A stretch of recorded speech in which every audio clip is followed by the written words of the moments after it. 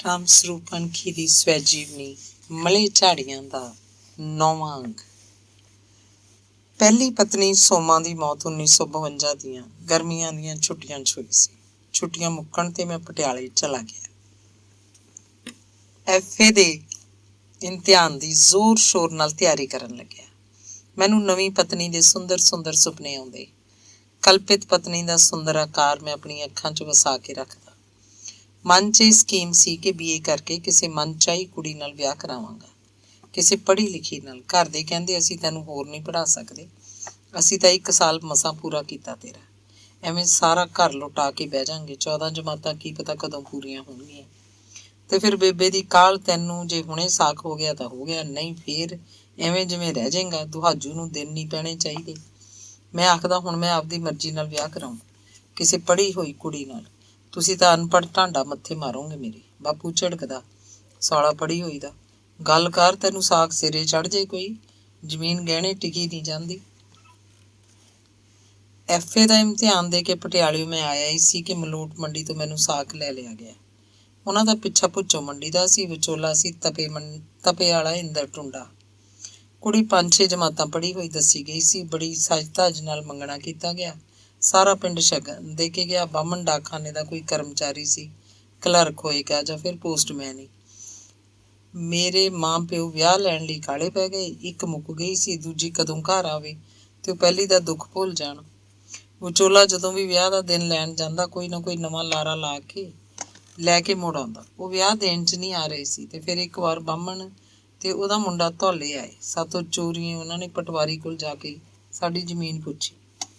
ਬਾਹਰ ਜਾ ਕੇ ਉਹ ਦੋਵੇਂ ਤਿੰਨੇ ਖੇਤ ਦੇਖ ਕੇ ਵੀ ਆਏ। ਸਭ ਕੁਝ ਦੇਖ ਲਿਆ, ਪਰ ਫਿਰ ਵੀ ਚੁੱਪ ਗੁੜੁਪ।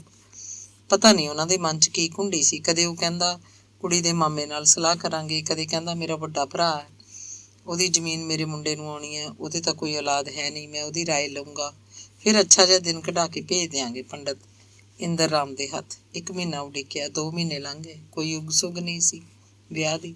ਬਾਪੂ ਬੇਬੇ ਦੇ ਮਨਾਂ 'ਚ ਤਰ੍ਹਾਂ ਤਰ੍ਹਾਂ ਦੇ ਸ਼ੰਕੇ ਜਾਗਦੇ। ਇੱਕ ਦਿਨ ਮੈਂ ਤੇ ਬਾਪੂ ਤਪੇ ਇੰਦਰ ਰਾਮ ਕੋਲ ਗਏ। ਸਾਡੇ ਜਾਂਦਿਆਂ ਨੂੰ ਤਾਸ਼ ਖੇਡੀ ਜਾਵੇ। ਬਾਪੂ ਨੇ ਉਹਨੂੰ ਮਹਾਰਾਜ ਬੁਲਾਈ। ਉਹ ਤਾਸ਼ ਖੇਡਣੋਂ ਹੀ ਨਾ ਹਟੇ। ਅਸੀਂ ਮੁੱਤਰ ਮੁੱਤਰ ਉਹਦੇ ਮੂੰਹ ਵੱਲ ਝਾਕੀ ਜਾਈਏ। ਹੁਣ ਵੀ ਗੱਲ ਕੀਤੀ, ਹੁਣ ਵੀ ਗੱਲ ਕੀਤੀ। ਬਾਪੂ ਨੂੰ ਖਿਝ ਚੜ੍ਹ ਰਹੀ ਸੀ। ਅਖੀਰ ਉਹਨੇ ਆਪਣੀ ਜੇਬ 'ਚੋਂ ਲੀਰ ਲੜ ਬੰਨਿਆ ਇੱਕ 10 ਦਾ ਨੋਟ ਕੱਢਿਆ, ਇੰਦਰ ਰਾਮ ਦੇ ਪੱਟ ਤੇ ਰੱਖਤਾ। ਕਹਿੰਦਾ ਆਹ ਫੜ ਆਪਦਾ ਭਾੜਾ ਕਰਾਇਆ, ਮੈਨੂੰ ਬਾਹਮਣ ਦਾ ਸਵਾਲ ਜਵਾਬ ਲਿਆ ਕੇ। ਨੋਟ ਚੁੱਕ ਕੇ ਉਹਨੇ ਆਪਣੀ ਜੇਬ 'ਚ ਪਾ ਲਿਆ ਤੇ ਦੱਸਣ ਲੱਗਿਆ, ਕੱਲ ਤਾਂ ਨਹੀਂ ਜਾਇਆ ਜਾਂਦਾ, ਪਰਸੋਂ ਮੈਂ ਜਾਊਂ, ਹਰ ਹਾਲਤ ਤੁਹਾਨੂੰ ਚਿੱਠੀ ਆ ਜੂ ਬਸ। 15 ਦਿਨਾਂ ਬਾਅਦ ਧੌਲੇ ਡਾਕ 'ਚ ਚਿੱਠੀ ਆ ਗਈ। ਗਰਮੀਆਂ ਦੇ ਦਿਨ ਸੀ, ਬਾਪੂ ਘਰ ਨਹੀਂ ਸੀ, ਨਾ ਚਾਚਾ। ਮੈਂ ਤੇ ਬੇਬੇ ਦਰਵਾਜ਼ੇ 'ਚ ਪਏ ਹੋਏ ਸੀ। ਬੇਬੇ ਨੂੰ ਮੈਂ ਚਿੱਠੀ ਪੜ੍ਹ ਕੇ ਸੁਣਾਈ। ਉਹ ਸੁੰਨ ਮਿੱਟੀ ਬਣ ਕੇ ਰਹਿ ਗਈ, ਜਿਵੇਂ ਉਹਨੂੰ ਕੋਈ ਟੂਣਾ ਹੋ ਗਿਆ ਹੋਵੇ। ਚਿੱਠੀ ਉਰਦੂ ਅੱਖਰਾਂ 'ਚ ਸੀ। ਮੈਂ ਬੇਬੇ ਨੂੰ ਉਹਦਾ ਮਤਲਬ ਸਮਝਾਤਾ। ਲਿਖਿਆ ਸੀ, ਕੁੜੀ ਦਾ ਤਾਇਆ ਨਹੀਂ ਮੰਨਦਾ, ਘਰ 'ਚ ਜਿਵੇਂ ਕੋਈ ਮਰ ਗਿਆ ਹੋਵੇ। ਕੋਲ ਕੋਲ ਬਹਿ ਕੇ ਮਾਂ ਪੁੱਤ ਅਸੀਂ ਦੇਰ ਤੱਕ ਝੇੜਾ ਕਰਦੇ ਰਹੇ। ਮੇਰਾ ਭਵਿੱਖ ਹੋਰ ਵੀ ਖਤਰੇ 'ਚ ਪੈ ਗਿਆ। ਕਿੱਥੇ ਤਾਂ ਮੈਂ ਚਾਹੁੰਦਾ ਸੀ ਕਿ ਆਪਣੀ ਮਨ ਮਰਜ਼ੀ ਦੀ ਪੜ੍ਹੀ ਲਿਖੀ ਕੁੜੀ ਲਵਾਂਗਾ, ਕਿੱਥੇ ਹੁਣ ਮਲੋਟ ਵਾਲਾ ਸਾਕ ਛੁੱਟ ਜਾਣ ਕਰਕੇ ਪਤਾ ਨਹੀਂ ਫਿਰ ਕਿਸ ਕਿਸਮ ਦੀ ਕੁੜੀ ਮਿਲਣੀ ਸੀ। ਸਾਕ ਛੁੱਟੇ ਤੋਂ ਤਾਨੀ ਖਾਣੀ ਜਾਂ ਡੁੱਡੀ ਲੰਗੜੀ ਵੀ ਸ਼ਾਇਦ ਬਾਪੂ ਬੇਬੇ ਨੂੰ ਕਬੂਲ ਹੁੰਦੀ। ਪੜ੍ਹੀ ਲਿਖੀ ਦੀ ਗੱਲ ਤਾਂ ਹੁਣ 100 ਕੋਹਾਂ ਦੂਰ ਜਾ ਚੁੱਕੀ ਸੀ। ਬਾਪੂ ਜੇ ਅਕਲ ਕਰਦਾ ਤੇ ਸਬਰ ਤੋਂ ਕੰਮ ਲੈਂਦਾ ਤਾਂ ਮੈਨੂੰ ਸਾਕਾਂ ਦਾ ਕੀ ਘਾਟਾ ਸੀ। ਇੰਨੀ ਜ਼ਮੀਨ ਸੀ ਕੋਲ, ਕੀ ਹੋਇਆ ਜੇ ਗਹਿਣੀ ਟਿਕੀ ਹੋਈ ਸੀ। ਗਹਿਣੇ ਵੀ ਤਾਂ ਉਹੀ ਧਰਦਾ ਜਿਹਦੇ ਕੋਲ ਹੁੰਦੀ ਹੈ। ਫਿਰ ਮੈਂ 12 ਜਮਾਤਾਂ ਪੜ੍ਹਿਆ। ਇੰਦਰ ਟੁੰਡਾ ਵੀ ਖਾਰ ਖਾ ਗਿਆ। 2 ਮਹੀਨਿਆਂ ਦੇ ਅੰਦਰ ਅੰਦਰ ਜੋਗੇ ਤੋਂ ਸਾਕ ਲੈ ਆਇਆ। 5 ਦਸੰਬਰ 1954 ਨੂੰ ਅਸੀਂ ਜੋਗੇ ਢੁੱਕੇ। ਮੰਨ ਗਿਆ ਬਾਪੂ ਇੰਦਰ ਟੁੰਡੇ ਨੂੰ। ਉਹਨਾਂ ਦਿਨਾਂ 'ਚ ਪੰਪਿੰਗ ਸੈੱਟ ਲੱਗਿਆ ਹੋਇਆ ਸੀ ਤੇ ਮੈਂ ਖੇਤੀ ਦਾ ਕੰਮ ਕਰਦਾ ਹੁੰਦਾ ਸੀ। ਇੱਕ ਵਾਰ ਡੀਜ਼ਲ ਲਿਆਉਣ ਲਈ ਮੇਰੇ ਕੋਲ ਪੈਸੇ ਨਹੀਂ ਸੀ। ਹੰਡਿਆਏ ਵਾਲੇ ਖੇਤ ਹੀ ਨਿੰਬੂਆਂ ਦੇ 2 ਬੂਟੇ ਸੀ। ਬਹੁਤ ਨਿੰਬੂ ਲੱਗਦੇ ਸੀ ਉਹਨਾਂ ਨੂੰ। ਨਿੰਬੂ ਤੋੜੇ, 4 ਪੰਸੇਰੀਆਂ ਹੋਣਗੇ। ਉਹਨਾਂ ਨੂੰ ਵਧੀਆ ਬੋਰੀ 'ਚ ਪਾ ਕੇ ਸਾਈਕਲ 'ਤੇ ਮੈਂ ਬਰਨਾਲੇ ਲੈ ਗਿਆ। ਮੁੜਦਾ ਹੋਇਆ ਡੀਜ਼ਲ ਦਾ ਪੀਪਾ ਭਰਵਾ ਲਿਆ। ਬਾਅਦ 'ਚ ਕਈ ਸਾਲਾਂ ਤੱਕ ਭਾਗਵੰਤੀ ਗੱਲ ਛੇੜ ਕੇ ਹੱਸਦੀ ਹੁੰਦੀ ਆ ਕਿ ਮੈਂ ਤਾਂ ਝੁਰੀ ਜਾਇਆ ਕਰਾਂ। ਸੁਣਿਆ ਸੀ 12 ਜਮਾਤਾਂ ਪੜ੍ਹਿਆ ਹੋਇਆ, ਪਰ ਇਹ ਤਾਂ ਨਿੰਬੂ ਜੇ ਵੇਚਦਾ ਫਿਰਦਾ। ਅੜਿਆ ਇਹ ਕੀ ਕੰਮ ਹੋਇਆ? ਮਲੋਟ ਵਾਲਿਆਂ ਦਾ ਪਿੱਛੋਂ ਪਤਾ ਲੱਗਿਆ। ਇੰਦਰ ਨੇ ਦੱਸਿਆ ਸੀ ਕਿ ਉਹ ਇਸ ਕਰਕੇ ਵਿਆਹ ਨਹੀਂ ਦੇ ਰਹੇ ਸੀ ਤੇ ਰਿਸ਼ਤਾ ਤੋੜਨਾ ਚਾਹੁੰਦੇ ਸੀ, ਕਿਉਂਕਿ ਉਹਨਾਂ ਨੂੰ ਧੌਲੇ ਦੇ ਕਿਸੇ ਬਾਹਮਣ ਨੇ ਕਹਿ ਦਿੱਤਾ ਸੀ ਮੁੰਡੇ ਦੇ ਨਾਂ ਜ਼ਮੀਨ ਤਾਂ ਹੈ ਨਹੀਂ, ਗਾਹਾਂ ਤੁਸੀਂ ਆਪੇ ਬੁੱਝ ਲਓ। ਵਿੱਚ ਦੀ ਮੈਂ ਤੁਹਾਨੂੰ ਇੱਕ ਦਿਲਚਸਪ ਗੱਲ ਸੁਣਾਵਾਂ। ਛੋਟੇ ਮੁੰਡੇ ਕਾਂਤੀਪਾਲ ਤੋਂ ਵੱਡੀ ਕੁੜੀ ਆਰਤੀ ਹੋਰ ਅੱਗੇ ਪੜ੍ਹ ਨਹੀਂ ਸਕੀ ਸੀ। 8ਵੀਂ 'ਚੋਂ ਫੇਲ ਹੋਈ, ਘਰ ਬੈਠ ਗਈ। ਉਹਦੀ ਉਮਰ 18-19 ਸਾਲ ਦੀ ਹੋ ਚੁੱਕੀ ਸੀ। ਫਿਰ ਤਾਂ ਇਹੀ ਠੀਕ ਸੀ ਕਿ ਉਹਦਾ ਵਿਆਹ ਕਰ ਦੇਈਏ। ਤੂੰ ਆਪਣੇ ਘਰ ਵਸੇ ਰਸੇ। ਮੈਨੂੰ ਕਿਸੇ ਨੇ ਦੱਸ ਪਾਈ ਕਿ ਮਲੋਟ ਮੰਡੀ ਇੱਕ ਮੁੰਡਾ 10 ਜਮਾਤਾਂ ਪਾਸ ਕਪਾਹ ਦੇ ਕਾਰਖਾਨੇ 'ਚ ਕੰਮ ਕਰਦਾ ਹੈ, ਸ਼ਾਇਦ ਕਲਰਕ ਹੈ।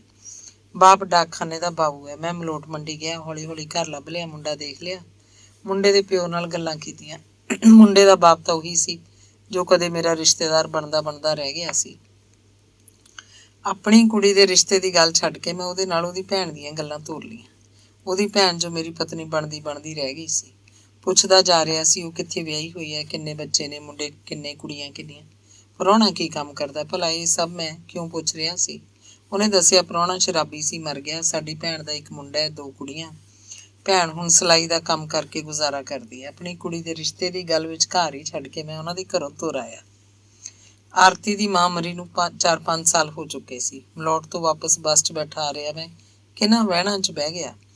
ਮੇਰਾ ਦਿਲ ਮੈਥੋਂ ਅੱਗੇ ਅੱਗੇ ਸਫ਼ਰ ਕਰ ਰਿਹਾ ਸੀ। ਰਾਹ 'ਚ ਗਿੱਦੜ ਬਹਾ ਆਏਗਾ ਤੇ ਉਹ ਬੱਸ 'ਚੋਂ ਉਤਰ ਕੇ ਉਹਦੇ ਘਰ ਜਾਏਗਾ, ਉਹਦਾ ਹਾਲ ਚਾਲ ਪੁੱਛੇਗਾ। ਕੁਦਰਤ ਦੀ ਖੇਡ ਦੇਖੋ, ਉਹਦਾ ਪਤੀ ਨਹੀਂ ਰਿਹਾ ਤੇ ਮੇਰੀ ਪਤਨੀ ਨਹੀਂ ਰਹੀ। ਜੇ ਸਾਡਾ ਦੋਵਾਂ ਦਾ ਵਿਆਹ ਹੋ ਜਾਂਦਾ ਤਾਂ ਅਸੀਂ ਦੋਵੇਂ ਹੀ ਇਸ ਮੁਸੀਬਤ ਨੂੰ ਕਾਹਨੂੰ ਪਹੁੰਚਦੇ। ਮੇਰੀ ਪਤਨੀ ਨਾ ਮਰਦੀ, ਉਹਦਾ ਪਤੀ ਨਾ ਮਰਦਾ। ਜਦੋਂ ਗਿੱਦੜ ਬਹਾ ਆਇਆ ਮੈਂ ਆਪਣੀ ਸੀਟ ਤੋਂ ਉੱਠਣ ਹੀ ਲੱਗਿਆ ਸੀ ਕਿ ਮੇਰੇ ਦਿਲ ਨੂੰ ਮੇਰੇ ਦਿਮਾਗ ਨੇ ਕਾਬੂ ਕਰ ਲਿਆ। ਮਨਾ, ਤੇਰੇ ਲਈ ਹੁਣ ਉਹਦਾ ਕੀ ਰਿਸ਼ਤਾ? ਤੂੰ ਕੀ ਲੱਗਦਾ ਉਹਦਾ? ਉਹ ਕੀ ਲੱਗਦੀ ਹੈ ਤੇਰੀ? ਘਰ ਆ ਕੇ ਉਸੇ ਰਾਤ ਮੈਂ ਰੁੱਖ ਨਾਂ ਦੀ ਕਹਾਣੀ ਲਿਖੀ ਜੋ ਮੇਰੀ ਕਹਾਣੀ ਸੰਗ੍ਰਹਿ ਕਦੋਂ ਫਿਰਨਗੇ ਦਿਨ 'ਚ ਛਪੀ ਹੋਈ। ਪ੍ਰਾਇਮਰੀ ਸਕੂਲ ਲਹਿਲ ਖੁਰਦ ਲਹਿਰਾ ਗਾਗੇ ਦੇ ਨੇੜੇ ਵਿੱਚ ਅਧਿਆਪਕ ਲੱਗੇ ਨੂੰ 8 ਕੁ ਮਹੀਨੇ ਹੀ ਲੰਘੇ ਸੀ ਕਿ ਮਹਿਕਮੇ ਵੱਲੋਂ ਸਰਕੂਲਰ ਆ ਗਿਆ। ਲਿਖਿਆ ਸੀ ਜਿਹੜੇ ਅਧਿਆਪਕ ਅਨਟ੍ਰੇਨਡ ਹਨ ਆਪਣੀ ਵਿੱਦਿਅਕ ਯੋਗਤਾ ਅਨੁਸਾਰ ਕੋਈ ਇੱਕ ਟੀਚਰ ਟ੍ਰੇਨਿੰਗ ਕੋਰਸ ਕਰ ਲੈਣ, ਨਹੀਂ ਤਾਂ ਉਹਨਾਂ ਨੂੰ ਸਰਵਿਸ 'ਚੋਂ ਕੱਢ ਦਿੱਤਾ ਜਾਏਗਾ। BA BSc ਲੋਕ BT BEd ਕੋਰਸ ਵਿੱਚ ਦਾਖਲ ਹੋ ਗਏ। 10ਵੀਂ ਪਾਸ JBT 'ਚ ਤੇ ਗਿਆਨੀ ਪ੍ਰਭਾਕਰ ਸ਼ਾਸਤਰੀ ਵਾਲੇ OT 'ਚ। ਮੈਂ ਪਟਿਆਲੇ ਸਟੇਟ ਕਾਲਜ ਆਫ ਐਜੂਕੇਸ਼ਨ 'ਚ OT ਦੇ ਕੋਰਸ ਵਿੱਚ ਜਾ ਦਾਖਲ ਹੋਇਆ। ਉਹਨਾਂ ਦਿਨਾਂ 'ਚ ਮੈਂ BA ਇੰਗਲਿਸ਼ ਦੀ ਤਿਆਰੀ ਕਰ ਰਿਹਾ ਸੀ। BA ਨਾਲੋਂ ਕੋਰਸ ਚੰਗਾ ਸਮਝਿਆ, ਨਹੀਂ ਤਾਂ ਸਰਵਿਸ ਚਲੀ ਜਾਣੀ ਸੀ। BA ਕੀ ਚਟਣੀ ਸੀ ਮੈਂ। OT ਦੇ ਕੋਰਸ ਵਿੱਚ ਦਾਖਲਾ ਤਾਂ ਲੈ ਲਿਆ। ਹੁਣ ਸਵਾਲ ਸੀ ਕਿ ਕੋਰਸ ਕਰਨ ਵਾਸਤੇ ਪੈਸਾ ਕਿੱਥੋਂ ਆਵੇ। ਤਨਖਾਹ ਮੈਨੂੰ 80 ਰੁਪਏ ਮਹੀਨਾ ਮਿਲਦੀ ਰਹੀ ਸੀ। ਜੋੜਿਆ ਹੋਇਆ ਮੇਰੇ ਕੋਲ ਕੋਈ ਪੈਸਾ ਨਹੀਂ ਸੀ। ਘਰ ਦੇ ਵੀ ਨੰਗ। ਮੈਂ ਬਾਪੂ ਦੇ ਪੁੜਿਆਂ ਤੇ ਅੱਗ ਮਚਾਤੀ। ਮੈਨੂੰ ਨਹੀਂ ਪਤਾ, ਮੈਨੂੰ ਤਾਂ ਖਰਚ ਦੇ ਕਿਤੋਂ ਕਰ। ਜ਼ਮੀਨ ਹੋਰ ਗਹਿਣੇ ਧਰ, ਬੇਸ਼ੱਕ ਕੋਰਸ ਤਾਂ ਕਰਨਾ ਹੀ ਕਰਨਾ, ਨਹੀਂ ਫਿਰ ਨੌਕਰੀ ਜਾਂਦੀ ਹੈ। ਮੈਨੂੰ 100 ਰੁਪਇਆ ਮਹੀਨੇ ਦੀ ਲੋੜ ਸੀ। ਕੋਰਸ 10 ਮਹੀਨਿਆਂ ਦਾ ਸੀ। ਭਾਗਵੰਤੀ ਮੇਰੇ ਕੋਰਸ ਤੇ ਖੁਸ਼ ਸੀ। ਉਹਨੂੰ ਚਾਅ ਸੀ ਕਿ ਮੈਂ ਪੱਕਾ ਮਾਸਟਰ ਬਣ ਜਾਵਾਂਗਾ। ਖੇਤੀ ਦੇ ਨਰਕ ਵਿੱਚੋਂ ਮਸਾਂ ਨਿਕਲਿਆ ਸੀ। ਦਸੰਬਰ 1954 'ਚ ਸਾਡਾ ਵਿਆਹ ਹੋਇਆ ਤੇ 1 ਜੂਨ 1956 ਨੂੰ ਉਹਦੀ ਗੋਦੀ ਮੁੰਡਾ ਸੀ। ਜਾਪਾ ਉਹਨੇ ਪੇਕੀ ਕੀਤਾ ਸੀ। ਮੁੰਡਾ 20 ਦਿਨਾਂ ਦਾ ਹੋ ਕੇ ਮਰ ਗਿਆ। ਮੇਰੀ ਮਾਂ ਨੇ ਮੈਨੂੰ ਜੋਗੇ ਨਹੀਂ ਜਾਣਦਾ ਸੀ। ਆਖੇ 1.25 ਮਹੀਨਾ ਬਾਪ ਪਹਿਲਾਂ ਮੁੰਡੇ ਦਾ ਮੂੰਹ ਨਹੀਂ ਦੇਖਦਾ ਹੁੰਦਾ। ਪਿੱਛੋਂ ਬੜਾ ਪਛਤਾਏ। ਜਾਪਾ ਧੌਲੇ ਹੁੰਦਾ ਤਾਂ ਮੁੰਡਾ ਮਰਦਾ ਨਾ। ਜੂਨ ਦਾ ਮਹੀਨਾ ਦਾਦੀ ਤਾਂ ਉਹਦਾ ਸੌੜ ਪੌੜ ਕਰਦੀ। ਭਗਵੰਤੀ ਦਾ ਬਾਪ ਨਹੀਂ ਸੀ। ਮਾਂ ਦੀ ਘਰ 'ਚ 10 ਪੁੱਛ ਨਾ। ਮੁੰਡਾ ਕੱਦੂ ਦੇ ਚੂਹੇ ਵਾਂਗ ਮੱਚ ਕੇ ਮੁੱਕ ਗਿਆ। ਹੁਣ ਉਹਨੂੰ ਮੁੰਡੇ ਮਰੇ ਦਾ ਦੁੱਖ ਸ਼ਾਇਦ ਭੁੱਲ ਗਿਆ ਸੀ। ਮੇਰੇ ਕੋਰਸ ਕਰਨ ਦਾ ਚਾਅ ਬਹੁਤਾ ਸੀ। ਇਸ ਸਬੰਧ 'ਚ ਮੇਰੀ ਮਾਂ ਕੋਲ ਗੁੱਜੀ ਗੱਲ ਕਰਦੀ ਤੇ ਉਹਨੂੰ ਕੋਰਸ ਦਾ ਮਹੱਤਵ ਦੱਸਦੀ। ਸਾਡਾ ਘੁੰਸਾਂ ਵਾਲਾ ਖੇਤ 25 ਘੁਮਾਂ ਦਾ ਸੀ। ਇਹ ਘੁੰਸਾਂ ਦੇ ਜੱਟਾਂ ਕੋਲ ਹੀ 5000 ਰੁਪਏ 'ਚ ਗਹਿਣੇ ਸੀ। ਸਾਰੇ ਦਾ ਸਾਰਾ। ਬਾਪੂ ਇਹਨੂੰ ਜ਼ਿੰਦਗੀ ਭਰ ਨਹੀਂ ਛੁਡਾ ਸਕਦਾ ਸੀ। ਹੰਡਿਆਏ ਵਾਲੇ ਖੇਤ ਦਾ 4 ਘੁਮਾਂ ਵਾਹਣ ਵੀ ਗਹਿਣੇ ਸੀ 2000 ਰੁਪਏ 'ਚ। ਤਪੇ ਵਾਲੇ ਰਾਜਾ ਰਾਮ ਕੋਲ ਘੁੰਸਾਂ ਵਾਲਾ 25 ਦਾ 25 ਘੁਮਾਂ ਖੇਤ ਬਾਪੂ ਨੇ 12500 ਰੁਪਏ 'ਚ ਬੈਅ ਕਰਤਾ। 7000 ਜੋ ਪੱਲੇ ਪਵਾਇਆ ਉਹਦੇ 'ਚੋਂ ਇੱਕ ਤਾਂ ਹੰਡਿਆਏ ਵਾਲੀ ਜ਼ਮੀਨ ਛੁਡਾ ਲਈ, 1000 ਰੁਪਇਆ ਮੈਨੂੰ ਦੇ ਦਿੱਤਾ। ਮੇਰਾ ਵਿਆਹ ਦਾ ਵਿਆਜੂ ਪੈਸਾ ਲਾਇਆ। ਬਾਕੀ ਜੋ ਬਚਿਆ ਉਹਦੇ ਨਾਲ ਕਬੀਲਦਾਰੀ ਦੀਆਂ ਹੋਰ ਕਈ ਖੱਡਾਂ ਮੁੰਦ ਲਈਆਂ। OT ਦੀ ਟ੍ਰੇਨਿੰਗ ਖਤਮ ਕਰਕੇ ਮੈਂ ਆਪਣੇ ਪਿੰਡ ਹੀ ਮਿਡਲ ਸਕੂਲ 'ਚ ਆ ਲੱਗਾ। ਟ੍ਰੇਨਿੰਗ ਦੌਰਾਨ ਹੀ ਲਹਿਰ ਖੁਰਦ ਤੋਂ ਮੇਰੀ ਬਦਲੀ ਇੱਥੋਂ ਦੀ ਹੋ ਗਈ ਸੀ। 7-8 ਮਹੀਨਿਆਂ ਬਾਅਦ ਮੇਰੀ ਤਨਖਾਹ ਵੀ ਵੱਧ ਗਈ। 80 ਦੀ ਥਾਂ 112 ਮਿਲਣ ਲੱਗੇ। ਜਿਸ ਮਹੀਨੇ ਮੈਨੂੰ ਵਧੀ ਤਨਖਾਹ ਮਿਲੀ ਉਸੇ ਮਹੀਨੇ ਸਾਡੇ ਘਰ ਇੱਕ ਕੁੜੀ ਨੇ ਜਨਮ ਲਿਆ। ਮੈਂ ਉਹਦਾ ਨਾਂ ਚੇਤਨਾ ਰੱਖਿਆ। ਮੇਰੀ ਮਾਂ ਕਹਿੰਦੀ ਫਿਰ ਰਹੀ ਸੀ, ਭਾਗਾਂ ਵਾਲੀ ਕੁੜੀ ਹੈ, ਘਰ 'ਚ ਪੈਰ ਪਾਇਆ ਤੇ ਪਿਓ ਦੀ 32 ਰੁਪਏ ਤਨਖਾਹ ਵੱਧ ਗਈ। ਧੌਲੇ ਪਿੰਡ ਸਕੂਲ ਦਾ ਹੈਡਮਾਸਟਰ ਜਰਨੈਲ ਸਿੰਘ ਗਰਚਾ ਸੀ। ਉਹਦਾ ਅਜੇ ਵਿਆਹ ਨਹੀਂ ਹੋਇਆ ਸੀ। ਕੁਝ ਲਿਟਰੇਰੀ ਕਿਸਮ ਦਾ ਬੰਦਾ ਸੀ, ਸਾਇੰਸ ਮਾਸਟਰ ਸੀ। ਪੰਜਾਬੀ MA ਕਰਨ ਦੀ ਕੋਸ਼ਿਸ਼ ਕਰ ਰਿਹਾ ਸੀ। ਲਾਹੌਰ ਬੁੱਕ ਸ਼ਾਪ ਲੁਧਿਆਣਾ ਤੋਂ 200 ਕਿਤਾਬਾਂ ਮੁੱਲ ਲਿਆ ਕੇ ਰੱਖੀ ਹੋਈ ਸੀ। ਛੜਾ ਬੰਦਾ, ਸਕੂਲੋਂ ਬਾਅਦ ਸਾਰਾ ਦਿਨ ਕਿਤਾਬਾਂ ਪੜ੍ਹਦਾ ਰਹਿੰਦਾ। ਮੇਰੀ ਉਹਦੇ ਨਾਲ ਸੱਥਰੀ ਪੈਣ ਲੱਗੀ। ਮੇਰੀ ਉਹ ਕਦਰ ਕਰਦਾ ਸੀ ਤੇ ਮੈਂ ਉਹਦੀ ਇੱਜ਼ਤ। ਉਹ ਘਿਓ ਖਾਂਦਾ, ਟੱਕਵਾਂ ਦੁੱਧ ਪੀਂਦਾ, ਸਵੇਰ ਵੇਲੇ ਵਰਜਿਸ਼ ਕਰਦਾ, ਡੰਡ ਬੈਠਕਾਂ ਕੱਢਦਾ, ਸਪਰਿੰਗ ਖਿੱਚਦਾ। ਅਸੀਂ ਉਹਦੇ ਘਰ ਮੀਟ ਬਣਾਉਂਦੇ ਤੇ ਘਰ ਦੀ ਕੱਢੀ ਦਾਰੂ ਪੀਂਦੇ। ਮੇਰੀ ਉਹਦੇ ਨਾਲ ਦੋਸਤੀ ਹੋ ਗਈ। ਉਹ ਵੀ ਪ੍ਰੀਤ ਲੜੀ ਦਾ ਪਾਠਕ ਸੀ। ਫਿਰ ਉਹਦਾ ਵਿਆਹ ਹੋ ਗਿਆ। ਮੇਰੀ ਬਦਲੀ ਕਾਲੇ ਕੇ ਮਿਡਲ ਸਕੂਲ ਦੀ ਹੋ ਗਈ। ਧੌਲੇ ਤੋਂ ਕਾਲੇ ਕੇ 8-10 ਮੀਲ ਦੂਰ ਪੈਂਦਾ ਸੀ। ਮੈਂ ਨਿੱਤ ਸਾਈਕਲ ਉੱਤੇ ਪਿੰਡ ਆ ਜਾਂਦਾ। ਗਰਚੇ ਨਾਲ ਮਿਲਣ ਜੁਲਣੋਂ ਮੇਰਿਆ ਤੇ ਫਿਰ ਉਹ ADI ਬਣ ਗਏ, ਨਿਰਵਾਣੇ ਚਲਾ ਗਿਆ।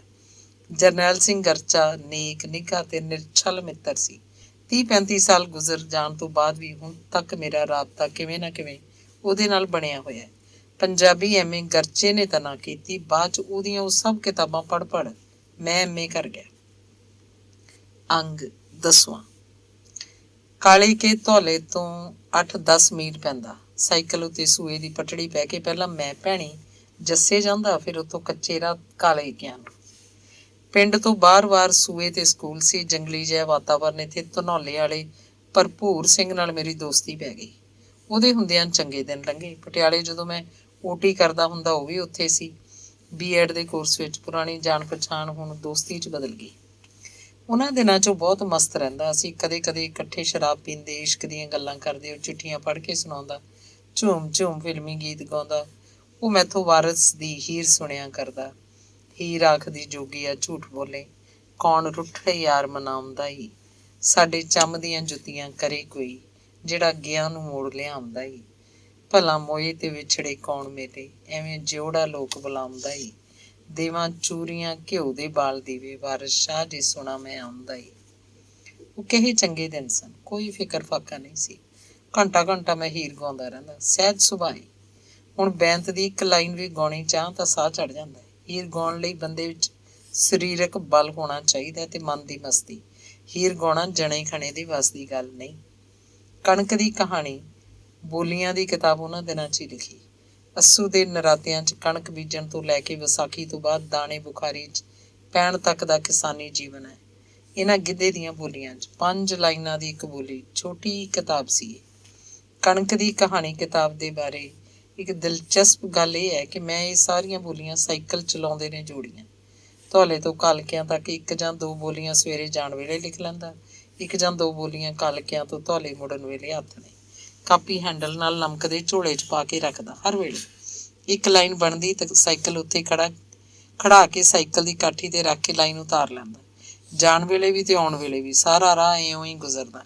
8-10 ਮੀਲ ਇੱਧਰੋਂ ਤੇ 8-10 ਮੀਲ ਉੱਧਰੋਂ, ਪਤਾ ਹੀ ਨਾ ਲੱਗਦਾ ਵਾਟ ਕਦੋਂ ਨਿਬੜ ਜਾਂਦੀ।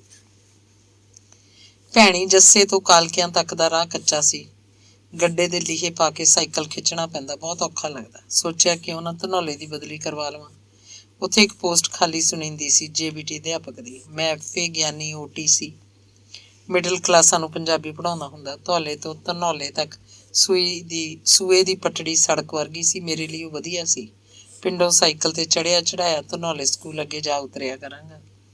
ਧਨੌਲੇ ਪ੍ਰਾਇਮਰੀ ਬ੍ਰਾਂਚ 'ਚ ਮੇਰੀ ਦੋਸਤੀ ਮੋਹਨ ਲਾਲ ਨਾਲ ਪੈ ਗਈ। ਉਹ ਬਹੁਤੀ ਵਾਰ ਚਾਹ ਪੀਣ ਕਰਕੇ ਬਦਨਾਮ ਸੀ। ਬੱਸ ਅੱਡੇ ਤੇ ਜਾ ਕੇ ਚਾਹ ਪੀਂਦਾ, ਮੁੜਦਾ ਹੀ ਨਾ। ਕਦੇ ਮੈਂ ਵੀ ਉਹਦੇ ਨਾਲ ਚਲਾ ਜਾਂਦਾ। ਬਹੁਤ ਕਰਕੇ ਅਸੀਂ ਕਾਮਰੇਡ ਦੀ ਦੁਕਾਨ ਤੇ ਚਾਹ ਪੀਂਦੇ। ਉਹ ਦੁਕਾਨ ਤਾਂ ਸਕੂਲ ਦੇ ਨੇੜੇ ਹੀ ਸੀ। ਬੱਸ ਅੱਡਾ ਦੂਰ ਸੀ। ਕਦੇ ਕੇਸ਼ੋਰਾਮ ਅੱਧੀ ਛੁੱਟੀ ਬੰਦ ਹੋਣ ਦੀ ਘੰਟੀ ਵੱਜਣ ਸਾਰ ਪ੍ਰਾਇਮਰੀ ਬ੍ਰਾਂਚ ਵਿੱਚ ਗੇੜਾ ਮਾਰਦਾ। ਗੈਰ ਹਾਜ਼ਰ ਅਧਿਆਪਕ ਨੂੰ ਕਹਿੰਦਾ ਕੁਝ ਨਾ। ਉਹਦੀ ਜਮਾਤ ਦੀ ਹਾਜ਼ਰੀ ਰਜਿਸਟਰ ਤੇ ਮੁੰਡਿਆਂ ਦੇ ਨਾਵਾਂ ਦੇ ਥੱਲੇ ਜੇ ਅੰਗਰੇਜ਼ੀ 'ਚ ਇਸ ਭਾਵ ਦੇ ਸ਼ਬਦ ਲਿਖ ਜਾਂਦਾ, ਰਿਸੈਸ ਮਗਰੋਂ ਲੇਟ ਸੀ। ਇੱਕ ਦਿਨ ਮੈਂ ਦੇਖਿਆ ਮੇਰੇ ਰਜਿਸਟਰ ਤੇ ਵੀ ਇੰਝ ਲਿਖਿਆ ਹੋਇਆ ਸੀ, ਮੈਂ ਸਿਰਫ 2 ਮਿੰਟ ਲੇਟ ਸੀ। ਮੇਰੇ ਤੇ ਇਸ ਗੱਲ ਦਾ ਹੋਰ ਕੋਈ ਬੁਰਾ ਪ੍ਰਭਾਵ ਪਿਆ ਚਾਹੇ ਨਾ, ਪਰ ਇੱਕ ਗੱਲ ਮੈਨੂੰ ਜ਼ਰੂਰ ਸਮਝ ਆ ਗਈ ਕਿ ਕੇਸ਼ੋਰਾਮ ਮੇਰਾ ਰਿਸ਼ਤੇਦਾਰ ਨਹੀਂ, ਮੇਰਾ ਹੈਡਮਾਸਟਰ ਹੈ, ਮੇਰਾ ਬੌਸ। ਬੌਸ ਤਾਂ ਬੌਸ ਹੀ ਹੁੰਦਾ, ਰਿਸ਼ਤੇਦਾਰ ਜਾਂ ਦੋਸਤ ਕਦੇ ਵੀ ਨਹੀਂ ਹੁੰਦਾ। ਅਗਲੇ ਵਰ੍ਹਿਆਂ 'ਚ ਜਾ ਕੇ ਹੋਰ ਵੀ ਪਤਾ ਲੱਗਿਆ ਕਿ ਬੌਸ ਜੀ ਰਿਸ਼ਤੇਦਾਰ ਜਾਂ ਦੋਸਤ ਹੋਵੇ ਤਾਂ ਇਹਦਾ ਨਜਾਇਜ਼ ਲਾਭ ਬੌਸ ਹੀ ਉਠਾਉਂਦਾ ਹੈ। ਉਹਦਾ ਇੱਕ ਮਤ ਹੈ ਤਾਂ ਉਹਨੂੰ ਮੁਫਤ ਦਾ ਟਾਊਟ ਮਿਲ ਜਾਂਦਾ। ਕਾਲੇ ਕੇ ਮੈਂ 8-9 ਮਹੀਨੇ ਰਿਹਾ ਸੀ ਤੇ ਧਨੌਲੇ ਸਿਰਫ 3-4 ਮਹੀਨੇ। ਕੈਲਰਮ 15 ਦਿਨ ਕੱਟੇ ਬੜੀ ਮੁਸ਼ਕਿਲ ਨਾਲ। ਅਜੀਬ ਵਾਤਾਵਰਨ ਸੀ ਉੱਥੋਂ ਦਾ। ਸਕੂਲ ਦੇ ਮੁੰਡੇ ਸਕੂਲ ਵਿੱਚ ਹੀ ਬੀੜੀਆਂ ਪੀਂਦੇ। ਜਿਸ ਚੁਬਾਰੇ 'ਚ ਅਸੀਂ 3-4 ਮਾਸਟਰ ਰਹਿੰਦੇ ਹੁੰਦੇ, ਕਾਲ ਕੋਠੜੀ ਵਰਗਾ ਚੁਬਾਰਾ ਸੀ ਉਹ। ਬਾਰੀਆਂ 'ਚ ਲੱਗੀਆਂ ਲੋਹੇ ਦੀਆਂ ਸੀਖਾਂ ਦਾ ਫਰਕ ਸਿਰਫ 2-2 ਉਂਗਲ। ਕੱਪੜੇ ਧੋ ਕੇ ਉੱਤੇ ਪਾਏ ਜਾਂਦੇ, ਸੁੱਕਣ ਤੱਕ ਉਹਨਾਂ ਦੇ ਕੋਲ ਬੈਠਣਾ ਪੈਂਦਾ। ਪਿੰਡ 'ਚ ਬਾਂਦਰ ਬਹੁਤ ਸਨ। ਵਿਆਹ ਸ਼ਾਦੀ ਮੌਕੇ, ਵਿਆਹ ਮੁੰਡੇ ਦਾ ਹੋਵੇ ਚਾਹੇ ਕੁੜੀ ਦਾ, ਸਾਰੇ ਮਾਸਟਰਾਂ ਨੂੰ ਘਰ ਬੁਲਾਇਆ ਜਾਂਦਾ। ਘਰ ਦੀ ਕੱਢੀ ਸ਼ਰਾਬ ਦੀ ਢੋਲੀ ਨੂੰ ਟੂਟੀ ਜਿਹੀ ਲੱਗੀ ਹੁੰਦੀ। ਢੋਲੀ ਤੇ ਪਿਆ ਹੁੰਦਾ ਇੱਕ ਕੱਚ ਦਾ ਗਲਾਸ ਤੇ ਪਾਣੀ ਦਾ ਗੜਵਾ, ਜਿੰਨੀ ਮਰਜ਼ੀ ਪੀਓ। ਫਿਰ ਚੌਲਾਂ ਬੂਰੇ 'ਚ ਮਨ ਮਰਜ਼ੀ ਦਾ ਦੇਸੀ ਘਿਓ ਪਾ ਕੇ ਦਿੱਤਾ ਜਾਂਦਾ, ਰੋਟੀਆਂ ਨਾਲ ਤਰੀ ਵਾਲੇ ਆਲੂ। ਸਾਡੇ ਚੁਬਾਰੇ ਅੱਗੇ ਸ਼ਾਮ ਨੂੰ ਬੱਚੇ ਖੇਡਦੇ। ਇੱਕ ਦਿਨ ਇੱਕ ਛੋਟੀ ਕੁੜੀ ਗਾ ਰਹੀ ਸੀ, ਮੇਰੇ ਬੀਰੇ ਕੇ ਲੂੰਗੀ ਜੱਚਦੀ, ਉੱਪਰ ਜੱਚਦਾ ਖੇਸ, ਵੀਰਾ ਮੈਨੂੰ ਲੈ ਚਲਵੇ ਪੜੀ ਬਗਿਆਨੇ ਦੇਸ। ਬੱਚੇ ਖੇਡ ਰਹੇ ਸਨ ਤੇ ਗਾ ਵੀ ਰਹੇ ਸਨ। ਮੈਨੂੰ ਮੇਰਾ ਪਿੰਡ ਯਾਦ ਆਇਆ। ਅਸੀਂ ਵੀ ਤਾਂ ਛੋਟੇ ਹੁੰਦੇ ਇੰਝ ਹੀ ਖੇਡਿਆ ਕਰਦੇ ਸੀ ਤੇ ਗਾਉਂਦੇ ਸੀ। ਪੰਜਾਬ 'ਚ ਲਗਭਗ ਸਭ ਬਾਲ ਖੇਡਾਂ ਨਾਲ ਲੋਕ ਗੀਤਾਂ ਦੀਆਂ ਤੁਕਾਂ ਜੁੜੀਆਂ ਹੋਈਆਂ ਹਨ। ਉੱਥੇ ਮੈਂ ਦੋ ਗੀਤ ਲਿਖੇ, ਤੱਤਾ ਖੁਰਚਣਾ ਜੰਗ ਜਲੇਬੀ, ਆਓ ਕੁੜੀਓ ਖੇਡੀਏ, ਤੇ ਭੰਡਾ ਭੰਡਾਰੀਆ ਕਿੰਨਾ ਕੁ ਭਾਰ, ਇੱਕ ਮੁੱਠੀ ਚੁੱਕ ਲੈ ਦੂਈ ਨੂੰ ਸਹਾਰ। ਇਹਨਾਂ ਗੀਤਾਂ ਦੀ ਇੱਕ ਇੱਕ ਤੁਕ ਤਾਂ ਹੈਗੀ ਹੀ ਸੀ। ਮੈਂ ਪੂਰੇ ਗੀਤ ਬਣਾ ਲਏ, 3-3 ਬੰਦਾਂ ਦੇ। ਪ੍ਰੀਤਨਗਰ ਬਾਲ ਸੰਦੇਸ਼ ਲਈ ਨਵਤੇਜ ਸਿੰਘ ਨੂੰ ਭੇਜ ਦਿੱਤੇ। ਇੱਕ ਇੱਕ ਕਰਕੇ ਉਹ ਛਾਪੇ ਗਏ ਤੇ ਫਿਰ ਇੰਝ ਹੀ ਮੈਂ ਪੂਰੇ 35 ਖੇਡ ਗੀਤ ਲਿਖੇ। ਬਾਲ ਸੰਦੇਸ਼ 4 ਮਹੀਨੇ ਮੇਰਾ ਇੱਕ ਖੇਡ ਗੀਤ ਛਪਦਾ। 1962 'ਚ ਪ੍ਰੀਤ ਲੜੀ ਪ੍ਰੈਸ ਵੱਲੋਂ ਹੀ ਮੇਰੀ ਕਿਤਾਬ ਛਪੀ, ਗੁੜਤੀ। ਕਿਤਾਬ ਦੇ ਟਾਈਟਲ ਪਿੱਛੇ ਨਵਤੇਜ ਸਿੰਘ ਨੇ ਆਪਣੀ ਟਿੱਪਣੀ ਛਾਪੀ।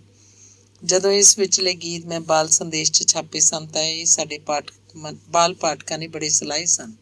ਇਹਨਾਂ ਗੀਤਾਂ ਦਾ ਕਾਵਿ ਰੂਪ, ਖਿਆਲ ਤੇ ਸ਼ਬਦ ਚੋਣ ਬੱਚਿਆਂ ਦੇ ਬਹੁਤੇ ਨੇੜੇ ਹੀ ਨਹੀਂ, ਸਗੋਂ ਇੰਨ ਬਿੰਨ ਉਹਨਾਂ ਵਰਗੇ ਹਨ। ਇਹਨਾਂ ਗੀਤਾਂ 'ਚ ਸਦੀਆਂ ਤੋਂ ਪ੍ਰਚਲਿਤ ਸਾਡੀਆਂ ਬਾਲ ਖੇਡਾਂ ਦੀ ਲੋਕ ਪਰੰਪਰਾ ਰਚੀ ਮਿਚੀ ਹੈ।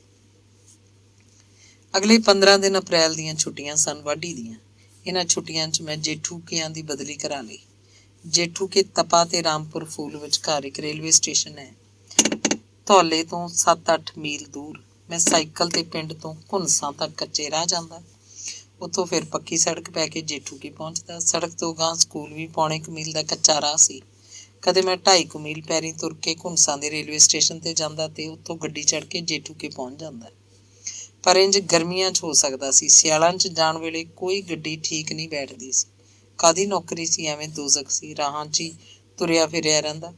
ਬਸ ਇੰਨਾ ਸੀ ਕਿ ਆਥਣ ਨੂੰ ਆਪਣੇ ਘਰ ਆ ਜਾਂਦਾ। ਕੈਲਰਮ ਦੀ ਮਾਰੇ ਧਾਰੇ ਵੀ ਮੈਨੂੰ ਸੂਤ ਨਹੀਂ ਬੈਠੀ ਸੀ। ਉੱਥੇ ਪੰਜਾਬੀ ਬੋਲਣ ਨੂੰ ਮੈਂ ਤਰਸਦਾ ਰਹਿੰਦਾ।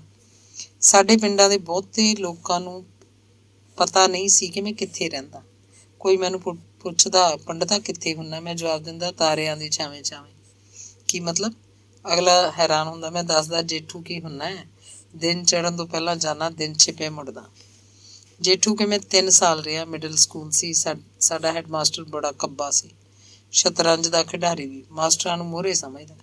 ਅਸੀਂ 7 ਜਣੇ ਸੀ, ਰਾਧਾ ਕਿਸ਼ਨ, ਓਮ ਪ੍ਰਕਾਸ਼, ਰਾਮ ਕਿਸ਼ਨ, ਪਿਆਰਾ ਲਾਲ, ਹੰਸਰਾਜ, ਬਲਵਿੰਦਰ ਸਿੰਘ ਤੇ ਮੈਂ। ਰਾਧਾ ਕ੍ਰਿਸ਼ਨ ਬਜ਼ੁਰਗ ਸੀ, ਨਿਰਪੱਖ ਰਹਿੰਦਾ। ਬਾਕੀ ਦੇ 6 ਨੂੰ ਸ਼ਤਰੰਜ ਦਾ ਖਿਡਾਰੀ ਤੁਲ ਤੇ ਟੰਗੀ ਰੱਖਦਾ। ਅਸੀਂ ਕਿਹੜਾ ਉਹਨੂੰ ਚੈਨ ਲੈਣ ਦਿੰਦੇ, ਪਰ ਉਹ ਖਿਡਾਰੀ ਸੀ, ਉਹਨੂੰ ਲੜਨਾ ਆਉਂਦਾ ਸੀ, ਜਿਵੇਂ ਲੜਨ ਨੂੰ ਵੀ ਖੇਡ ਸਮਝਦਾ ਹੋਵੇ। ਕਮੀਨਗੀ, ਬੇਪਰਤੀਤੀ, ਮਿੱਠਾ ਲੁੱਚਾ ਬਣਨ ਦੇ ਤੇ ਸਿਰ ਤੇ ਪੈਂਦੇ ਹਥਿਆਰ ਤੋਂ ਬਚਣ ਲਈ ਭੱਜ ਨਿਕਲਣ ਦੀਆਂ ਉਹ ਸਾਰੀਆਂ ਚਾਲਾਂ ਚੱਲਦਾ। ਉਹ ਫਿਰ ਵੀ ਤਕੜਾ ਸੀ। ਅਸੀਂ 6 ਜਣੇ ਭੱਜ ਨਿਕਲੇ, ਸਭ ਨੇ ਬਦਲੀਆਂ ਕਰਵਾ ਲਈਆਂ। ਮੈਂ ਭਦੌੜ ਦੀ ਬਦਲੀ ਕਰਵਾ ਲਈ। ਕੰਨ ਨੂੰ ਹੱਥ ਲਾਇਆ ਕਿ ਅੱਗੇ ਤੋਂ ਕਿਸੇ ਹੈਡ ਮਾਸਟਰ ਨਾਲ ਲੜਨਾ ਨਹੀਂ, ਨੌਕਰੀ ਕੀ ਤੇ ਨਖਰਾ ਕੀ। 4 ਦਿਨ ਤਾਂ ਬੰਦਾ ਮਾਂ ਦੇ ਯਾਰ ਨਾਲ ਵੀ ਕੱਟ ਲੈਂਦਾ, ਹੈਡ ਮਾਸਟਰ ਉਹਦੇ ਨਾਲੋਂ ਮਾੜਾ ਨਹੀਂ ਹੁੰਦਾ। 1 ਸਾਲ ਪੂਰਾ ਮਹਾਂਭਾਰਤ ਬਣਿਆ ਰਿਹਾ ਜੇਠੂਕੇ। ਰਿਹਾ ਉੱਥੇ ਹੈਡ ਮਾਸਟਰ ਵੀ ਨਾ, ਉਹ ਵੀ ਆਪਣੀ ਬਦਲੀ ਕਰਵਾ ਗਿਆ ਸੀ ਚੋਰੀ ਚੋਰੀ। ਅੰਗ 11ਵਾਂ। ਜੇਠੂਕੇ ਹੁੰਦਿਆਂ ਮੈਂ BA ਕਰ ਲਈ ਸੀ ਤੇ ਪੰਜਾਬੀ MA ਦਾ ਪਹਿਲਾ ਭਾਗ ਵੀ। ਭਦੌੜ ਜਾ ਕੇ ਦੂਜਾ ਭਾਗ ਕੀਤਾ। MA 'ਚ 2nd ਕਲਾਸ ਸੀ ਤੇ ਮੈਂ ਕਾਲਜ 'ਚ ਲੈਕਚਰਾਰ ਲੱਗਣ ਦੇ ਸੁਪਨੇ ਲੈਣ ਲੱਗਿਆ। ਉਹਨਾਂ ਦਿਨਾਂ 'ਚ ਕਾਲਜ ਲੈਕਚਰਾਰ ਬਣਨ ਲਈ 2nd ਕਲਾਸ MA ਹੋਣਾ ਹੀ ਕਾਫੀ ਸੀ। 1963 'ਚ MA ਕੀਤੀ ਸੀ। ਉਹਨਾਂ ਦਿਨਾਂ 'ਚ ਪੰਜਾਬ ਪਬਲਿਕ ਸਰਵਿਸ ਕਮਿਸ਼ਨ ਨੇ ਇੱਕ ਪੋਸਟ ਕੱਢੀ। ਸੁਣਿਆ 70 ਉਮੀਦਵਾਰਾਂ ਨੇ ਅਰਜ਼ੀਆਂ ਭੇਜੀਆਂ ਸਨ। ਉਹਨਾਂ 'ਚੋਂ 20 ਬੁਲਾਏ ਗਏ। 20 'ਚ ਇੱਕ ਮੈਂ ਵੀ ਸੀ। ਇੰਟਰਵਿਊ ਹੋਈ, ਇੱਕ ਜਣਾ ਸਿਲੈਕਟ ਕਰ ਲਿਆ ਗਿਆ। 5 ਉਮੀਦਵਾਰ ਵੇਟਿੰਗ ਲਿਸਟ 'ਚ ਰੱਖੇ। ਮੇਰਾ ਨਾਂ ਉਹਨਾਂ 5 ਵਿੱਚ ਵੀ ਨਹੀਂ ਸੀ। ਬੜੀ ਨਿਰਾਸ਼ਾ ਹੋਈ। ਉਦੋਂ ਤੱਕ ਮੇਰੀਆਂ 4 ਕਿਤਾਬਾਂ ਛਪ ਚੁੱਕੀਆਂ ਸੀ, ਕਵਿਤਾ ਦੇ ਸੰਗ੍ਰਹਿ। ਇੰਟਰਵਿਊ 'ਤੇ ਮੈਂ ਕਿਤਾਬਾਂ ਦਾ ਬੰਡਲ ਲੈ ਕੇ ਗਿਆ ਸੀ। ਵਿਸ਼ਵਾਸ ਸੀ ਜ਼ਰੂਰ ਚੁਣ ਲਿਆ ਜਾਵਾਂਗਾ, ਪਰ ਅਜਿਹਾ ਨਹੀਂ ਹੋ ਸਕਿਆ ਸੀ। ਫਿਰ ਇੱਕ ਪ੍ਰਾਈਵੇਟ ਕਾਲਜ 'ਚ ਅਰਜ਼ੀ ਭੇਜੀ। ਉਹ ਇੱਕ ਹਿੰਦੂ ਕਾਲਜ ਸੀ। ਉਹਨਾਂ ਨੇ ਮੈਨੂੰ ਬੁਲਾ ਲਿਆ। ਸ਼ਾਇਦ ਉਹ ਮੈਨੂੰ ਹਿੰਦੂ ਹੋਣ ਕਰਕੇ ਰੱਖ ਲੈਂਦਾ, ਪਰ ਮੈਂ ਗਿਆ ਹੀ ਨਾ। ਹੁਸ਼ਿਆਰਪੁਰ ਜ਼ਿਲ੍ਹੇ 'ਚ ਸੀ ਇਹ ਕਾਲਜ। ਘਰ ਤੋਂ ਦੂਰ ਜਾਣੋਂ ਡਰ ਗਿਆ ਮੈਂ। 1963 'ਚ ਹੀ ਹਾਇਰ ਸੈਕੰਡਰੀ ਸਕੂਲਾਂ ਲਈ ਪੰਜਾਬੀ ਲੈਕਚਰਾਰਾਂ ਦੀਆਂ ਪੋਸਟਾਂ ਨਿਕਲੀਆਂ। ਮੈਂ ਉੱਥੇ ਵੀ ਅਰਜ਼ੀ ਭੇਜੀ। 30 ਪੋਸਟਾਂ ਸਨ। ਪਬਲਿਕ ਸਰਵਿਸ ਕਮਿਸ਼ਨ ਨੇ ਇੰਟਰਵਿਊ ਕੀਤੀ। ਮੈਂ ਉੱਥੇ ਵੀ ਰਹਿ ਗਿਆ। ਸੋਚਿਆ ਸੀ ਸਕੂਲ ਸਹੀ, ਪਰ ਲੈਕਚਰਾਰ ਤਾਂ ਹੋਵਾਂਗਾ। ਲਗਭਗ ਗ੍ਰੇਡ ਉਹੀ ਸੀ, ਕਾਲਜ ਲੈਕਚਰਰ ਵਾਲਾ। ਭਦੌੜ 'ਚ 2 ਅਧਿਆਪਕ ਸਨ ਮੈਥੋਂ ਸਿਆਣੇ। ਹਮੇਸ਼ਾ ਉਹ ਮੇਰੇ ਹਿੱਤ ਦੀ ਗੱਲ ਕਰਦੇ। ਇੱਕ ਤਾਂ ਮੁਖਤਿਆਰ ਸਿੰਘ ਮਾਨ ਦੌਧਰ ਦਾ, ਅਤੇ ਦੂਜਾ ਮੋਹਨ ਸਿੰਘ ਬਰਾੜ ਭਾਈ ਭਗਤੇ ਤੋਂ। ਉਹ ਮੈਨੂੰ ਕਹਿੰਦੇ, ਅਣਖੀ ਪ੍ਰੋਫੈਸਰੀ ਦੀ ਝਾਕ 'ਚ ਨਾ ਬੈਠਾ ਰਹੀ। BT ਜਾਂ B.Ed ਬਗੈਰ ਗਤੀ ਨਹੀਂ ਹੋਣੀ ਤੇਰੀ, ਨਹੀਂ ਤਾਂ ਗਿਆਨੀ ਦਾ ਗਿਆਨੀ ਰਹਿ ਜਾਏਗਾ ਸਾਰੀ ਉਮਰ। ਹਾਨੀ ਸਾਰ ਮੈਂ ਇਹੀ ਚੰਗਾ ਸਮਝਿਆ। 1964 'ਚ BT ਕਰ ਲਈ ਅਤੇ ਅਗਲੇ ਸਾਲ ਦੀ BT ਦੀ ਪੋਸਟ 'ਤੇ ਹੰਡਿਆਏ ਐਡਜਸਟ ਹੋ ਗਿਆ। MA ਸੈਕਿੰਡ ਕਲਾਸ ਹੋਣ ਕਰਕੇ ਮੈਨੂੰ 5 ਇਨਕਰੀਮੈਂਟ ਵੱਧ ਮਿਲੇ। ਫਿਰ ਸੋਚਣ ਲੱਗਿਆ ਕਿ ਹਾਇਰ ਸੈਕੰਡਰੀ ਸਕੂਲਾਂ ਦਾ ਸਿਲਸਿਲਾ ਤਾਂ ਵੱਧਦਾ ਹੀ ਜਾਣਾ ਹੈ। ਮਾਸਟਰ ਕੇਡਰ ਦੀ ਸੀਨੀਅਰਿਟੀ ਅਨੁਸਾਰ ਕਿਸੇ ਦਿਨ ਸਕੂਲ ਲੈਕਚਰਰ ਪ੍ਰਮੋਟ ਹੋ ਜਾਵਾਂਗਾ, ਪਰ ਅਜਿਹਾ 1990 ਵਿੱਚ ਰਿਟਾਇਰ ਹੋਣ ਤੱਕ ਵੀ ਨਾ ਹੋਇਆ। ਕਾਲਜ ਕੇਡਰ ਵਿੱਚ ਲੈਕਚਰਰ ਬਣਨ ਲਈ ਮੈਂ ਇੱਕ ਵਾਰ ਫਿਰ ਧੁਰਲੀ ਮਾਰੀ ਸੀ। 1972 'ਚ PhD ਦਾ ਥੀਸਿਸ ਲਿਖਣ ਲਈ ਪੰਜਾਬ ਯੂਨੀਵਰਸਿਟੀ ਚੰਡੀਗੜ੍ਹ ਤੋਂ ਟੌਪਿਕ ਲੈ ਲਿਆ। 1947 ਤੋਂ 1972 ਤੱਕ ਪੰਜਾਬੀ ਕਹਾਣੀ 'ਚ ਪੇਂਡੂ ਜੀਵਨ ਚਿੱਤਰਨ ਟੌਪਿਕ ਮੇਰੀ ਮਨਪਸੰਦ ਦਾ ਸੀ। ਮੈਂ ਜ਼ੋਰ ਸ਼ੋਰ ਨਾਲ ਕੰਮ ਸ਼ੁਰੂ ਕੀਤਾ। ਪੰਜਾਬੀ ਦੀ 300 ਕਹਾਣੀ ਪੜ੍ਹ ਦਿੱਤੀ, ਨੋਟਸ ਤਿਆਰ ਕੀਤੇ। ਸੰਤ ਸਿੰਘ ਸੇਖੋਂ ਤੋਂ ਲੈ ਕੇ ਨਵੇਂ ਉਭਰੇ ਕਹਾਣੀਕਾਰਾਂ ਤੱਕ। ਹਿੰਦੀ 'ਚ ਛਪੇ ਪੇਂਡੂ ਜੀਵਨ ਤੇ ਸਾਹਿਤ ਨਾਲ ਸੰਬੰਧ ਰੱਖਦੇ 4-5 PhD ਥੀਸਿਸ ਪੜ੍ਹੇ। ਖੇਤੀਬਾੜੀ ਯੂਨੀਵਰਸਿਟੀ ਲੁਧਿਆਣਾ ਦੀ ਲਾਇਬ੍ਰੇਰੀ 'ਚੋਂ ਲਿਆ ਕੇ ਅੰਗਰੇਜ਼ੀ 'ਚ 20-25 ਮੋਟੀਆਂ ਕਿਤਾਬਾਂ ਪੜ੍ਹੀਆਂ। ਪਰ 1974 'ਚ ਮੇਰੀ ਪਤਨੀ ਭਾਗਵੰਤੀ ਇੱਕ ਨਾਮੁਰਾਦ ਬਿਮਾਰੀ ਨਾਲ ਮੰਜਾ ਫੜ ਕੇ ਪੈ ਗਈ। ਇਹ ਸਾਰਾ ਜ਼ਿਕਰ ਮੈਂ ਬਾਅਦ 'ਚ ਕਰਾਂਗਾ। ਮੇਰੇ ਘਰ ਦਾ ਸਾਰਾ ਢਾਂਚਾ ਬਿਖਰ ਕੇ ਰਹਿ ਗਿਆ। ਮੇਰੀ ਸੁੱਧ ਬੁੱਧ ਮਾਰੀ ਗਈ। ਬਿਮਾਰੀ ਬਹੁਤ ਭੈੜੀ ਸੀ। ਮੈਂ ਮਨ ਕਰੜਾ ਕੀਤਾ ਕਿ PhD ਜ਼ਰੂਰ ਕਰਨੀ ਹੈ। ਯੂਨੀਵਰਸਿਟੀ ਤੋਂ 1 ਸਾਲ ਦੀ ਐਕਸਟੈਂਸ਼ਨ ਲੈ ਲਈ। ਥੀਸਿਸ ਦੇ 2 ਚੈਪਟਰ ਲਿਖ ਲਏ ਸਨ। ਗਾਈਡ ਨੇ ਉਹਨਾਂ ਨੂੰ ਪ੍ਰਵਾਨਗੀ ਵੀ ਦੇ ਦਿੱਤੀ ਸੀ। 3 ਚੈਪਟਰ ਲਿਖਣੇ ਬਾਕੀ ਸਨ। ਉੱਧਰ ਪਤਨੀ ਦੀ ਹਾਲਤ ਦਿਨੋਂ ਦਿਨ ਖਰਾਬ ਹੁੰਦੀ ਜਾ ਰਹੀ ਸੀ। ਮੇਰਾ ਮਾਨਸਿਕ ਬੋਝ ਵਧਣ ਲੱਗਿਆ। ਭੁੱਖ ਨਹੀਂ ਲੱਗਦੀ ਸੀ। ਹਰ ਵੇਲੇ ਸਿਰ ਦੁਖਦਾ ਰਹਿੰਦਾ। ਥੀਸਿਸ ਦਾ ਕੰਮ ਪਿੱਛੇ ਪੈਣ ਲੱਗਿਆ। ਮੇਰਾ ਮਿੱਤਰ ਗਿਆਨੀ ਜਸਵੰਤ ਸਿੰਘ ਹੰਡਿਆਏ ਮੈਨੂੰ ਡਾਕਟਰ ਗੁਰਦਿਆਲ ਸਿੰਘ ਕੋਲ ਲੈ ਕੇ ਗਿਆ। ਉਹਨਾਂ ਨੇ ਮੈਨੂੰ ਚੰਗੀ ਤਰ੍ਹਾਂ ਚੈੱਕ ਕੀਤਾ, ਸਲਾਹ ਦਿੱਤੀ, ਕੋਈ ਗੇਮ ਖੇਡਿਆ ਕਰੋ ਜਾਂ ਲੰਬੀ ਸੈਰ ਕਰੋ, ਚਿੰਤਾ ਕਰਨੀ ਛੱਡੋ। 1 ਸਾਲ ਹੋਰ ਐਕਸਟੈਂਸ਼ਨ ਲੈਣੀ ਚਾਹੀ ਤਾਂ ਪਤਾ ਲੱਗਿਆ ਮੈਂ 44 ਸਾਲ ਦਾ ਹੋ ਗਿਆ। ਜਦੋਂ ਥੀਸਿਸ ਸਬਮਿਟ ਕੀਤਾ 45 ਤੋਂ ਟੱਪ ਜਾਵਾਂਗਾ, ਫਿਰ ਕੀ ਫਾਇਦਾ। ਪਬਲਿਕ ਸਰਵਿਸ ਕਮਿਸ਼ਨ ਦਾ ਨੇਮ ਸੀ। ਕੋਈ ਵੀ ਸਰਕਾਰੀ ਕਰਮਚਾਰੀ 45 ਸਾਲਾਂ ਦੀ ਉਮਰ ਤੋਂ ਬਾਅਦ ਕਾਲਜ ਲੈਕਚਰਰ ਦੀ ਪੋਸਟ ਲਈ ਅਰਜ਼ੀ ਨਹੀਂ ਦੇ ਸਕਦਾ। ਹੁਣ PhD ਕਰਨ ਦਾ ਕੋਈ ਲਾਭ ਨਹੀਂ ਸੀ। ਮੈਂ ਕਾਲਜ 'ਚ ਜਾਣ ਲਈ ਹੀ ਇਹ ਸਭ ਪਾਪੜ ਵੇਲ ਲਿਆ ਸੀ। ਮੇਰੇ ਸਾਹਿਤ ਕੈਰੀਅਰ ਲਈ PhD ਦਾ ਕੋਈ ਲਾਭ ਨਹੀਂ ਹੋਣਾ ਸੀ। ਸੋ ਮੈਂ ਸਾਰਾ ਕੀਤਾ ਕਰਾਇਆ ਪੋਟਲੀ ਬਣ ਕੇ ਪਰਾਂ ਇੱਕ ਖੁੰਝੇ 'ਚ ਸੁੱਟ ਦਿੱਤਾ। ਤੇਜ਼ੀ ਨਾਲ ਕਹਾਣੀਆਂ ਲਿਖਣ ਲੱਗਿਆ ਅਤੇ ਨਾਵਲ। ਇਹ ਮੇਰਾ ਅਸਲੀ ਕੰਮ ਸੀ। ਹੁਣ ਮੈਂ ਤੁਹਾਨੂੰ ਆਪਣੇ ਪਹਿਲੇ ਕਹਾਣੀ ਸੰਗ੍ਰਹਿ ਸੁੱਤਾ ਨਾਗ ਬਾਰੇ ਦੱਸਾਂਗਾ, ਪਰ ਪਹਿਲਾਂ ਆਪਣੇ 2 ਕਵਿਤਾ ਸੰਗ੍ਰਹਿਆਂ ਦੇ ਛਪਣ ਦੀ ਗੱਲ ਕਰਨਾ। ਪਤਾ ਨਹੀਂ ਦੂਜੀਆਂ ਭਾਰਤੀ ਭਾਸ਼ਾਵਾਂ 'ਚ ਨਵੇਂ ਲੇਖਕਾਂ ਨਾਲ ਕਿਵੇਂ ਬੀਤਦੀ ਹੈ, ਪਰ ਪੰਜਾਬੀ 'ਚ ਤਾਂ ਇਹ ਸੱਚਾਈ ਹੈ ਕਿ ਨਵੇਂ ਲੇਖਕਾਂ ਨੂੰ ਕੋਲੋਂ ਪੈਸੇ ਦੇ ਕੇ ਪਬਲਿਸ਼ਰਾਂ ਤੋਂ ਆਪਣੀਆਂ ਕਿਤਾਬਾਂ ਛਪਵਾਉਣੀਆਂ ਪੈਂਦੀਆਂ। ਪੰਜਾਬੀ ਦਾ ਲਗਭਗ ਹਰੇਕ ਪਬਲਿਸ਼ਰ ਹੁਣ ਇਹੀ ਧੰਦਾ ਕਰਨ ਲੱਗ ਪਿਆ। ਛੋਟਾ ਪਬਲਿਸ਼ਰ ਤਾਂ ਅਜਿਹਾ ਕਰਦਾ ਜਾਇਜ਼ ਲੱਗਦਾ, ਕਿਉਂਕਿ ਉਹਦੇ ਕੋਲ ਥੋੜ੍ਹੀ ਪੂੰਜੀ ਹੁੰਦੀ ਹੈ। ਉਹਨੇ ਆਪਣਾ ਵਪਾਰ ਸੈੱਟ ਕਰਨਾ ਹੁੰਦਾ, ਪਰ ਵੱਡੇ ਪਬਲਿਸ਼ਰਾਂ ਲਈ ਇਹ ਸ਼ਰਮ ਦਾ ਮੁਕਾਮ ਹੈ। ਮੇਰਾ ਕਾਵਿ ਸੰਗ੍ਰਹਿ ਕਲਰੀਆਂ 1962 'ਚ ਇੱਕ ਪਬਲਿਸ਼ਰ ਨੇ ਛਾਪਿਆ। ਸੌਦਾ ਤੈਅ ਹੋਇਆ ਸੀ। ਕਿਤਾਬ ਦੇ ਖਰੜੇ ਨਾਲ ਮੈਂ 100 ਰੁਪਈਆ ਉਹਨੂੰ ਦਿਆਂਗਾ। ਕਿਤਾਬ ਛਪਣ 'ਤੇ ਉਹ ਮੈਨੂੰ 50 ਕਿਤਾਬਾਂ ਦੇਵੇਗਾ ਅਤੇ ਮੇਰਾ 100 ਰੁਪਈਆ 6 ਮਹੀਨਿਆਂ ਬਾਅਦ ਮੋੜ ਦੇਵੇਗਾ। ਪਹਿਲਾਂ ਤਾਂ ਉਹ ਕਿਤਾਬ ਹੀ ਨਹੀਂ ਛਾਪ ਰਿਹਾ ਸੀ। 100 ਰੁਪਏ ਨੇ ਖਾਧੀ ਕੜੀ ਖਰੜਾ ਹੀ ਨਾ ਕਿਧਰੇ ਖੁਰਦ-ਬੁਰਦ ਹੋ ਜਾਏ, ਮੈਨੂੰ ਫਿਕਰ ਪਿਆ ਹੋਇਆ ਸੀ। 1 ਸਾਲ ਗੁਜ਼ਰ ਗਿਆ। ਕੇਂਦਰੀ ਪੰਜਾਬੀ ਲੇਖਕ ਸਭਾ ਦੇ ਤੇਰਾ ਸਿੰਘ ਚੰਨ ਕੋਲ ਮੈਂ ਗੱਲ ਛੇੜੀ। ਫਿਰ ਕਿਤਾਬ ਤਾਂ ਪਬਲਿਸ਼ਰ ਨੇ ਛਾਪ ਦਿੱਤੀ, 50 ਕਾਪੀਆਂ ਵੀ ਭੇਜ ਦਿੱਤੀਆਂ, ਪਰ 100 ਰੁਪਇਆ ਅੱਜ ਤੱਕ ਨਹੀਂ ਮਿਲਿਆ। ਮੇਰੇ ਕਮਰੇ ਦਾ ਸੂਰਜ ਵਿਚਲੀਆਂ ਬਹੁਤੀਆਂ ਕਵਿਤਾਵਾਂ ਮੈਂ ਭਦੌੜ ਰਹਿ ਕੇ ਲਿਖੀਆਂ ਸਨ। ਜਜ਼ਬਿਆਂ ਦੀ ਅੱਗ 'ਚ ਪੂਰਾ ਮੱਚ ਕੇ ਲਿਖੀਆਂ ਹੋਈਆਂ ਕਵਿਤਾਵਾਂ। ਮੈਂ ਚਾਹੁੰਦਾ ਸੀ ਇਹਨਾਂ ਦੀ ਕਿਤਾਬ ਛਪ ਜਾਏ, ਚਾਹੇ ਕੋਈ ਮੇਰੀਆਂ ਹੱਡੀਆਂ ਦਾ ਮੁੱਲ ਪਾ ਲਵੇ। ਪਰ ਕੋਈ ਵੀ ਪਬਲਿਸ਼ਰ ਮੈਨੂੰ ਨਾ ਮਿਲਿਆ। ਕੋਲੋਂ ਪੈਸੇ ਦੇਣ ਦੇ ਮੈਂ ਸਮਰੱਥ ਨਹੀਂ ਸੀ। ਸੋ ਇੱਕ ਯੋਜਨਾ ਮੈਂ ਖੁਦ ਹੀ ਪਬਲਿਸ਼ਰ ਨੂੰ ਬਣਾ ਕੇ ਭੇਜੀ। ਉਹਨਾਂ ਵੱਲੋਂ ਇੱਕ ਮਾਸਿਕ ਪੱਤਰ ਵੀ ਛਪਦਾ ਹੁੰਦਾ ਸੀ। ਉਹਨਾਂ ਦਿਨਾਂ 'ਚ ਉਹਦਾ ਸਾਲਾਨਾ ਚੰਦਾ 6 ਰੁਪਏ ਸੀ।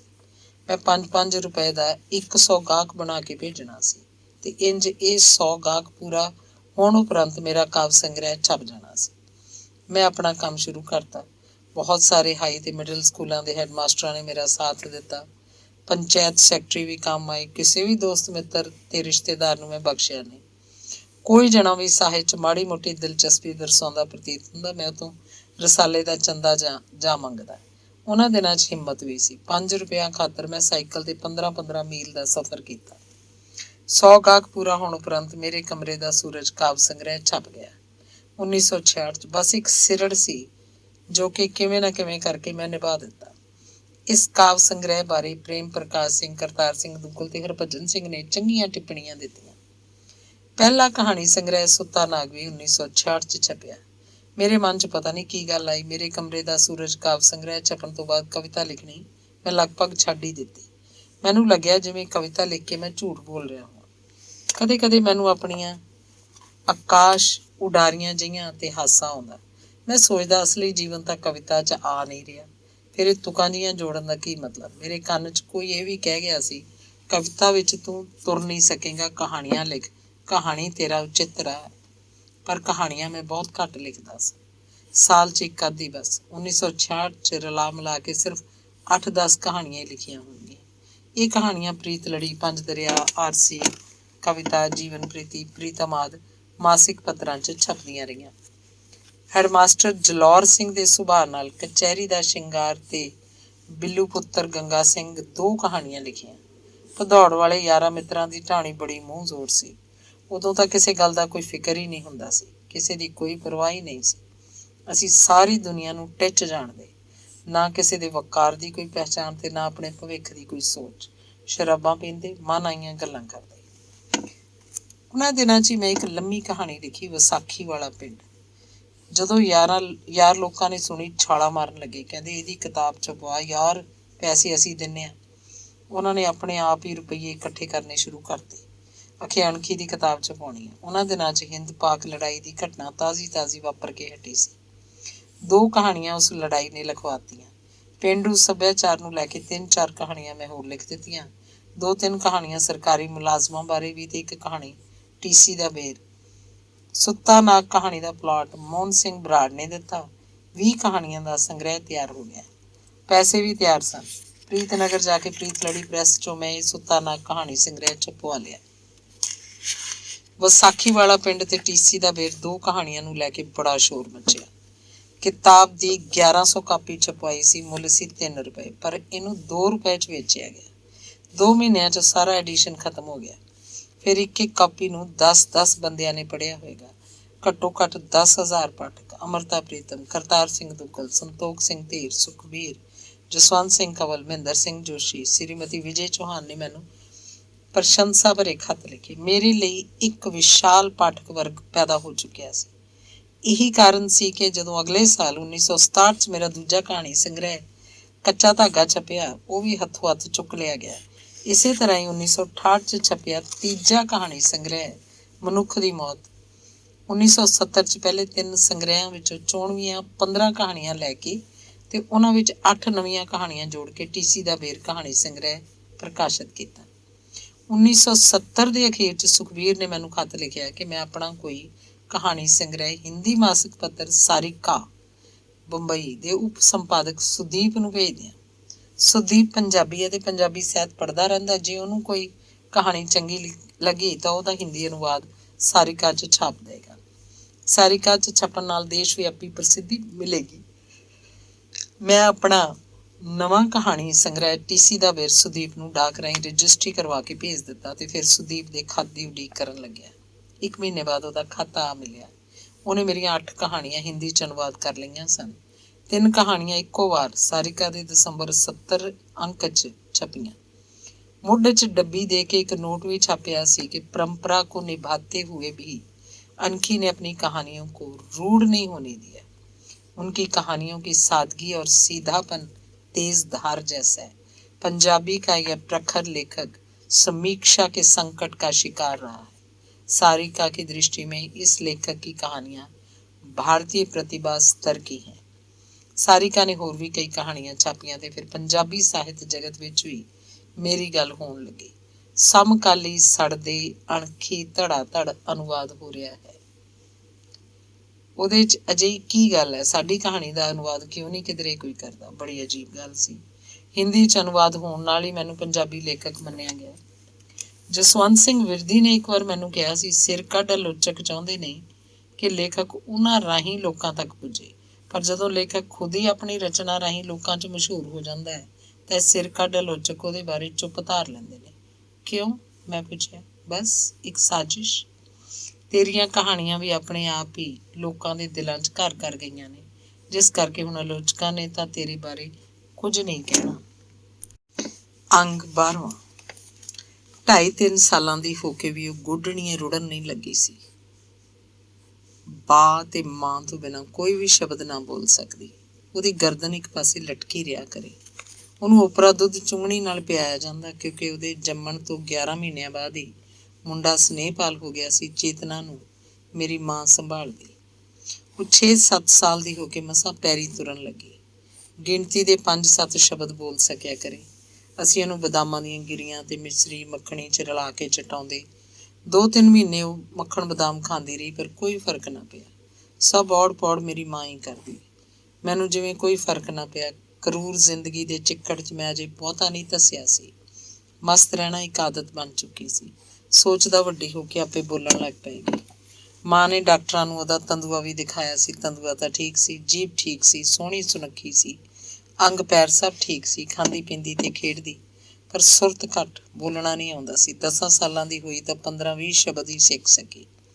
ਫਿਰ 2-2, 3-3 ਸ਼ਬਦਾਂ ਦੇ ਫਿਕਰੇ ਬੋਲਣ ਲੱਗੀ। ਗੱਲ ਸਮਝ ਤਾਂ ਲੈਂਦੀ, ਆਪ ਸਮਝਾਉਣੀ ਨਾ ਆਉਂਦੀ। ਮੇਰੀ ਮਾਂ ਹੀ ਉਹਨੂੰ ਉਹਦੀ ਭਾਸ਼ਾ ਨੂੰ ਸਮਝਦੀ। ਗੁਰਬਚਨ ਸਿੰਘ ਭੁੱਲਰ ਦਮਦਮਾ ਸਾਹਿਬ ਕਾਲਜ ਦੀ ਲੈਕਚਰੀ ਛੱਡ ਕੇ ਦਿੱਲੀ ਸੋਵੀਅਤ ਦੂਤਾਵਾਸ ਦੇ ਸੂਚਨਾ ਵਿਭਾਗ 'ਚ ਜਾ ਚੁੱਕਿਆ ਸੀ। ਮੈਂ ਉਹਨੂੰ ਚਿੱਠੀ ਲਿਖ ਕੇ ਕੁੜੀ ਦਾ ਦੁੱਖ ਦੱਸਿਆ। ਉਹਦੇ ਨਾਲ ਮੇਰੀ ਪਰਿਵਾਰਕ ਸਾਂਝ ਸੀ, ਉਹ ਪਹਿਲਾਂ ਹੀ ਸਭ ਜਾਣਦਾ ਸੀ। ਉਹਨੇ ਲਿਖਿਆ ਕਿ ਮੈਂ ਕੁੜੀ ਨੂੰ ਨਾਲ ਲੈ ਕੇ ਦਿੱਲੀ ਆ ਜਾਵਾਂ, ਚੈੱਕ ਕਰਵਾ ਲਾਂਗੇ ਤੇ ਸ਼ਾਇਦ ਕੋਈ ਇਲਾਜ ਹੋ ਸਕੇ। ਗੋਦੀ ਵਾਲਾ ਮੁੰਡਾ ਕ੍ਰਾਂਤੀਪਾਲ ਨਾਲ ਲੈ ਕੇ ਮੈਂ ਤੇ ਭਾਗਵੰਤੀ ਦਿੱਲੀ ਜਾ ਪਹੁੰਚੀ।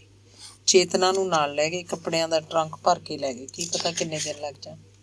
ਉਹਨਾਂ ਦਿਨਾਂ 'ਚ ਭੁੱਲਰ ਰਾਣਾ ਪ੍ਰਤਾਪ ਬਾਗ ਰਹਿੰਦਾ ਹੁੰਦਾ। ਪੂਰੇ 5 ਦਿਨ ਰਹੇ ਅਸੀਂ ਕੈਲਾਸ਼ ਕਲੋਨੀ 'ਚ। ਡਾਕਟਰ ਅਰਜਨ ਦਾਸ ਸਹਿਗਲ ਦਾ ਨਰਸਿੰਗ ਹੋਮ ਸੀ।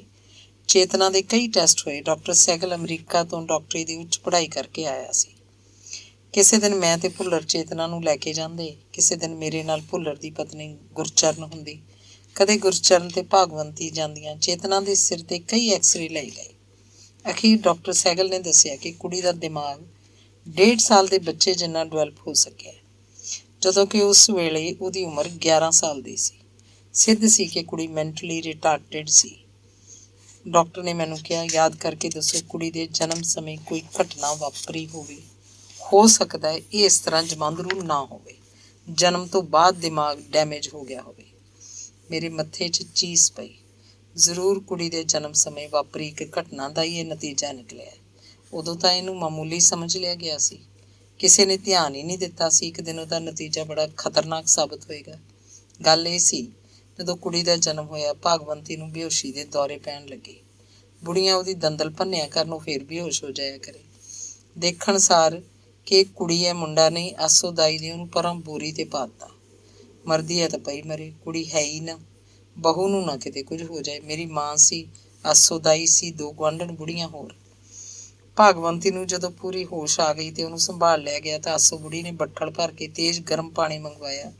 ਬੱਠਲ ਦੇ ਪਾਣੀ 'ਚ ਕੁੜੀ ਨੂੰ ਡੋਬ ਦਿੱਤਾ ਕਿ ਕਦੋਂ ਦੀ ਠਰੀ ਪਈ ਹੈ, ਉਹਦਾ ਪਾਲਾ ਉਤਰ ਜੂ। ਫਰਵਰੀ ਦਾ ਮਹੀਨਾ ਸੀ, ਬਾਰਿਸ਼ ਹੋ ਕੇ ਹਟੀ ਸੀ। ਉਸ ਦਿਨ ਠੰਡ ਬਹੁਤ ਸੀ। ਕੁੜੀ ਬੋਰੀ ਤੇ ਟੰਗਾ ਬਾਹਾਂ ਹਿਲਾਉਂਦੀ ਤੇ ਕਲਕਾਰੀਆਂ ਮਾਰਦੀ ਰਹੀ ਸੀ, ਪਰ ਪਾਣੀ 'ਚ ਡੁੱਬਣ ਤੋਂ ਬਾਅਦ ਉਹ ਮੁੜ ਕੇ ਨਹੀਂ ਬੋਲੀ। ਕੰਬ ਕੇ ਇੱਕ ਹੁਬਕੀ ਲਈ, ਫਿਰ ਚੁੱਪ ਬਸ। ਉਸ ਫੁੱਲ ਪੱਤੀ ਜਿਹੀ ਕੁੜੀ ਦਾ ਦਿਮਾਗ ਗਰਮ ਪਾਣੀ 'ਚ ਡੁੱਬਣ ਨਾਲ ਹੀ ਨੁਕਸਾਨਿਆ ਗਿਆ ਹੋਵੇਗਾ। ਡਾਕਟਰ ਸਹਿਗਲ ਨੂੰ ਮੈਂ ਸਾਰੀ ਗੱਲ ਸੁਣਾਈ ਤੋਂ ਮੰਨ ਗਿਆ। ਆਖਣ ਲੱਗੇ, ਦਿਮਾਗ ਦਾ ਵਿਕਾਸ ਰੁਕ ਗਿਆ। ਹੁਣ ਇਹਦਾ ਦਿਮਾਗ ਧੀਮੀ ਗਤੀ ਨਾਲ ਵਿਕਸਿਤ ਹੋਏਗਾ। ਦਵਾਈਆਂ ਲਿਖ ਦੇਣਾ, 3 ਮਹੀਨੇ ਖਵਾਓ, ਇਹ 3 ਮਹੀਨਿਆਂ ਬਾਅਦ ਫੇਰ ਆਉਣਾ। ਇਹ ਵੀ ਕਿਹਾ ਕਿ ਮੈਂ ਘੜੀ ਕੋਲ ਰੱਖ ਕੇ ਪੂਰਾ 1 ਘੰਟਾ ਹਰ ਰੋਜ਼ ਇਸ ਕੁੜੀ ਨੂੰ ਬੋਲਣ ਦੀ ਡਰਿੱਲ ਦਿਆ ਕਰਾਂ। ਇੰਜ ਕਰਨ ਨਾਲ ਬਹੁਤ ਫਰਕ ਪਏਗਾ। ਡਾਕਟਰ ਨੇ 300 ਰੁਪਇਆ ਫੀਸ ਲਈ। ਬ੍ਰੇਨੋ ਨਾਂ ਦੀਆਂ ਗੋਲੀਆਂ ਆਪਣੇ ਕੋਲੋਂ ਦੇ ਦਿੱਤੀਆਂ, 2 ਸਵੇਰੇ 2 ਸ਼ਾਮ, 3 ਮਹੀਨੇ ਹੀ ਤਾਕਤ ਦੇ ਕੈਪਸੂਲ, ਬਹੁਤ ਸ਼ਕਤੀਸ਼ਾਲੀ। 2 ਕਿਸਮ ਦੀਆਂ ਹੋਰ ਗੋਲੀਆਂ ਵੀ ਸੀ। ਪੂਰਾ 700 ਰੁਪਇਆ ਖਰਚ ਆਇਆ। 300 ਰੁਪਇਆ ਸਾਡਾ ਭਾੜੇ ਕਿਰਾਏ ਦਾ, 1300 ਰੁਪਇਆ ਉਹਨਾਂ ਦਿਨਾਂ 'ਚ ਬਹੁਤ ਵੱਡੀ ਰਕਮ ਸੀ। ਪਰ ਅਸੀਂ ਨਿੱਕੀ ਜਿਹੀ ਆਸ ਲੈ ਕੇ ਪਿੰਡ ਪਹੁੰਚੇ ਕਿ ਕੁੜੀ ਠੀਕ ਹੋ ਜਾਏਗੀ, ਹੋਰ ਨਹੀਂ ਤਾਂ ਘੱਟੋ ਘੱਟ ਆਪਦਾ ਆਪ ਸੰਭਾਲਣ ਜੋਗੀ ਹੋ ਹੀ ਜਾਏਗੀ। ਉਹ 11-12 ਸਾਲਾਂ ਦੀ ਹੋ ਚੁੱਕੀ ਸੀ। ਨਾ ਉਹਨੂੰ ਟੱਟੀ ਵਾਲੇ ਹੱਥ ਧੋਣੇ ਆਉਂਦੇ, ਨਾ ਹੀ ਉਹ ਸਲਵਾਰ ਦਾ ਨਾਲਾ ਬੰਨ੍ਹ ਸਕਦੀ। ਉਹ ਜ਼ਿੱਦ ਕਰਦੀ ਕਿ ਮੇਰੀ ਮਾਂ ਹੀ ਉਹਦੇ ਮੂੰਹ 'ਚ ਰੋਟੀ ਦੀਆਂ ਬੁਰਕੀਆਂ ਪਾਵੇ। ਪੌਣੇ 'ਚ ਦਾਲ ਰੋਟੀ ਬੰਨ੍ਹ ਕੇ ਉਹਨੂੰ ਫੜਾਉਂਦੇ ਕਿ ਜਾ ਬਾਹਰਲੇ ਘਰ ਬਾਬੇ ਨੂੰ ਦੇ ਆ। ਪਰ ਉਹ ਰਾਹ 'ਚ ਕਿਤੇ ਵੀ ਬੈਠ ਜਾਂਦੀ, ਪੌਣਾ ਖੋਲ੍ਹ ਕੇ ਰੋਟੀਆਂ ਨੂੰ ਦੇਖਣ ਲੱਗਦੀ। ਕੋਈ ਕੁੱਤਾ ਆਉਂਦਾ ਤੇ ਰੋਟੀਆਂ ਖੋਹ ਕੇ ਲੈ ਜਾਂਦਾ। ਉਹਨੂੰ ਯਾਦ ਹੀ ਨਹੀਂ ਰਹਿੰਦਾ ਸੀ ਕਿ ਬਾਹਰਲੇ ਘਰ ਜਾਣਾ ਹੈ। ਕਦੇ ਕਦੇ ਚੁੱਪ ਕਰਕੇ ਘਰੋਂ ਨਿਕਲਦੀ, ਪਤਾ ਨਹੀਂ ਕਿਹਦੇ ਘਰ ਜਾ ਕੇ ਜਵਾਕਾਂ ਨਾਲ ਖੇਡਣ ਲੱਗਦੀ। ਕੁੜੀਆਂ ਬੁੜੀਆਂ ਉਹਨੂੰ ਅਜੀਬ ਅਜੀਬ ਸਵਾਲ ਕਰਦੀਆਂ, ਉਹ ਊਟ ਪਟਾਂਗ ਜਵਾਬ ਦਿੰਦੀ ਤਾਂ ਕੁੜੀਆਂ ਬੁੜੀਆਂ ਹੱਸਦੀਆਂ। ਅਗਵਾੜ ਲਈ ਚੇਤਨਾ ਮਨੋਰੰਜਨ ਦਾ ਸਾਧਨ ਬਣ ਗਈ। ਹਰ ਕੋਈ ਮੱਲੋ ਮੱਲੀ ਉਹਨੂੰ ਆਪਣੇ ਘਰ ਬਿਠਾ ਲੈਂਦਾ। ਦਿਨ ਛਿਪਣ ਲੱਗਦਾ ਤਾਂ ਮੇਰੀ ਮਾਂ ਕਿਸੇ ਦੇ ਘਰੋਂ ਉਹਨੂੰ ਲੱਭ ਕੇ ਲਿਆਉਂਦੀ। ਅਗਵਾੜ ਛੱਡ ਕੇ ਫਿਰ ਉਹ ਹੋਰ ਅਗਵਾੜਾਂ 'ਚ ਵੀ ਜਾਣ ਲੱਗੀ। ਪਿੰਡ ਦੇ ਲੋਕ ਇਸ ਪੱਖੋਂ ਬਹੁਤ ਚੰਗੇ ਸੀ। ਬਹੁਤ ਹਨੇਰਾ ਹੋਣ ਲੱਗਦਾ ਤਾਂ ਅਗਲਾ ਆਪਣੇ ਆਪ ਉਹਨੂੰ ਸਾਡੇ ਘਰ ਛੱਡ ਜਾਂਦਾ। ਉਹਦੇ ਬਾਰੇ ਅਜੀਬ ਧਾਰਨਾਵਾਂ ਤੁਰ ਪਈਆਂ ਸੀ। ਕੋਈ ਕਹਿੰਦਾ ਇਹ ਤਾਂ ਦੇਵੀ ਦਾ ਰੂਪ ਹੈ, ਦੇਖ ਲਓ, ਇਹਦੇ ਬੋਲ ਪੂਰੇ ਹੋਇਆ ਕਰਨਗੇ। ਕੋਈ ਆਖਦਾ ਫੂਲ ਵਾਲੀ ਪਾਰੋ ਹੈ ਇਹ, ਸੁਣਿਆ ਨਹੀਂ ਉਹਦੀ ਕਿੰਨੀ ਮਾਨਤਾ ਹੁੰਦੀ ਸੀ। ਨਵੀਆਂ ਵਹੁਟੀਆਂ ਉਹਨੂੰ ਚੋਰੀਆਂ ਪੁੱਛਦੀਆਂ, ਨਹੀਂ ਚੇਤਨਾ, ਮੇਰੇ ਕੀ ਹੋਊਗਾ, ਕੁੜੀ ਕਿ ਮੁੰਡਾ? ਉਹ ਮੁੰਡਾ ਹੀ ਆਖਦੀ। ਮੁੰਡਾ ਹੋ ਜਾਂਦਾ ਤਾਂ ਚੇਤਨਾ ਨੂੰ ਸੂਟ ਮਿਲਦਾ, ਕੁੜੀ ਹੋਈ ਤੋਂ ਅਗਲੀ ਚੁੱਪ ਵੱਟ ਛੱਡਦੀ। ਚੇਤਨਾ ਕੋਲ ਸੂਟ ਆਮ ਰਹਿੰਦੇ, ਸੂਟ ਦੇਣ ਵਾਲੀ ਖੁਸ਼ ਹੁੰਦੀ। ਕੁੜੇ ਚੇਤਨਾ ਨੇ ਬੋਲ ਕੱਢਿਆ ਤਾਂ ਹੀ ਮੁੰਡਾ ਘਰ ਆਇਆ ਸਾਡੇ। ਮੈਂ ਸਭ ਸੁਣਦਾ ਤਾਂ ਦੁਖੀ ਹੁੰਦਾ। ਡਾਕਟਰ ਸਹਿਗਲ ਦੀਆਂ ਗੋਲੀਆਂ ਨੇ ਕੋਈ ਫਰਕ ਨਹੀਂ ਪਾਇਆ ਸੀ। 3 ਮਹੀਨਿਆਂ ਬਾਅਦ ਅਸੀਂ ਫੇਰ ਦਿੱਲੀ ਗਏ। ਇਸ ਵਾਰ 2 ਰਾਤਾਂ ਭੁੱਲਰ ਕੋਲ ਠਹਿਰੇ। 3 ਮਹੀਨੇ ਉਹੀ ਇਲਾਜ ਫੇਰ ਚੱਲਿਆ। ਨਾ ਤਾਂ ਕੁੜੀ ਦੀ ਸਮਝ 'ਚ ਕੋਈ ਫਰਕ ਪਿਆ ਲੱਗਦਾ ਸੀ ਤੇ ਨਾ ਉਹ ਆਮ ਨਾਲੋਂ ਵੱਧ ਬੋਲਣ ਲੱਗੀ ਸੀ। ਜਿਸ ਗੱਲ ਨੇ ਮੈਨੂੰ ਬਹੁਤ ਹੈਰਾਨ ਕੀਤਾ ਉਹ ਇਹ ਸੀ ਕਿ ਕੁੜੀ 11-12 ਸਾਲ ਦੀ ਉਮਰ ਵਿੱਚ ਹੀ ਇਸਤਰੀ ਬਣਨ ਲੱਗ ਪਈ ਸੀ। ਮੇਰੀ ਮਾਂ ਵੀ ਹੈਰਾਨ। ਕੁੜੀ 14 ਸਾਲ ਦੀ ਹੋ ਕੇ ਨਹਾਉਣ ਧੋਣ ਲੱਗਦੀ ਹੁੰਦੀ ਹੈ ਤੇ ਇਹ ਕੀ ਉਮਰ ਹੈ ਇਹਦੀ? ਇਹ ਤਾਂ ਭਾਣਾ ਹੈ ਭਾਈ ਕੋਈ। ਇਹ ਵੀ ਇੱਕ ਡਾਂਡੀ ਸਮਝ ਭਾਈ। ਤੇਜ਼ ਦਵਾਈਆਂ ਖਾ ਖਾ ਸ਼ਾਇਦ ਇੰਜ ਹੋਇਆ ਹੋਏਗਾ। ਹੁਣ ਉਹਦੀ ਸੰਭਾਲ ਹੋਰ ਵੀ ਜ਼ਰੂਰੀ ਹੋ ਗਈ। ਮੁੰਡਾ ਹੋਵੇ ਤਾਂ ਘਰੋਂ ਬਾਹਰ ਕਿਧਰੇ ਵੀ ਫਿਰਦਾ ਰਹੇ। ਮੁੰਡੇ ਦਾ ਇੰਨਾ ਦੁੱਖ ਨਹੀਂ ਹੁੰਦਾ, ਇਹ ਤਾਂ ਧੀ ਦਾ ਧਨ। ਇਹਦੀ ਸੰਭਾਲ ਬਹੁਤ ਜ਼ਰੂਰੀ ਸੀ। ਅਸੀਂ ਉਹਨੂੰ ਤੀਜੀ ਵਾਰ ਵੀ ਦਿੱਲੀ ਲੈ ਕੇ ਗਏ। ਡਾਕਟਰ ਸਹਿਗਲ ਨੇ ਇਸ ਵਾਰ ਨਾ ਤਾਂ ਆਪਣੀ ਕੋਈ ਫੀਸ ਲਈ, ਨਾ ਹੀ ਕੋਈ ਦਵਾਈ ਲਿਖ ਕੇ ਦਿੱਤੀ। ਕਹਿੰਦਾ ਬ੍ਰੇਨੋ ਖਵਾਉਂਦੇ ਜਾਓ, 2 ਸਾਲ ਟਰਾਈ ਕਰਕੇ ਦੇਖੋ, ਸ਼ਾਇਦ ਕੁਝ % ਫਰਕ ਪੈ ਜਾਏ। ਬ੍ਰੇਨੋ ਗੋਲੀਆਂ ਦਿੱਲੀ 'ਚ ਕਿਧਰੋਂ ਨਾ ਮਿਲੀਆਂ। ਬਰਨਾਲੇ ਪਟਿਆਲੇ ਦੇ ਕੈਮਿਸਟਾਂ ਕੋਲੋਂ ਕਿੱਥੋਂ ਹੋਣੀਆਂ ਸੀ। ਪੰਜਾਬ ਦੇ ਅੰਮ੍ਰਿਤਸਰ ਜਲੰਧਰ ਲੁਧਿਆਣੇ ਵੀ ਇਹ ਨਹੀਂ ਸੀ। ਮੈਂ ਸਭ ਥਾਂ ਗਿਆ। ਇਹਨਾਂ ਦੀ ਫੈਕਟਰੀ ਬੰਬਈ ਸੀ। ਡਾਕਟਰ ਸਹਿਗਲ ਤੋਂ ਫੈਕਟਰੀ ਦਾ ਪਤਾ ਮੰਗਵਾ ਕੇ ਮੈਂ ਬੰਬਈ ਤੋਂ 200 ਗੋਲੀਆਂ ਦਾ VP ਪੈਕਟ ਮੰਗਵਾ ਲਿਆ ਤੇ ਫਿਰ ਇਸ ਤਰ੍ਹਾਂ ਹੀ 2-2.5 ਮਹੀਨਿਆਂ ਬਾਅਦ VP ਮੰਗਵਾ ਲਿਆ ਕਰਾਂ। 2 ਸਾਲ ਬ੍ਰੇਨੋ ਖਾਣ ਨਾਲ ਕੁੜੀ ਦੇ ਦਿਮਾਗੀ ਪੱਧਰ 'ਚ 5% ਫਰਕ ਮਸਾਂ ਪਿਆ ਹੋਏਗਾ। ਹੁਣ ਉਹ ਬਹੁਤੀਆਂ ਸ਼ਰਾਰਤਾਂ ਨਾ ਕਰਦੀ, ਚੁੱਪਚਾਪ ਜਿਹਾ ਰਹਿਣ ਲੱਗੀ। ਉਹਦਾ ਸ਼ਬਦ ਭੰਡਾਰ 20-30 ਲਫ਼ਜ਼ ਹੋਰ ਵੱਧ ਗਿਆ। ਟੁੱਟੇ ਫੁੱਟੇ ਜਿਹੇ ਫਿਕਰੇ ਬੋਲਣ ਲੱਗੀ। ਹਾਂ, ਪਹਿਲਾਂ ਨਾਲੋਂ ਮੋਟੀ ਬਹੁਤ ਹੋ ਗਈ। ਉਹ 17-18 ਸਾਲ ਦੀ ਹੋ ਕੇ ਪੂਰੇ ਫਿਕਰੇ ਬੋਲਣ ਲੱਗ ਪਈ ਸੀ, ਪਰ ਉਹਦੇ ਸ਼ਬਦ ਸਪਸ਼ਟ ਨਾ ਹੁੰਦੇ। ਅਸੀਂ ਘਰ ਦੇ ਜਾਣ ਗੁਆਂਢ ਦੇ ਲੋਕ ਹੀ ਉਹਦੀਆਂ ਗੱਲਾਂ ਸਮਝ ਸਕਦੇ। ਹੁਣ ਉਹ ਅਗਵਾੜ ਵਿੱਚੋਂ ਬਾਹਰ ਵੀ ਕਿਧਰੇ ਨਾ ਜਾਂਦੀ। ਉਹ ਕੱਪੜਾ ਲੀੜਾ ਵੀ ਸੁਰਤ ਨਾਲ ਪਹਿਨਦੀ, ਆਪਣੇ ਆਪ ਨੂੰ ਸੰਭਾਲ ਸਕਦੀ ਸੀ। ਕਦੇ ਕਦੇ ਗੱਲਾਂ ਵੀ ਸਿਆਣੀਆਂ ਜਿਹੀਆਂ ਕਰਦੀ। ਇੱਕ ਵਾਰ ਮੇਰੀ ਭੈਣ ਜਲਾਲ ਤੋਂ ਆਈ ਤੇ ਮੈਨੂੰ ਸਮਝਾਉਣ ਲੱਗੀ, ਰਾਮ ਸਰੂਪ ਭਾਈ, ਆਪਾਂ ਚੇਤਨਾ ਨੂੰ ਵਿਆਹ ਨਾ ਦੇਈਏ। ਕੋਈ ਲੋੜਵੰਦ ਕੀ ਹੈ ਲੈ ਲਵੇ ਇਹਨੂੰ। ਬੁੜੀਆਂ ਵਾਲੀ ਬਿਮਾਰੀ ਠੀਕ ਆਉਂਦੀ ਹੈ। ਮੈਨੂੰ ਜਾਣੀ ਯਕੀਨ ਜਿਹਾ ਲੱਗਦਾ ਬੱਚਾ ਵੀ ਹੋ ਸਕਦਾ ਇਹਦੇ। ਮੇਰੀ ਉਹ ਭੈਣ ਮੇਰੀ ਮਾਂ ਨਾਲੋਂ ਵੱਧ ਸੀ। ਕਦੇ ਕਦੇ ਉਹ ਮੇਰੇ ਦੋਸਤਾਂ ਵਾਂਗ ਗੱਲਾਂ ਕਰਦੀ। ਮੈਂ ਆਪਣਾ ਡਰ ਦੱਸਿਆ, ਇਹਨੂੰ ਵਿਆਹ ਕੇ ਭੈਣੇ ਕਿਤੇ ਦੂਣਾ ਦੁੱਖ ਨਾ ਛਿੜ ਜੇ। ਆਪਾਂ ਇਹਦੇ ਵਿਆਹ 'ਤੇ ਪੈਸੇ ਖਰਚ ਕਰਕੇ ਬੈਠ ਜਾਈਏ ਅਤੇ ਅਗਲਾ ਇਹਦੇ ਕਮਲ ਨੂੰ ਦੇਖ ਕੇ ਇਹਨੂੰ ਛੱਡ ਦੇਵੇ, ਫਿਰ ਕੀ ਕਰਾਂਗੇ? ਇਹਦੇ ਨਾਲੋਂ ਤਾਂ ਇਸੇ ਤਰ੍ਹਾਂ ਬੈਠੀ ਚੰਗੀ। ਕੋਈ ਬੇਔਲਾਦ ਬੰਦਾ ਲੈ ਸਕਦਾ ਇਹਨੂੰ, ਉਹਦੀ ਪਹਿਲੀ ਤੀਵੀਂ ਇਹਨੂੰ ਧੀ ਬਣਾ ਕੇ ਸਾਂਭੇ। ਔਲਾਦ ਦੀ ਖਾਤਰ ਲੋਕ ਅੰਨਿਆਂ ਨੂੰ ਕਿਹੜਾ ਨਹੀਂ ਵਿਆਹ ਲੈਂਦੇ। ਭੈਣ ਨੇ ਹੋਰ ਦਲੀਲ ਦਿੱਤੀ ਅਤੇ ਫਿਰ ਸਾਰੀਆਂ ਰਿਸ਼ਤੇਦਾਰੀਆਂ 'ਚ ਫੈਸਲਾ ਭੇਜਿਆ ਗਿਆ ਕਿ ਚੇਤਨਾ ਨੂੰ ਵਿਆਹਾਂਗੇ। ਦੋਸਤਾਂ ਮਿੱਤਰਾਂ 'ਚ ਵੀ ਗੱਲ ਪਹੁੰਚੀ। ਕਈ ਦੱਸਾਂ ਪਈਆਂ। ਇੱਕ 50 ਸਾਲਾ ਬੰਦਾ ਦੇਖਿਆ, ਪਰ ਉਹਦਾ ਕੀ ਕਰਦੇ, ਉਹ 10 ਸਾਲਾਂ ਬਾਅਦ ਮਰ ਸਕਦਾ ਸੀ। ਇੱਕ ਹੋਰ ਦੇਖਿਆ, ਉਹਦੀ ਉਮਰ 40 ਸਾਲ ਸੀ, ਪਰ ਮੈਨੂੰ ਉਹ ਡੰਗਰ ਜਿਹਾ ਲੱਗਿਆ। ਸੋਚਿਆ ਇਹ ਸਾਲਾ ਆਪਣੇ ਆਪ ਨੂੰ ਤਾਂ ਠੀਕ ਰੱਖ ਨਹੀਂ ਸਕਦਾ, ਕੁੜੀ ਨੂੰ ਕੀ ਸੰਭਾਲੂਗਾ। ਇੱਕ ਦੋ ਹੋਰ ਬੰਦੇ ਦੇਖੇ। ਦਿਮਾਗ 'ਚ ਬੁਰੇ ਬੁਰੇ ਖਿਆਲ ਆਉਂਦੇ। ਮੇਰਾ ਜੀਅ ਕੱਚਾ ਹੋਣ ਲੱਗਦਾ। ਕਿਧਰੇ ਵੀ ਮੇਰਾ ਦਿਲ ਨਹੀਂ ਖੜਦਾ ਸੀ। ਅਖੀਰ ਇੱਕ ਦਿਨ ਮੈਂ ਉਲਟ ਫੈਸਲਾ ਸੁਣਾਤਾ, ਇਸ ਕੁੜੀ ਦਾ ਵਿਆਹ ਕਰਨਾ ਨਿਹਾਇਤ ਵੱਡੀ ਗਲਤੀ ਹੋਏਗੀ। ਜਿੰਨਾ ਚਿਰ ਮੈਂ ਜਿਉਂਦਾ ਮੈਂ ਇਹਨੂੰ ਸੰਭਾਲਾਂਗਾ, ਫਿਰ ਇਹਦੇ ਭਰਾ ਇਹਨੂੰ ਸੰਭਾਲਣਗੇ। ਉਹਨਾਂ ਦੀ ਵੀ ਤਾਂ ਇਹ ਕੁਝ ਲੱਗਦੀ ਹੈ। ਅਖੀਰ ਤੱਕ ਮੇਰੀ ਮਾਂ ਨੇ ਉਹਨੂੰ ਸੰਭਾਲਿਆ। ਚੇਤਨਾ ਦੀ ਮਾਂ ਪੂਰੀ ਹੋ ਗਈ ਅਤੇ ਫਿਰ ਮੇਰੀ ਮਾਂ ਵੀ ਨਾ ਰਹੀ ਅਤੇ ਛੋਟੇ ਭਾਈ ਨਵਜੋਸ਼ ਦੀ ਘਰਵਾਲੀ ਨੇ ਚੇਤਨਾ ਨੂੰ ਸੰਭਾਲਿਆ। 1977 'ਚ ਮੈਂ ਬਰਨਾਲੇ ਆ ਚੁੱਕਿਆ ਸੀ। ਇੱਥੇ ਹੀ ਮਕਾਨ ਬਣਾ ਲਿਆ ਹੋਇਆ ਸੀ। ਘਰ 'ਚ ਸ਼ੋਭਾ ਸੀ, ਪਰ ਚੇਤਨਾ ਧੌਲੇ ਰਹਿੰਦੀ। ਕਦੀ 5-7 ਦਿਨ ਬਰਨਾਲੇ ਵੀ ਰਹਿ ਜਾਂਦੀ। ਗਰਮੀ ਦੇ ਦਿਨ ਸੀ, ਉਹਨੂੰ ਮਲੇਰੀਆ ਹੋ ਗਿਆ। ਫਿਰ ਮਲੇਰੀਏ ਤੋਂ ਵਿਗੜ ਕੇ ਟਾਈਫਾਈਡ ਬਣ ਗਿਆ। ਪਹਿਲਾਂ ਉਹਦਾ ਇਲਾਜ ਧੌਲੇ ਹੁੰਦਾ ਰਿਹਾ। ਉਹਦੇ ਮਰਨ ਤੋਂ 17-18 ਦਿਨ ਪਹਿਲਾਂ ਅਸੀਂ ਉਹਨੂੰ ਬਰਨਾਲੇ ਲੈ ਆਏ ਸੀ। ਬੜੀ ਤਰਸਯੋਗ ਹਾਲਤ ਸੀ ਉਹਦੀ। ਉਹ ਤਾਂ ਸਮਝਾ ਵੀ ਨਹੀਂ ਸਕਦੀ ਸੀ ਕਿ ਉਹਦਾ ਕੀ ਦੁਖਦਾ ਹੈ, ਉਹਨੂੰ ਕੀ ਖਾਣ ਨੂੰ ਦਿੱਤਾ ਜਾਵੇ, ਉਹ ਕੀ ਚਾਹੁੰਦੀ ਹੈ। ਜੋ ਵੀ ਖਾਣ ਨੂੰ ਦਿੰਦੇ ਖਾ ਲੈਂਦੀ, ਜੋ ਵੀ ਪੀਣ ਨੂੰ ਦਿੰਦੇ ਪੀ ਲੈਂਦੀ। ਉਹਦਾ ਜਨਮ 14 ਫਰਵਰੀ 1958 ਨੂੰ ਹੋਇਆ ਸੀ ਅਤੇ ਉਹ 17 ਅਗਸਤ 1983 ਨੂੰ ਮੁੱਕ ਗਈ। ਉਹਦੇ ਮਰਨ ਵਾਲੇ ਦਿਨ ਮੈਂ ਘਰ 'ਚ ਨਹੀਂ ਸੀ, ਜਲੰਧਰ ਗਿਆ ਹੋਇਆ ਸੀ। ਭਰਪਣ ਕੀ ਹੁੰਦਾ ਹੈ, ਇਹਦਾ ਸਬੂਤ ਮੈਨੂੰ ਉਸ ਦਿਨ ਮਿਲਿਆ।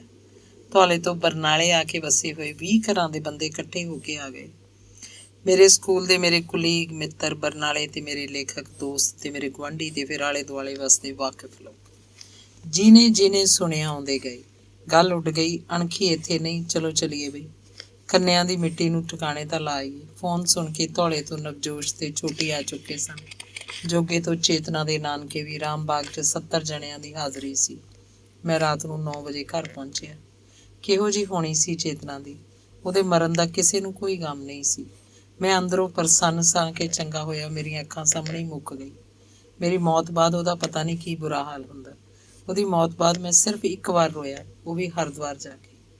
ਕਣਖਲ ਘਾਟ 'ਤੇ ਉਹਦੇ ਫੁੱਲਾਂ ਦੀ ਪੋਟਲੀ ਖੋਲ੍ਹਣ ਵੇਲੇ ਪੰਡਤ ਨੇ ਮੈਨੂੰ ਪੁੱਛਿਆ, ਇਹ ਤੁਮਾਰਾ ਕੌਣ ਥਾ ਸਰਦਾਰ ਜੀ? ਮੇਰੀ ਬੇਟੀ। ਮੈਂ ਕਿਹਾ ਤੇ ਨਾਲ ਦੀ ਨਾਲ ਮੇਰਾ ਮਨ ਭਰ ਆਇਆ, ਜਿਵੇਂ ਛਾਤੀ 'ਤੇ ਕੋਈ ਬੋਝ ਟਿਕ ਗਿਆ ਹੋਵੇ, ਜਿਵੇਂ ਪਹਿਲੀ ਵਾਰ ਸ਼ਿੱਦਤ ਨਾਲ ਅਹਿਸਾਸ ਹੋਵੇ ਕਿ ਉਹ ਮੇਰੀ ਧੀ ਸੀ ਅਤੇ ਉਹਦਾ ਕੋਈ ਜਿਵੇਂ ਅਸਤਿਤਵ ਹੀ ਨਹੀਂ ਸੀ। ਉਹ ਇਸ ਸੰਸਾਰ 'ਚ ਜਿਹੋ ਜਿਹੀ ਆਈ, ਜਿਹੋ ਜਿਹੀ ਨਾ ਆਈ, ਕਿਹੋ ਜਿਹੀ ਜੂਨ ਭੋਗ ਕੇ ਤੁਰ ਗਈ। ਕਣਖਲ ਤੋਂ ਕੁਸ਼ਾ ਘਾਟ ਤੱਕ 2 ਮੀਲ ਰਿਕਸ਼ਾ 'ਚ ਬੈਠਾ ਮੈਂ ਸਾਰੇ ਰਾਹ ਰੋਂਦਾ ਹੀ ਗਿਆ, ਹੁਬਕੀ ਹੁਬਕੀ। ਇੰਨਾ ਪਾਣੀ ਮੇਰੀਆਂ ਅੱਖਾਂ 'ਚ ਪਤਾ ਨਹੀਂ ਕਿੱਥੋਂ ਆ ਗਿਆ ਸੀ। ਰਿਕਸ਼ੇ ਵਾਲਾ ਸਿਰਫ ਇੱਕ ਵਾਰ ਪਿਛਾਂਹ ਮੁੜ ਕੇ ਮੇਰੇ ਵੱਲ ਝਾਕਿਆ ਸੀ। ਉਹਦੇ ਲਈ ਇਹ ਗੱਲ ਬਹੁਤ ਸਧਾਰਨ ਹੋਏਗੀ। ਆਪਣੇ ਸੰਬੰਧੀਆਂ ਦੇ ਫੁੱਲ ਲੈ ਕੇ ਹਰ ਰੋਜ਼ ਸੈਂਕੜੇ ਲੋਕ ਹਰਿਦੁਆਰ ਜਾਂਦੇ ਹਨ। ਰੋਂਦੇ ਮੂੰਹ ਜਾਂਦੇ, ਰੋਂਦੇ ਮੂੰਹ ਮੁੜਦੇ ਹਨ। ਮੇਰੇ ਵਾਂਗ ਤਾਂ ਨਿੱਤ ਅਜਿਹੀਆਂ ਸਵਾਰੀਆਂ ਨੂੰ ਦੇਖਦੇ ਹੋਣਗੇ ਉਹ। ਉਹਨਾਂ ਲਈ ਤਾਂ ਇਹ ਸਧਾਰਨ ਘਟਨਾ ਸੀ। ਮੈਂ 7-8 ਨਾਵਲ ਲਿਖ ਲਏ ਅਤੇ 250 ਦੇ ਕਰੀਬ ਕਹਾਣੀਆਂ ਲਿਖ ਚੁੱਕਿਆ। ਮੇਰੇ ਕਿਸੇ ਵੀ ਰਚਨਾ 'ਚ ਚੇਤਨਾ ਦਾ ਪਾਤਰ ਕਦੇ ਨਹੀਂ ਆਇਆ। ਇਹ ਪਤਾ ਨਹੀਂ ਕਿਉਂ। ਅੰਗ 13ਵਾਂ। ਫਰਵਰੀ ਦਾ ਮਹੀਨਾ ਸੀ, ਸਾਲ 1974। ਸਵੇਰੇ ਸਕੂਲ ਜਾਣਾ ਸੀ। ਮੈਂ ਨਹਾ ਧੋ ਕੇ ਤਿਆਰ ਬੈਠਾ ਰੋਟੀ ਦੀ ਉਡੀਕ ਕਰ ਰਿਹਾ ਸੀ। ਉਡੀਕ ਨਹੀਂ, ਸਗੋਂ ਕਾਹਲ ਕਰ ਰਿਹਾ ਸੀ। ਦੋਵੇਂ ਮੁੰਡੇ ਮੇਰੇ ਨਾਲ ਜਾਂਦੇ ਹੁੰਦੇ। ਮੇਰੇ ਸਕੂਲ 'ਚ ਹੀ ਉਹ ਪੜ੍ਹਦੇ ਸੀ। ਪਰਾਤ ਵਿੱਚ ਆਟਾ ਗੁੰਨਿਆ ਪਿਆ ਸੀ। ਰਾਤ ਦੀ ਰੱਖੀ ਦਾਲ ਨੂੰ ਤੜਕਾ ਵੀ ਲਾ ਦਿੱਤਾ ਗਿਆ ਸੀ। ਚੁੱਲ੍ਹੇ 'ਤੇ ਤਵਾ ਰੱਖ ਕੇ ਹਾਲੇ ਉਹਨੇ 2 ਰੋਟੀਆਂ ਹੀ ਪਕਾਈਆਂ ਕਿ ਥਿੜਕਦੇ ਕੰਬਦੇ ਪੈਰਾਂ ਨਾਲ ਹੀ ਅੰਦਰ ਸਬਾਤ 'ਚੋਂ ਮੰਜੇ 'ਤੇ ਅੱਡ ਗਈ। ਆਟੇ ਲਿਬੜੇ ਹੱਥਾਂ ਨਾਲ ਆਪਣੇ ਸਿਰ ਨੂੰ ਆਪ ਘੁੱਟ ਕੇ ਉਹਨੇ ਬਸ 2 ਕੁ ਮਿੰਟ ਹਾਏ ਹਾਏ ਕੀਤਾ, ਫਿਰ ਉਹਨੂੰ ਦੌਰਾ ਪੈ ਗਿਆ। ਇਹ ਅੱਜ ਪਹਿਲੀ ਵਾਰੀ ਨਹੀਂ ਹੋਇਆ ਸੀ। ਅਕਸਰ ਹੀ ਉਹਨੂੰ ਇੰਝ ਕੰਮ ਕਰਦੀ ਕਰਦੀ ਨੂੰ ਦੌਰਾ ਪੈ ਜਾਂਦਾ ਅਤੇ ਹੱਥਾਂ ਦਾ ਕੰਮ ਵਿੱਚ ਹੀ ਰਹਿ ਜਾਂਦਾ। ਪਹਿਲੀ ਵਾਰ ਦੌਰੇ ਉਹਨੂੰ ਚੇਤਨਾ ਦੇ ਜਨਮ ਵੇਲੇ ਪਏ। ਫਿਰ ਜਦੋਂ ਸਨੇਹਪਾਲ ਜੰਮਣਾ ਸੀ ਉਹਨੂੰ 2-3 ਮਹੀਨੇ ਪਹਿਲਾਂ ਹੀ ਦੌਰੇ ਪੈਣ ਲੱਗੇ। ਫਿਰ ਆਰਤੀ ਦੇ ਜਨਮ ਤੋਂ ਪਹਿਲਾਂ ਵੀ ਉਹੀ 3-4 ਮਹੀਨੇ ਦੌਰੇ ਪੈਂਦੇ ਰਹੇ। ਅਸੀਂ ਸਮਝਿਆ ਹਰੇਕ ਬੱਚੇ ਦੇ ਜਨਮ ਤੋਂ ਪਹਿਲਾਂ ਇਹਨੂੰ ਦੌਰੇ ਪੈਂਦੇ ਨੇ। ਡਾਕਟਰਾਂ ਨੂੰ ਦਿਖਾਉਂਦੇ ਤਾਂ ਆਖਿਆ ਜਾਂਦਾ ਖੂਨ ਦੀ ਕਮੀ ਹੈ, ਟੀਕੇ ਗੋਲੀਆਂ ਤੇ ਪੀਣ ਵਾਲੀਆਂ ਦਵਾਈਆਂ ਦੇ ਕੋਰਸ ਪੂਰੇ ਕੀਤੇ ਜਾਂਦੇ, ਦੌਰੇ ਫਿਰ ਵੀ ਪੈਂਦੇ ਰਹਿੰਦੇ। ਇੱਕ ਵਾਰ ਬੜਾ ਸਖਤ ਦੌਰਾ ਪਿਆ ਸੀ, ਬੜਾ ਭਿਆਨਕ। ਮੈਂ ਉਦੋਂ ਭਦੌੜ ਹੁੰਦਾ ਸੀ, ਗਰਮੀ ਦੀ ਰੁੱਤ ਸੀ, ਮਕਾਨ ਦੀ ਛੱਤ ਤੇ ਅਸੀਂ ਸੁੱਤੇ ਸੀ। ਆਰਤੀ 2 ਸਾਲ ਦੀ ਹੋਏਗੀ, ਅੱਧੀ ਰਾਤ ਦਾ ਵੇਲਾ ਸੀ। ਭਾਗਵੰਤੀ ਨੇ ਅਚਾਨਕ ਇੱਕ ਉੱਚੀ ਕੂਕ ਮਾਰੀ। ਮੈਂ ਡਰ ਕੇ ਉੱਠ ਬੈਠਾ। ਉਹਦਾ ਸਿਰ ਝੰਜੋੜ ਕੇ ਉਹਨੂੰ ਸੁਰਤ ਚਾਉਣ ਲਈ ਆਵਾਜ਼ਾਂ ਦੇਣ ਲੱਗਿਆ, ਪਰ ਉਹ ਤਾਂ ਉੱਠ ਕੇ ਬੈਠੀ ਹੋ ਗਈ ਤੇ ਗਾਲਾਂ ਦੇਣ ਲੱਗੀ। ਪਤਾ ਨਹੀਂ ਕਿਹਨੂੰ ਗਾਲਾਂ ਕੱਢ ਰਹੀ ਸੀ। ਮੈਂ ਉਹਨੂੰ ਬਾਹੋਂ ਫੜ ਕੇ ਮੰਜੇ ਤੇ ਪਾਉਣਾ ਚਾਹਿਆ, ਪਰ ਉਹ ਤਾਂ ਮੇਰੀਆਂ ਬਾਹਾਂ ਤੇ ਬੁਰਕੀਆਂ ਵੱਢਣ ਨੂੰ ਪੈ ਗਈ। ਮੈਂ ਉੱਚੀ ਉੱਚੀ ਰੌਲਾ ਪਾ ਰਿਹਾ ਸੀ, ਉਹਨੂੰ ਮੰਜੇ ਤੇ ਸੁੱਟਣ ਦੀ ਕੋਸ਼ਿਸ਼ ਕਰਦਾ। ਉਹ ਅਵਾ ਤਵਾ ਬੋਲੀ ਜਾ ਰਹੀ ਸੀ, ਮੈਨੂੰ ਹੱਥ ਨਹੀਂ ਲਾਉਣ ਦਿੰਦੀ ਸੀ। ਕੁੜੀ ਰੋਣ ਲੱਗੀ, ਪਰ ਉਹਨੇ ਕੁੜੀ ਨੂੰ ਤਾਂ ਚੁੱਕ ਲਿਆ ਤੇ ਮੰਜੇ ਤੇ ਬੈਠ ਕੇ ਉਹਨੂੰ ਵਰਾਉਣ ਲੱਗੀ। ਮੈਂ ਥੱਕ ਟੁੱਟ ਕੇ ਆਪਣੇ ਮੰਜੇ ਤੇ ਬੈਠ ਗਿਆ। ਉਹਦੇ ਕੋਲੋਂ ਮੈਨੂੰ ਡਰ ਲੱਗ ਰਿਹਾ ਸੀ। ਡਰ ਇਹ ਵੀ ਕਿ ਉਹ ਕਿਧਰੇ ਛੱਤ ਉੱਤੋਂ ਛਾਲ ਨਾ ਮਾਰ ਦੇਵੇ। ਮੈਂ ਮਨ 'ਚ ਮਿਥਿਆ ਹੋਇਆ ਸੀ ਕਿ ਚਾਹੇ ਕੁਝ ਵੀ ਹੋ ਜਾਏ, ਇਹਨੂੰ ਇਹਦੇ ਮੰਜੇ ਤੋਂ ਪਰੇ ਨਹੀਂ ਹੋਣ ਦਿਆਂਗਾ। ਉਹ 1-2 ਮਿੰਟ ਹੀ ਕੁੜੀ ਨੂੰ ਲੈ ਕੇ ਬੈਠੀ ਹੋਏਗੀ, ਫਿਰ ਮੰਜੇ ਤੇ ਪੈ ਗਈ, ਸੌਂ ਗਈ। ਕੁੜੀ ਵੀ ਚੁੱਪ ਸੀ। 15-20 ਮਿੰਟਾਂ ਬਾਅਦ ਉਹ ਹਾਏ ਹਾਏ ਕਰਨ ਲੱਗੀ ਤੇ ਮੈਥੋਂ ਪਾਣੀ ਮੰਗਿਆ। ਪਾਣੀ ਮੈਂ ਪਿਆ ਦਿੱਤਾ। ਮੰਜੇ ਕੋਲ ਹੀ ਮੱਗਾ ਭਰ ਕੇ ਰੱਖਿਆ ਹੋਇਆ ਸੀ। ਪਾਣੀ ਪੀ ਕੇ ਉਹਨੇ ਦੱਸਿਆ ਉਹਦੇ ਸਿਰ 'ਚ ਸਖਤ ਦਰਦ ਹੋ ਰਿਹਾ। ਮੈਂ ਉਹਦਾ ਸਿਰ ਘੁੱਟਣ ਲੱਗਿਆ। ਪੁੱਛਿਆ, ਕੀ ਹੋ ਗਿਆ ਸੀ ਤੈਨੂੰ? ਕੁਛ ਨਹੀਂ ਹੋਇਆ ਮੈਨੂੰ, ਸਿਰ ਬਹੁਤ ਦੁਖਦਾ। ਉਹਨੂੰ ਕੋਈ ਪਤਾ ਹੀ ਨਹੀਂ ਸੀ ਕਿ ਹੁਣੇ ਉਹਦੇ ਨਾਲ ਕੀ ਵਾਪਰ ਕੇ ਹਟਿਆ। ਮੈਂ ਉਹਨੂੰ ਹੋਰ ਸਵਾਲ ਨਾ ਕੀਤਾ। ਥੋੜ੍ਹਾ ਚਿਰ ਉਹਦਾ ਸਿਰ ਘੁੱਟਿਆ ਤੇ ਪੈ ਗਿਆ। ਉਹ ਛੇਤੀ ਸੌਂ ਗਈ, ਪਰ ਮੈਂ ਜਾਗਦਾ ਰਿਹਾ। ਘੰਟੇ-1.5 ਘੰਟੇ ਬਾਅਦ ਨੀਂਦ ਆਈ ਹੋਏਗੀ। ਪਤਾ ਨਹੀਂ ਆਂਢੀ ਗੁਆਂਢੀ ਕਿਹੜੀ ਮਿੱਟੀ ਦੇ ਬਣੇ ਹੋਏ ਸੀ। ਧੌਲਾ ਹੁੰਦਾ ਤਾਂ ਆਲੇ ਦੁਆਲੇ ਦੇ 10 ਘਰਾਂ ਨੇ ਭੱਜੇ ਆਉਣਾ ਸੀ। ਜਿਹੜਾ ਘੋਲ ਅੱਧੀ ਰਾਤ ਮੈਂ ਉਹਦੇ ਨਾਲ ਕੀਤਾ, ਉਹ ਗੁਆਂਢੀ ਬੁੜੀਆਂ ਕਰਦੀਆਂ, ਪਰ ਇੱਥੇ ਤਾਂ ਇੱਕ ਵੀ ਬੰਦਾ ਉੱਠ ਕੇ ਨਾ ਆਇਆ। ਇੰਨਾ ਹੀ ਕੋਈ ਪੁੱਛ ਲੈਂਦਾ, ਕੀ ਹੋ ਗਿਆ ਮਾਸਟਰ ਜੀ? 3-4 ਮਹੀਨਿਆਂ ਬਾਅਦ ਇਸੇ ਤਰ੍ਹਾਂ ਫੇਰ ਦੌਰਾ ਪਿਆ, ਜਿਵੇਂ ਕਿਸੇ ਭੂਤ ਪ੍ਰੇਤ ਦੀ ਕਸਰ ਹੁੰਦੀ ਹੋਵੇ। ਉਦੋਂ ਅਸੀਂ ਪਿੰਡ ਸੀ। ਮੇਰੀ ਮਾਂ ਨੇ ਚੱਪਣ 'ਚ ਗੋਹੇ ਦੀ ਅੱਗ ਪਾ ਕੇ ਉੱਤੇ ਗੁੱਗਲ ਸੁੱਟੀ ਤੇ ਉਹਦਾ ਧੂੰਆਂ ਭਾਗਵੰਤੀ ਦੇ ਨੱਕ ਅੱਗੇ ਕਰਤਾ। ਕੁਝ ਚਿਰ ਬਾਅਦ ਉਹ ਠੀਕ ਹੋ ਗਈ। ਇੱਦਾਂ ਹੀ ਫਿਰ ਦੂਜੇ-ਚੌਥੇ ਮਹੀਨੇ ਉਹਨੂੰ ਦੌਰਾ ਪੈਂਦਾ। ਗੁੱਗਲ ਦਾ ਧੂੰਆਂ ਉਹਨੂੰ ਸੁੰਘਾਤਾ ਜਾਂਦਾ, ਉਹ ਠੀਕ ਹੋ ਜਾਂਦੀ। ਖੂਨ ਦੀ ਘਾਟ ਸਮਝ ਕੇ ਤਾਕਤ ਦੇ ਟੀਕੇ ਲੱਗਦੇ ਰਹਿੰਦੇ। ਬਿੱਟੂ ਜੰਮਣ ਤੋਂ 3-4 ਮਹੀਨੇ ਪਹਿਲਾਂ ਬਹੁਤ ਦੌਰੇ ਪੈਣ ਲੱਗੇ। ਲਗਾਤਾਰ ਹੀ ਟੀਕੇ ਲੱਗਦੇ, ਕੋਈ ਨਾ ਕੋਈ ਟੌਨਿਕ ਚੱਲਦੀ ਰਹਿੰਦੀ। ਬਿੱਟੂ 6 ਮਹੀਨੇ ਦਾ ਹੋਣ ਤੱਕ ਉਹ ਠੀਕ ਰਹੀ। ਕਦੇ ਕੋਈ ਦੌਰਾ ਨਾ ਪਿਆ, ਪਰ ਫਿਰ ਉਹੀ ਹਾਲ। ਹੁਣ ਉਹ ਪਹਿਲਾਂ ਵਾਂਗ ਭੜਕਦੀ ਤਾਂ ਨਾ। ਰਾਤ ਹੁੰਦੀ ਤਾਂ ਸੁੱਤੀ ਪਈ ਚਾਂਗ ਮਾਰਦੀ ਤੇ ਫਿਰ ਬੇਹੋਸ਼ ਹੋ ਜਾਂਦੀ। ਦੰਦ ਬੀੜ ਜੁੜ ਜਾਂਦੀ। ਦਿਨ ਹੁੰਦਾ ਤਾਂ ਪਹਿਲਾਂ ਸਖਤ ਸਿਰ ਦਰਦ ਸ਼ੁਰੂ ਹੋ ਜਾਂਦਾ। ਉਹ ਮੰਜੇ ਤੇ ਪੈ ਜਾਂਦੀ, ਫਿਰ ਉਹਨੂੰ ਦੌਰਾ ਪੈ ਜਾਂਦਾ। ਇੰਝ ਹੁਣ 15ਵੇਂ-20ਵੇਂ ਦਿਨ ਹੀ ਹੋਣ ਲੱਗ ਪਿਆ ਸੀ। ਸਾਡੇ ਇੱਕ RMP ਸੀ ਪਰਸ਼ੋਤਮ। ਉਹ ਉੱਥੇ 15-20 ਸਾਲਾਂ ਤੋਂ ਰਹਿ ਰਿਹਾ ਸੀ। ਪਿੰਡ ਦੇ ਸਾਰੇ ਮਰੀਜ਼ ਉਹਦੀ ਦੁਕਾਨ ਤੇ ਆਉਂਦੇ, ਪਰ ਆਮ ਕਰਕੇ ਉਹ ਲੋਕਾਂ ਦੇ ਘਰਾਂ 'ਚ ਬਹੁਤਾ ਜਾਂਦਾ। ਉਹਦੇ ਕੋਲ ਸਾਈਕਲ ਸੀ, ਗਲੀਆਂ ਪੱਕੀਆਂ ਸੀ। ਸਵੇਰੇ ਦਿਨ ਚੜ੍ਹਦੇ ਫਿਰਨ ਲੱਗ ਜਾਂਦਾ, ਆਥਣੇ ਹਨੇਰੇ ਹੋਏ ਟਿਕਦਾ। ਸ਼ਹਿਰ ਦੇ ਕਿਸੇ ਫੰਨੇ-ਕਾ MBBS ਡਾਕਟਰ ਨਾਲੋਂ ਵੱਧ ਉਹਦੀ ਕਮਾਈ ਸੀ। ਉਹਦੀ ਅਕਲ ਵੀ MBBS ਡਾਕਟਰ ਜਿੰਨੀ ਸੀ। ਦੁਕਾਨਦਾਰੀ ਸੁਭਾਅ। ਪਿੰਡ 'ਚ ਹੋਰ ਬਹੁਤ RMP ਆਏ, ਪਰ ਕੋਈ 6 ਮਹੀਨੇ ਤੋਂ ਵੱਧ ਨਹੀਂ ਸੀ ਟਿਕ ਸਕਿਆ। ਪਰਸ਼ੋਤਮ ਦੀ ਪਰਚੋਂ ਦੇਖ ਕੇ ਹਰ ਕੋਈ ਭੱਜ ਨਿਕਲਦਾ। ਬਾਅਦ 'ਚ ਚਾਹੇ ਪਿੰਡ ਵਿੱਚ ਸਰਕਾਰੀ ਡਿਸਪੈਂਸਰੀ ਖੁੱਲ੍ਹ ਗਈ ਸੀ, ਪਰ ਪਰਸ਼ੋਤਮ ਦਾ ਕੰਮ ਉਵੇਂ ਦਾ ਉਵੇਂ ਚੱਲਦਾ ਰਿਹਾ। ਭਾਗਵੰਤੀ ਨੂੰ ਜਦੋਂ ਦੌਰਾ ਪੈਂਦਾ, ਪਰਸ਼ੋਤਮ ਨੂੰ ਬੁਲਾਇਆ ਜਾਂਦਾ। ਉਹ ਸਾਈਕਲ ਨੂੰ ਅੱਡੀ ਦਿੰਦਾ ਤੇ ਫਟ ਘਰ ਆ ਪਹੁੰਚਦਾ। ਆਉਣ ਸਾਰ ਪਹਿਲਾਂ ਤਾਂ ਇੱਕ ਦਵਾਈ ਸੰਘਾਉਂਦਾ, ਫਿਰ ਪੀਣ ਵਾਲੀ ਕੋਈ ਦਵਾਈ ਮੂੰਹ 'ਚ ਪਾਉਂਦਾ। ਉਹਨੂੰ ਸੁਰਤ ਆ ਜਾਂਦੀ ਤਾਂ ਉਹਦੇ ਪੁੜੇ ਤੇ ਟੀਕਾ ਕਰ ਦਿੰਦਾ। ਪੀਣ ਵਾਲੀ ਦਵਾਈ ਦੀਆਂ 2 ਖੁਰਾਕਾਂ ਹੋਰ ਦੇ ਜਾਂਦਾ। ਮੈਂ ਉਹਨੂੰ ਮਹੀਨੇ ਬਾਅਦ ਤਨਖਾਹ ਮਿਲੀ ਤੋਂ ਇਕੱਠੇ ਪੈਸੇ ਦਿੰਦਾ। ਭਾਗਵੰਤੀ ਦੀ ਬਿਮਾਰੀ ਦਾ ਪਰਸ਼ੋਤਮ ਹੀ ਬਸ ਇੱਕ ਇਲਾਜ ਰਹਿ ਗਿਆ ਸੀ। ਇੱਕ ਵਾਰ ਮੈਂ ਉਹਨੂੰ ਮਾਨਸਾ ਲੈ ਗਿਆ। ਉੱਥੇ ਸਰਕਾਰੀ ਹਸਪਤਾਲ 'ਚ ਉਹਦੇ ਚਾਚੇ ਦਾ ਪੁੱਤ ਪ੍ਰੀਤਮ ਚੰਦ ਫਾਰਮਾਸਿਸਟ ਸੀ। ਸਾਡੇ ਨਾਲ ਉਹ ਚੰਗਾ ਗਰੋਹ ਰੱਖਦਾ ਹੁੰਦਾ। ਪ੍ਰੀਤਮ ਚੰਦ ਨੇ ਉਹਨੂੰ ਵੱਡੇ ਡਾਕਟਰ ਕੋਲ ਚੈੱਕ ਕਰਵਾਇਆ ਤੇ ਦਵਾਈਆਂ ਲਿਖ ਕੇ ਦਿੱਤੀਆਂ। ਤਾਕਤ ਦੇ ਬਹੁਤ ਮਹਿੰਗੀ ਕਿਸਮ ਦੇ ਸੂਏ। ਇੱਕ ਸੂਆ ਅਸੀਂ ਉੱਥੇ ਹਸਪਤਾਲ 'ਚ ਹੀ ਲਵਾ ਲਿਆ। ਇਹ ਪਹਿਲਾਂ ਵੀ ਸੀ। ਜਦੋਂ ਉਹਨੂੰ ਕੋਈ ਬਹੁਤੀ ਤਾਕਤ ਵਾਲੀ ਦਵਾਈ ਦਿੱਤੀ ਜਾਂਦੀ ਜਾਂ ਤਾਕਤ ਦਾ ਸੂਆ ਲਾਇਆ ਜਾਂਦਾ ਤਾਂ ਹੋਰ ਤੰਗ ਹੋ ਜਾਂਦੀ। ਉਹਦੀ ਦੇਹ ਖਿੰਡਣ ਲੱਗਦੀ। ਉਸ ਦਿਨ ਵੀ ਇੰਝ ਹੀ ਹੋਇਆ। ਰਿਕਸ਼ਾ ਲੈ ਕੇ ਅਸੀਂ ਵਾਪਸ ਪ੍ਰੀਤਮ ਚੰਦ ਦੇ ਘਰ ਚਲੇ ਗਏ। ਉਹ ਚਾਹੁੰਦੀ ਸੀ ਕਿ ਉਹ ਥੋੜ੍ਹੀ ਦੇਰ ਆਰਾਮ ਕਰ ਲਵੇ।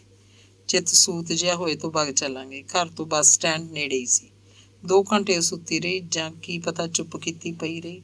ਆਥਣ ਜਿਹਾ ਹੋਣ ਲੱਗਿਆ ਤਾਂ ਮੈਂ ਉਹਨੂੰ ਆਖਿਆ ਚੱਲ ਚੱਲੀਏ ਹੁਣ, ਘਰੇ ਜਵਾਕ ਉਡੀਕਦੇ ਹੋਣਗੇ। ਘਰੋਂ ਤੁਰ ਕੇ ਉਹ ਮਸਾਂ 10 ਕਦਮ ਹੀ ਆਈ ਹੋਏਗੀ ਕਿ ਉਹਦੀ ਦੇਹ ਖਿੰਡ ਗਈ, ਜਿਵੇਂ ਕੋਈ ਸ਼ਰਾਬੀ ਤੁਰਦਾ ਹੋਵੇ। ਹਾਨੀ ਸਾਰ ਨੂੰ ਗਲੀ 'ਚੋਂ ਇੱਕ ਘਰ ਦੀ ਚੌਂਕੜੀ 'ਤੇ ਬੈਠ ਗਈ ਤੇ ਅੱਖਾਂ ਮੀਟ ਲਈਆਂ। ਘਰ ਵਾਲਿਆਂ ਤੋਂ ਪਾਣੀ ਦਾ ਗਲਾਸ ਲੈ ਕੇ ਮੈਂ ਉਹਨੂੰ 2 ਘੁੱਟਾਂ ਪਿਆਤੀਆਂ ਤੇ ਉੱਠਣ ਲਈ ਆਖਿਆ। ਉਹ ਕਹਿੰਦੀ ਅਜੇ ਸੂਤ ਨਹੀਂ ਚਿੱਤ। ਉੱਠੀ ਤਾਂ ਫੇਰ ਉਹੀ ਹਾਲ। ਮੈਂ ਉਹਨੂੰ ਥਾਂ ਦੀ ਥਾਂ ਬਿਠਾ ਕੇ ਰਿਕਸ਼ਾ ਲੈ ਆਇਆ। ਬੱਸ ਵਿੱਚ ਅੱਧੀ ਸੁੱਤੀ ਜੀ ਬੈਠੀ ਰਹੀ। ਧੌਲੇ ਉਤਰ ਕੇ ਮੈਂ ਉਹਨੂੰ ਸਾਈਕਲ ਮਗਰ ਬਿਠਾਇਆ ਤਾਂ ਜਾ ਕੇ ਘਰ ਪਹੁੰਚੇ। ਸਵੇਰ ਵੇਲੇ ਤਾਂ ਉਹ ਘਰੋਂ ਪੈਰੀਂ ਤੁਰ ਕੇ ਹੀ ਬੱਸ ਅੱਡੇ ਤੇ ਪਹੁੰਚ ਗਈ ਸੀ। ਪ੍ਰੀਤਮ ਚੰਦ ਨੇ ਤੀਜੇ ਦਿਨ ਸੂਆ ਆਖਿਆ ਸੀ। ਇਹ 20 ਸੂਏ ਸੀ, ਪਰ ਦੂਜਾ ਸੂਆ ਅਸੀਂ ਨਹੀਂ ਲਵਾਇਆ। ਬਾਕੀ ਸੂਏ ਉਵੇਂ ਦੇ ਉਵੇਂ ਆਲੇ 'ਚ ਪਏ ਰਹਿ ਗਏ। ਸੂਆ ਨਾ ਲਗਾਉਣ ਕਰਕੇ ਉਹ ਠੀਕ ਰਹੀ। ਉਹਨੂੰ ਆਪਣੀ ਬਿਮਾਰੀ ਦਾ ਫਿਕਰ ਨਹੀਂ ਸੀ। ਅਣਵਰਤੇ ਸੂਇਆਂ ਦਾ, ਉਹਨਾਂ ਤੇ ਲੱਗੇ ਪੈਸਿਆਂ ਦਾ ਝੋਰਾ ਉਹ ਕਰਦੀ ਰਹਿੰਦੀ। ਉਹਦੇ 'ਚ ਸੰਜਮ ਜ਼ਰੂਰਤ ਤੋਂ ਜ਼ਿਆਦਾ ਸੀ। ਮੈਂ ਉਹਨੂੰ ਕੋਈ ਦਵਾਈ ਲਿਆ ਕੇ ਦਿੰਦਾ, ਕਹਿੰਦਾ ਅੱਜ ਹੀ ਸ਼ੁਰੂ ਕਰ ਦੇ, ਹੁਣੇ ਲੈ ਲੈ ਇੱਕ ਖੁਰਾਕ। ਪਰ ਉਹ ਦਵਾਈ ਦੀ ਬੋਤਲ ਸੰਭਾਲ ਕੇ ਰੱਖ ਦਿੰਦੀ। ਉਹਦਾ ਕਾਰਕ ਵੀ ਖੋਲ੍ਹਣ ਨਾ ਦਿੰਦੀ। ਆਖਦੀ ਅੱਜ ਦਿਨ ਚੰਗਾ ਨਹੀਂ, ਪਰਸੋਂ ਨੂੰ ਸ਼ੁਰੂ ਕਰ ਦੂੰਗੀ, ਨਾਲੇ ਬੁੱਧਵਾਰ ਹੈ। ਅਸਲ 'ਚ ਉਹਦੇ ਮਨ 'ਚ ਇਹ ਗੱਲ ਹੁੰਦੀ ਕਿ ਜੇ ਦਵਾਈ ਹੁਣੇ ਸ਼ੁਰੂ ਕਰ ਦਿੱਤੀ ਤਾਂ ਥੋੜ੍ਹੇ ਦਿਨਾਂ 'ਚ ਹੀ ਮੁੱਕ ਜਾਏਗੀ। ਫਿਰ ਹੋਰ ਦਵਾਈ ਤੇ ਹੋਰ ਪੈਸੇ ਲਾਉਣੇ ਪੈਣਗੇ। ਇਉਂ ਹੀ ਮੈਂ ਉਹਨੂੰ ਨਵਾਂ ਸੂਟ ਸਵਾ ਕੇ ਦਿੰਦਾ ਤਾਂ ਉਹ ਇੱਕ ਵਾਰ ਪਹਿਨਦੀ, ਫਿਰ ਧੋ ਕੇ ਟਰੰਕ 'ਚ ਰੱਖ ਦਿੰਦੀ। ਪਹਿਨਦੀ ਨਾ, ਪੁਰਾਣੀ ਸਲਵਾਰ ਨੂੰ ਟਾਕੀਆਂ ਲਾਈ ਜਾਂਦੀ। ਕਮੀਜ਼ ਦਾ ਪਿਛਲਾ ਪੱਲਾ ਘਸ ਕੇ ਫਟ ਜਾਂਦਾ ਤਾਂ ਹੋਰ ਕਿਸੇ ਕੱਪੜੇ ਦਾ ਓਨਾ ਹਿੱਸਾ ਉਹਦੇ ਨਾਲ ਜੋੜ ਲੈਂਦੀ। ਨਵਾਂ ਸੂਟ ਸੰਭਾਲ ਕੇ ਰੱਖਦੀ। ਉਹਦੀ ਮੱਤ ਸੀ ਕਿ ਨਵੇਂ ਕੱਪੜੇ ਗਰਾਂਕ ਹੋਏ ਜਾਣ ਵੇਲੇ ਹੀ ਪਹਿਨੇ ਜਾਂਦੇ ਹੈ। ਮੈਨੂੰ ਇਹ ਬਹੁਤ ਬੁਰਾ ਲੱਗਦਾ। ਮੈਂ ਕਈ ਵਾਰ ਉਹਦੀ ਪੁਰਾਣੀ ਕਮੀਜ਼ ਜਾਂ ਪੁਰਾਣੀ ਸਲਵਾਰ ਆਪਣੇ ਹੱਥਾਂ ਨਾਲ ਉਹਦੇ ਸਾਹਮਣੇ ਪਾੜੀ ਸੀ। ਉਹ ਤਾਂ ਉਹਨਾਂ ਨੂੰ ਪਹਿਨਣ ਨੂੰ ਹਟਦੀ ਹੀ ਨਹੀਂ ਸੀ। ਪਿਛਲੇ ਡੰਗ ਦੀਆਂ ਬਹੀਆਂ ਰੋਟੀਆਂ ਖਾ ਲੈਣਾ, ਆਪਣੀ ਦਾਲ ਸਬਜ਼ੀ ਵਿੱਚ ਘਿਓ ਪਾਉਣਾ ਹੀ ਨਾ, ਆਖੇ ਜਵਾਕ ਖਾ ਲੈਣਗੇ।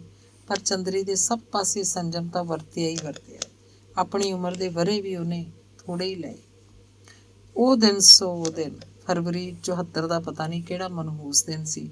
ਰੋਟੀ ਪਕਾਉਂਦੀ ਆਟੇ ਦੇ ਲਿਬੜੇ ਹੱਥੀਂ ਉਹ ਜਿਉਂ ਮੰਜੇ 'ਤੇ ਡਿੱਗੀ।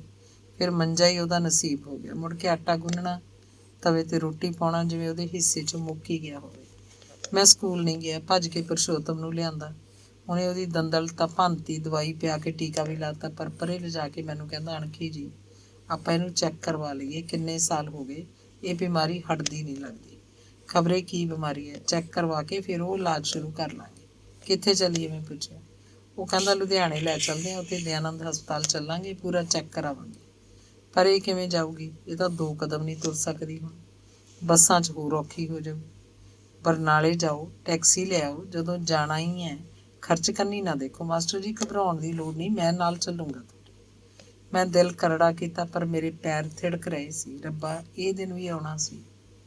ਇੱਕ ਦਿਨ ਪਹਿਲਾਂ ਹੀ ਜ਼ਮੀਨ ਦਾ ਠੇਕਾ 2000 ਰੁਪਏ ਪਿੰਡ ਦੀ ਬੈਂਕ 'ਚ ਜਮ੍ਹਾਂ ਕਰਾਇਆ ਸੀ। 2000 ਪਹਿਲਾਂ ਤਾਂ ਬੈਂਕ 'ਚੋਂ ਕਢਾਇਆ, ਫਿਰ ਬਰਨਾਲਿਓਂ ਟੈਕਸੀ ਲਿਆਂਦੀ। ਮਾਂ ਵੀ ਸਾਡੇ ਨਾਲ ਗਈ। ਦਯਾਨੰਦ ਹਸਪਤਾਲ 'ਚ ਡਾਕਟਰ ਚਾਵਲਾ ਕੋਈ ਪੁਰਸ਼ੋਤਮ ਦਾ ਵਾਕਫ ਸੀ। ਉਹਦੀ ਕੋਠੀ ਪਹਿਲਾਂ ਅਸੀਂ ਗਏ। ਜਾਂਦੇ ਹੀ ਡਾਕਟਰ ਚਾਵਲਾ ਨੇ ਭਾਗਵੰਤੀ ਨੂੰ ਮੇਜ਼ 'ਤੇ ਪਾ ਲਿਆ ਦੇਖਿਆ, ਜਿਵੇਂ ਉਹਨੂੰ ਉਦੋਂ ਹੀ ਕੋਈ ਸਮਝ ਆ ਗਈ ਹੋਵੇ। ਕਹਿੰਦਾ ਐਡਮਿਟ ਕਰਾ ਦਿਓ। ਚਿੱਟ ਲਿਖ ਦਿੱਤੀ। ਉਹਨੂੰ ਦਾਖਲ ਕਰ ਲਿਆ ਗਿਆ। ਪੁਰਸ਼ੋਤਮ ਸ਼ਾਮ ਨੂੰ ਮੁੜ ਗਿਆ। ਉਹਦੇ ਕੋਲ ਮੈਂ ਤੇ ਬੇਬੇ ਰਹੇ। ਅਸੀਂ ਸਾਰੀ ਰਾਤ ਦੋਵੇਂ ਮਾਂ ਪੁੱਤ ਸੁੱਤੇ ਨਹੀਂ, ਨਾ ਹੀ ਭਾਗਵੰਤੀ ਸੁੱਤੀ। ਉਹਦੀ ਬੇਚੈਨੀ ਨੇ ਸਾਨੂੰ ਸੌਣ ਨਹੀਂ ਦਿੱਤਾ। ਦੂਜੇ ਦਿਨ ਉਹਨੇ ਕਈ ਟੈਸਟ ਲਏ ਗਏ। ਤੀਜੇ ਦਿਨ ਡਾਕਟਰ ਚਾਵਲਾ ਮੈਨੂੰ ਆ ਕੇ ਕਹਿੰਦਾ ਤੁਸੀਂ ਇਹਨੂੰ ਚੰਡੀਗੜ੍ਹ PGI 'ਚ ਲੈ ਜਾਓ, ਇੱਥੇ ਇਹਦਾ ਇਲਾਜ ਹੋਏਗਾ। ਅਸੀਂ ਰੈਫਰ ਕਰ ਦਿੰਦੇ ਹਾਂ, ਉਹ ਐਡਮਿਟ ਕਰ ਲੈਣਗੇ। ਐਮਰਜੈਂਸੀ 'ਚ ਜਾਣਾ, ਹੁਣੇ ਚੱਲ ਜਾਓ, take it serious. Doctor Chawla ਦੀ ਗੱਲ ਨੇ ਮੇਰਾ ਕਾਲਜਾ ਹਿਲਾ ਦਿੱਤਾ। ਮੈਂ ਮਾਂ ਨਾਲ ਗੱਲ ਕੀਤੀ। ਮਾਂ ਕਹਿੰਦੀ ਚੱਲ ਭਾਈ, ਉੱਥੇ ਨੂੰ ਤੁਰ ਚੱਲੋ। ਫਿਰ ਰੱਬ ਭਲੀ ਕਰੂ, ਕ੍ਰਿਸ਼ਨ ਭਗਵਾਨ ਉਹੀ ਇਲਾਜ ਰੱਖੂ ਤਾਂ ਬੰਸਰੀ ਵਾਲਾ। ਟੈਕਸੀ ਲੈ ਕੇ ਚੰਡੀਗੜ੍ਹ ਨੂੰ ਤੁਰਨ ਲੱਗੇ, ਇੰਨੇ ਨੂੰ ਨਵਜੋਸ਼ ਵੀ ਪਿੰਡੋਂ ਆ ਗਿਆ। ਅਸੀਂ ਉਹਨੂੰ ਵੀ ਕਾਰ 'ਚ ਬਿਠਾ ਲਿਆ। ਚੰਡੀਗੜ੍ਹ ਅਸੀਂ 4 ਵਜੇ ਨੂੰ ਪਹੁੰਚ ਗਏ।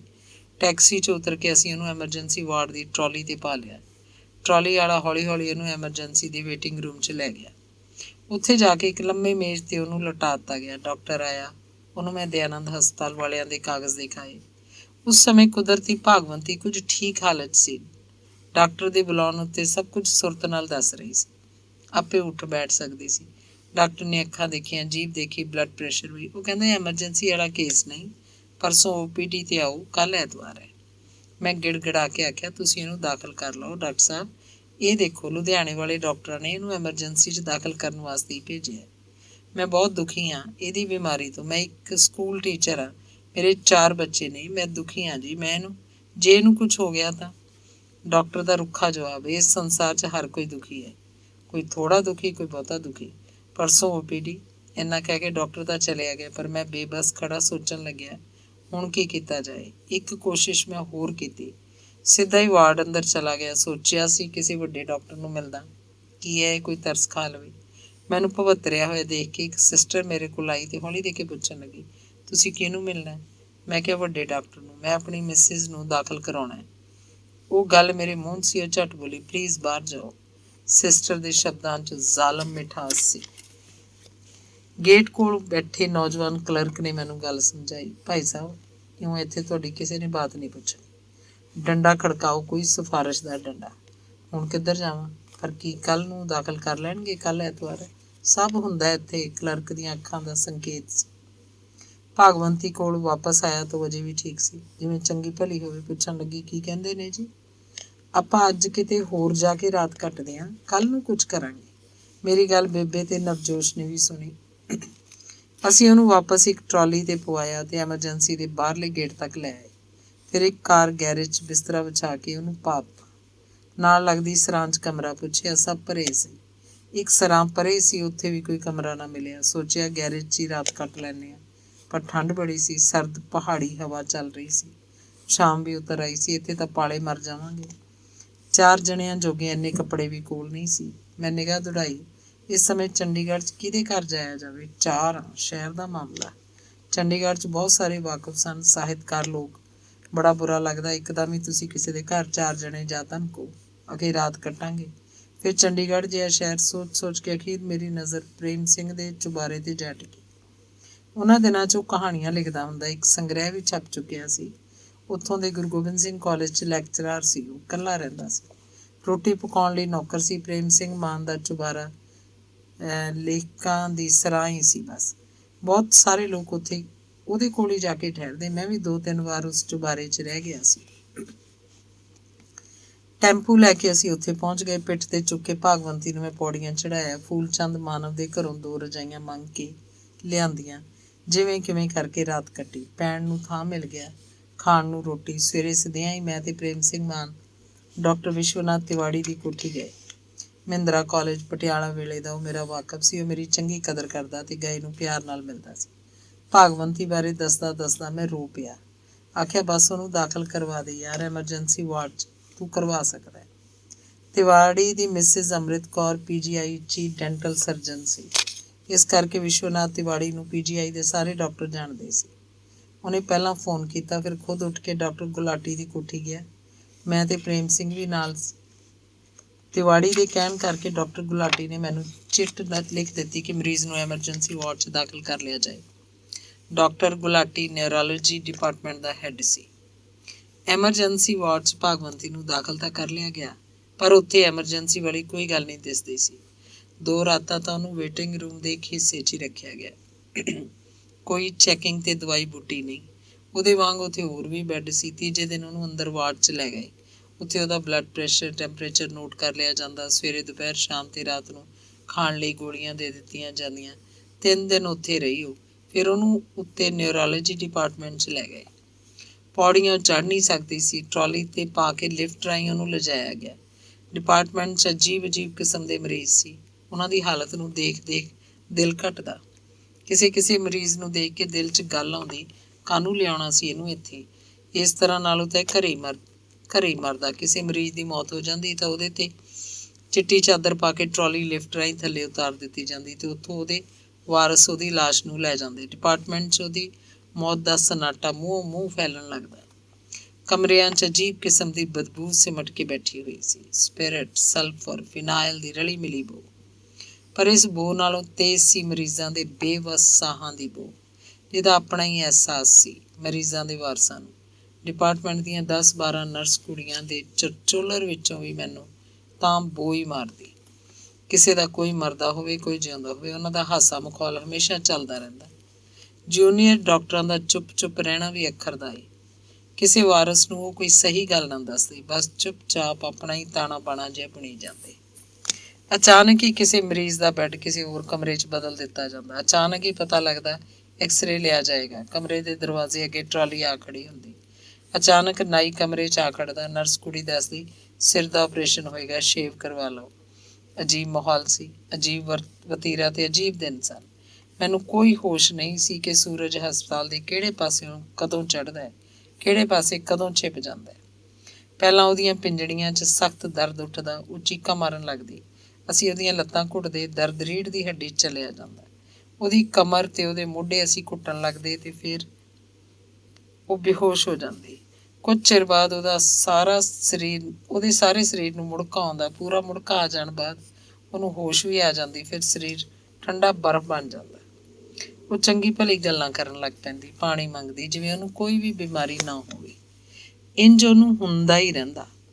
ਕਦੇ 4 ਘੰਟਿਆਂ ਬਾਅਦ, ਕਦੇ 2 ਘੰਟਿਆਂ ਬਾਅਦ ਤੇ ਕਦੇ ਘੰਟੇ ਪਿੱਛੋਂ ਹੀ ਉਹਦੇ ਸਰੀਰ ਨੂੰ ਘੁੱਟਦੇ ਘੁੱਟਦੇ ਮੇਰੀਆਂ ਬਾਹਾਂ ਹੰਭ ਗਈਆਂ। ਮੈਂ ਇਕੱਲਾ ਵੀ ਨਹੀਂ ਸੀ, ਬੇਬੇ ਸੀ, ਨਵਜੋਤ ਸੀ। ਜਿੱਥੇ ਸਾਡੇ ਉੱਥੇ ਜਾਣ ਤੋਂ 4-5 ਦਿਨ ਬਾਅਦ ਜਲਾਲ ਤੋਂ ਭੈਣ ਵੀ ਆ ਗਈ ਸੀ। ਉਹਦੇ ਕੋਲ ਸਿਰਫ ਰਾਤ ਨੂੰ ਇੱਕ ਜਣਾ ਠਹਿਰ ਸਕਦਾ। ਆਮ ਤੌਰ ਤੇ ਬੇਬੇ ਹੀ ਠਹਿਰਦੀ। ਭੈਣ ਨੂੰ ਕਦੇ ਕਿਸੇ ਦੇ ਘਰ ਰਾਤ ਕਟਾਉਂਦਾ, ਕਦੇ ਕਿਸੇ ਦੇ। ਉਹਨਾਂ ਦਿਨਾਂ 'ਚ ਪ੍ਰੇਮ ਸਿੰਘ ਮਾਨ ਬਹੁਤ ਕੰਮ ਆਇਆ। ਸਵੇਰੇ ਸ਼ਾਮ ਉਹਦਾ ਨੌਕਰ ਕਾਫੀ ਸਾਰੀਆਂ ਰੋਟੀਆਂ ਪਕਾ ਦਿੰਦਾ। ਕੋਈ ਦਾਲ ਸਬਜ਼ੀ ਬਣਾਉਂਦਾ। PGI ਦੇ ਨੇੜੇ ਹੀ 15 ਸੈਕਟਰ 'ਚ ਪ੍ਰਦੀਪ ਅਰਸ਼ੀ ਰਹਿੰਦਾ। ਉਹਦੇ ਘਰ ਮੈਂ ਨਾ ਆਉਂਦਾ ਤੇ ਭਾਗਵੰਤੀ ਵਾਸਤੇ ਖਿਚੜੀ ਜਾਂ ਦਲੀਆ ਬਣਵਾ ਕੇ ਲਿਆਉਂਦਾ। ਮੈਂ ਤੇ ਨਵਜੋਸ਼ ਸੌਂਦੇ ਜਾ ਕੇ ਡਾਕਟਰ ਨਾਹਰ ਸਿੰਘ ਦੇ ਕਮਰੇ 'ਚ। ਉਹਨਾਂ ਦਿਨਾਂ 'ਚ ਉੱਥੇ ਪੰਜਾਬ ਯੂਨੀਵਰਸਿਟੀ 'ਚ ਪੰਜਾਬੀ ਦੀ MA ਕਰ ਰਿਹਾ ਸੀ। ਹੋਸਟਲ 'ਚ ਰਹਿੰਦਾ। ਉਹ ਮੇਰੀਆਂ ਕਹਾਣੀਆਂ ਦਾ ਪਾਠਕ ਸੀ। ਐਵੇਂ ਅਚਾਨਕ ਇੱਕ ਦਿਨ ਮੁਲਾਕਾਤ ਹੋ ਗਈ।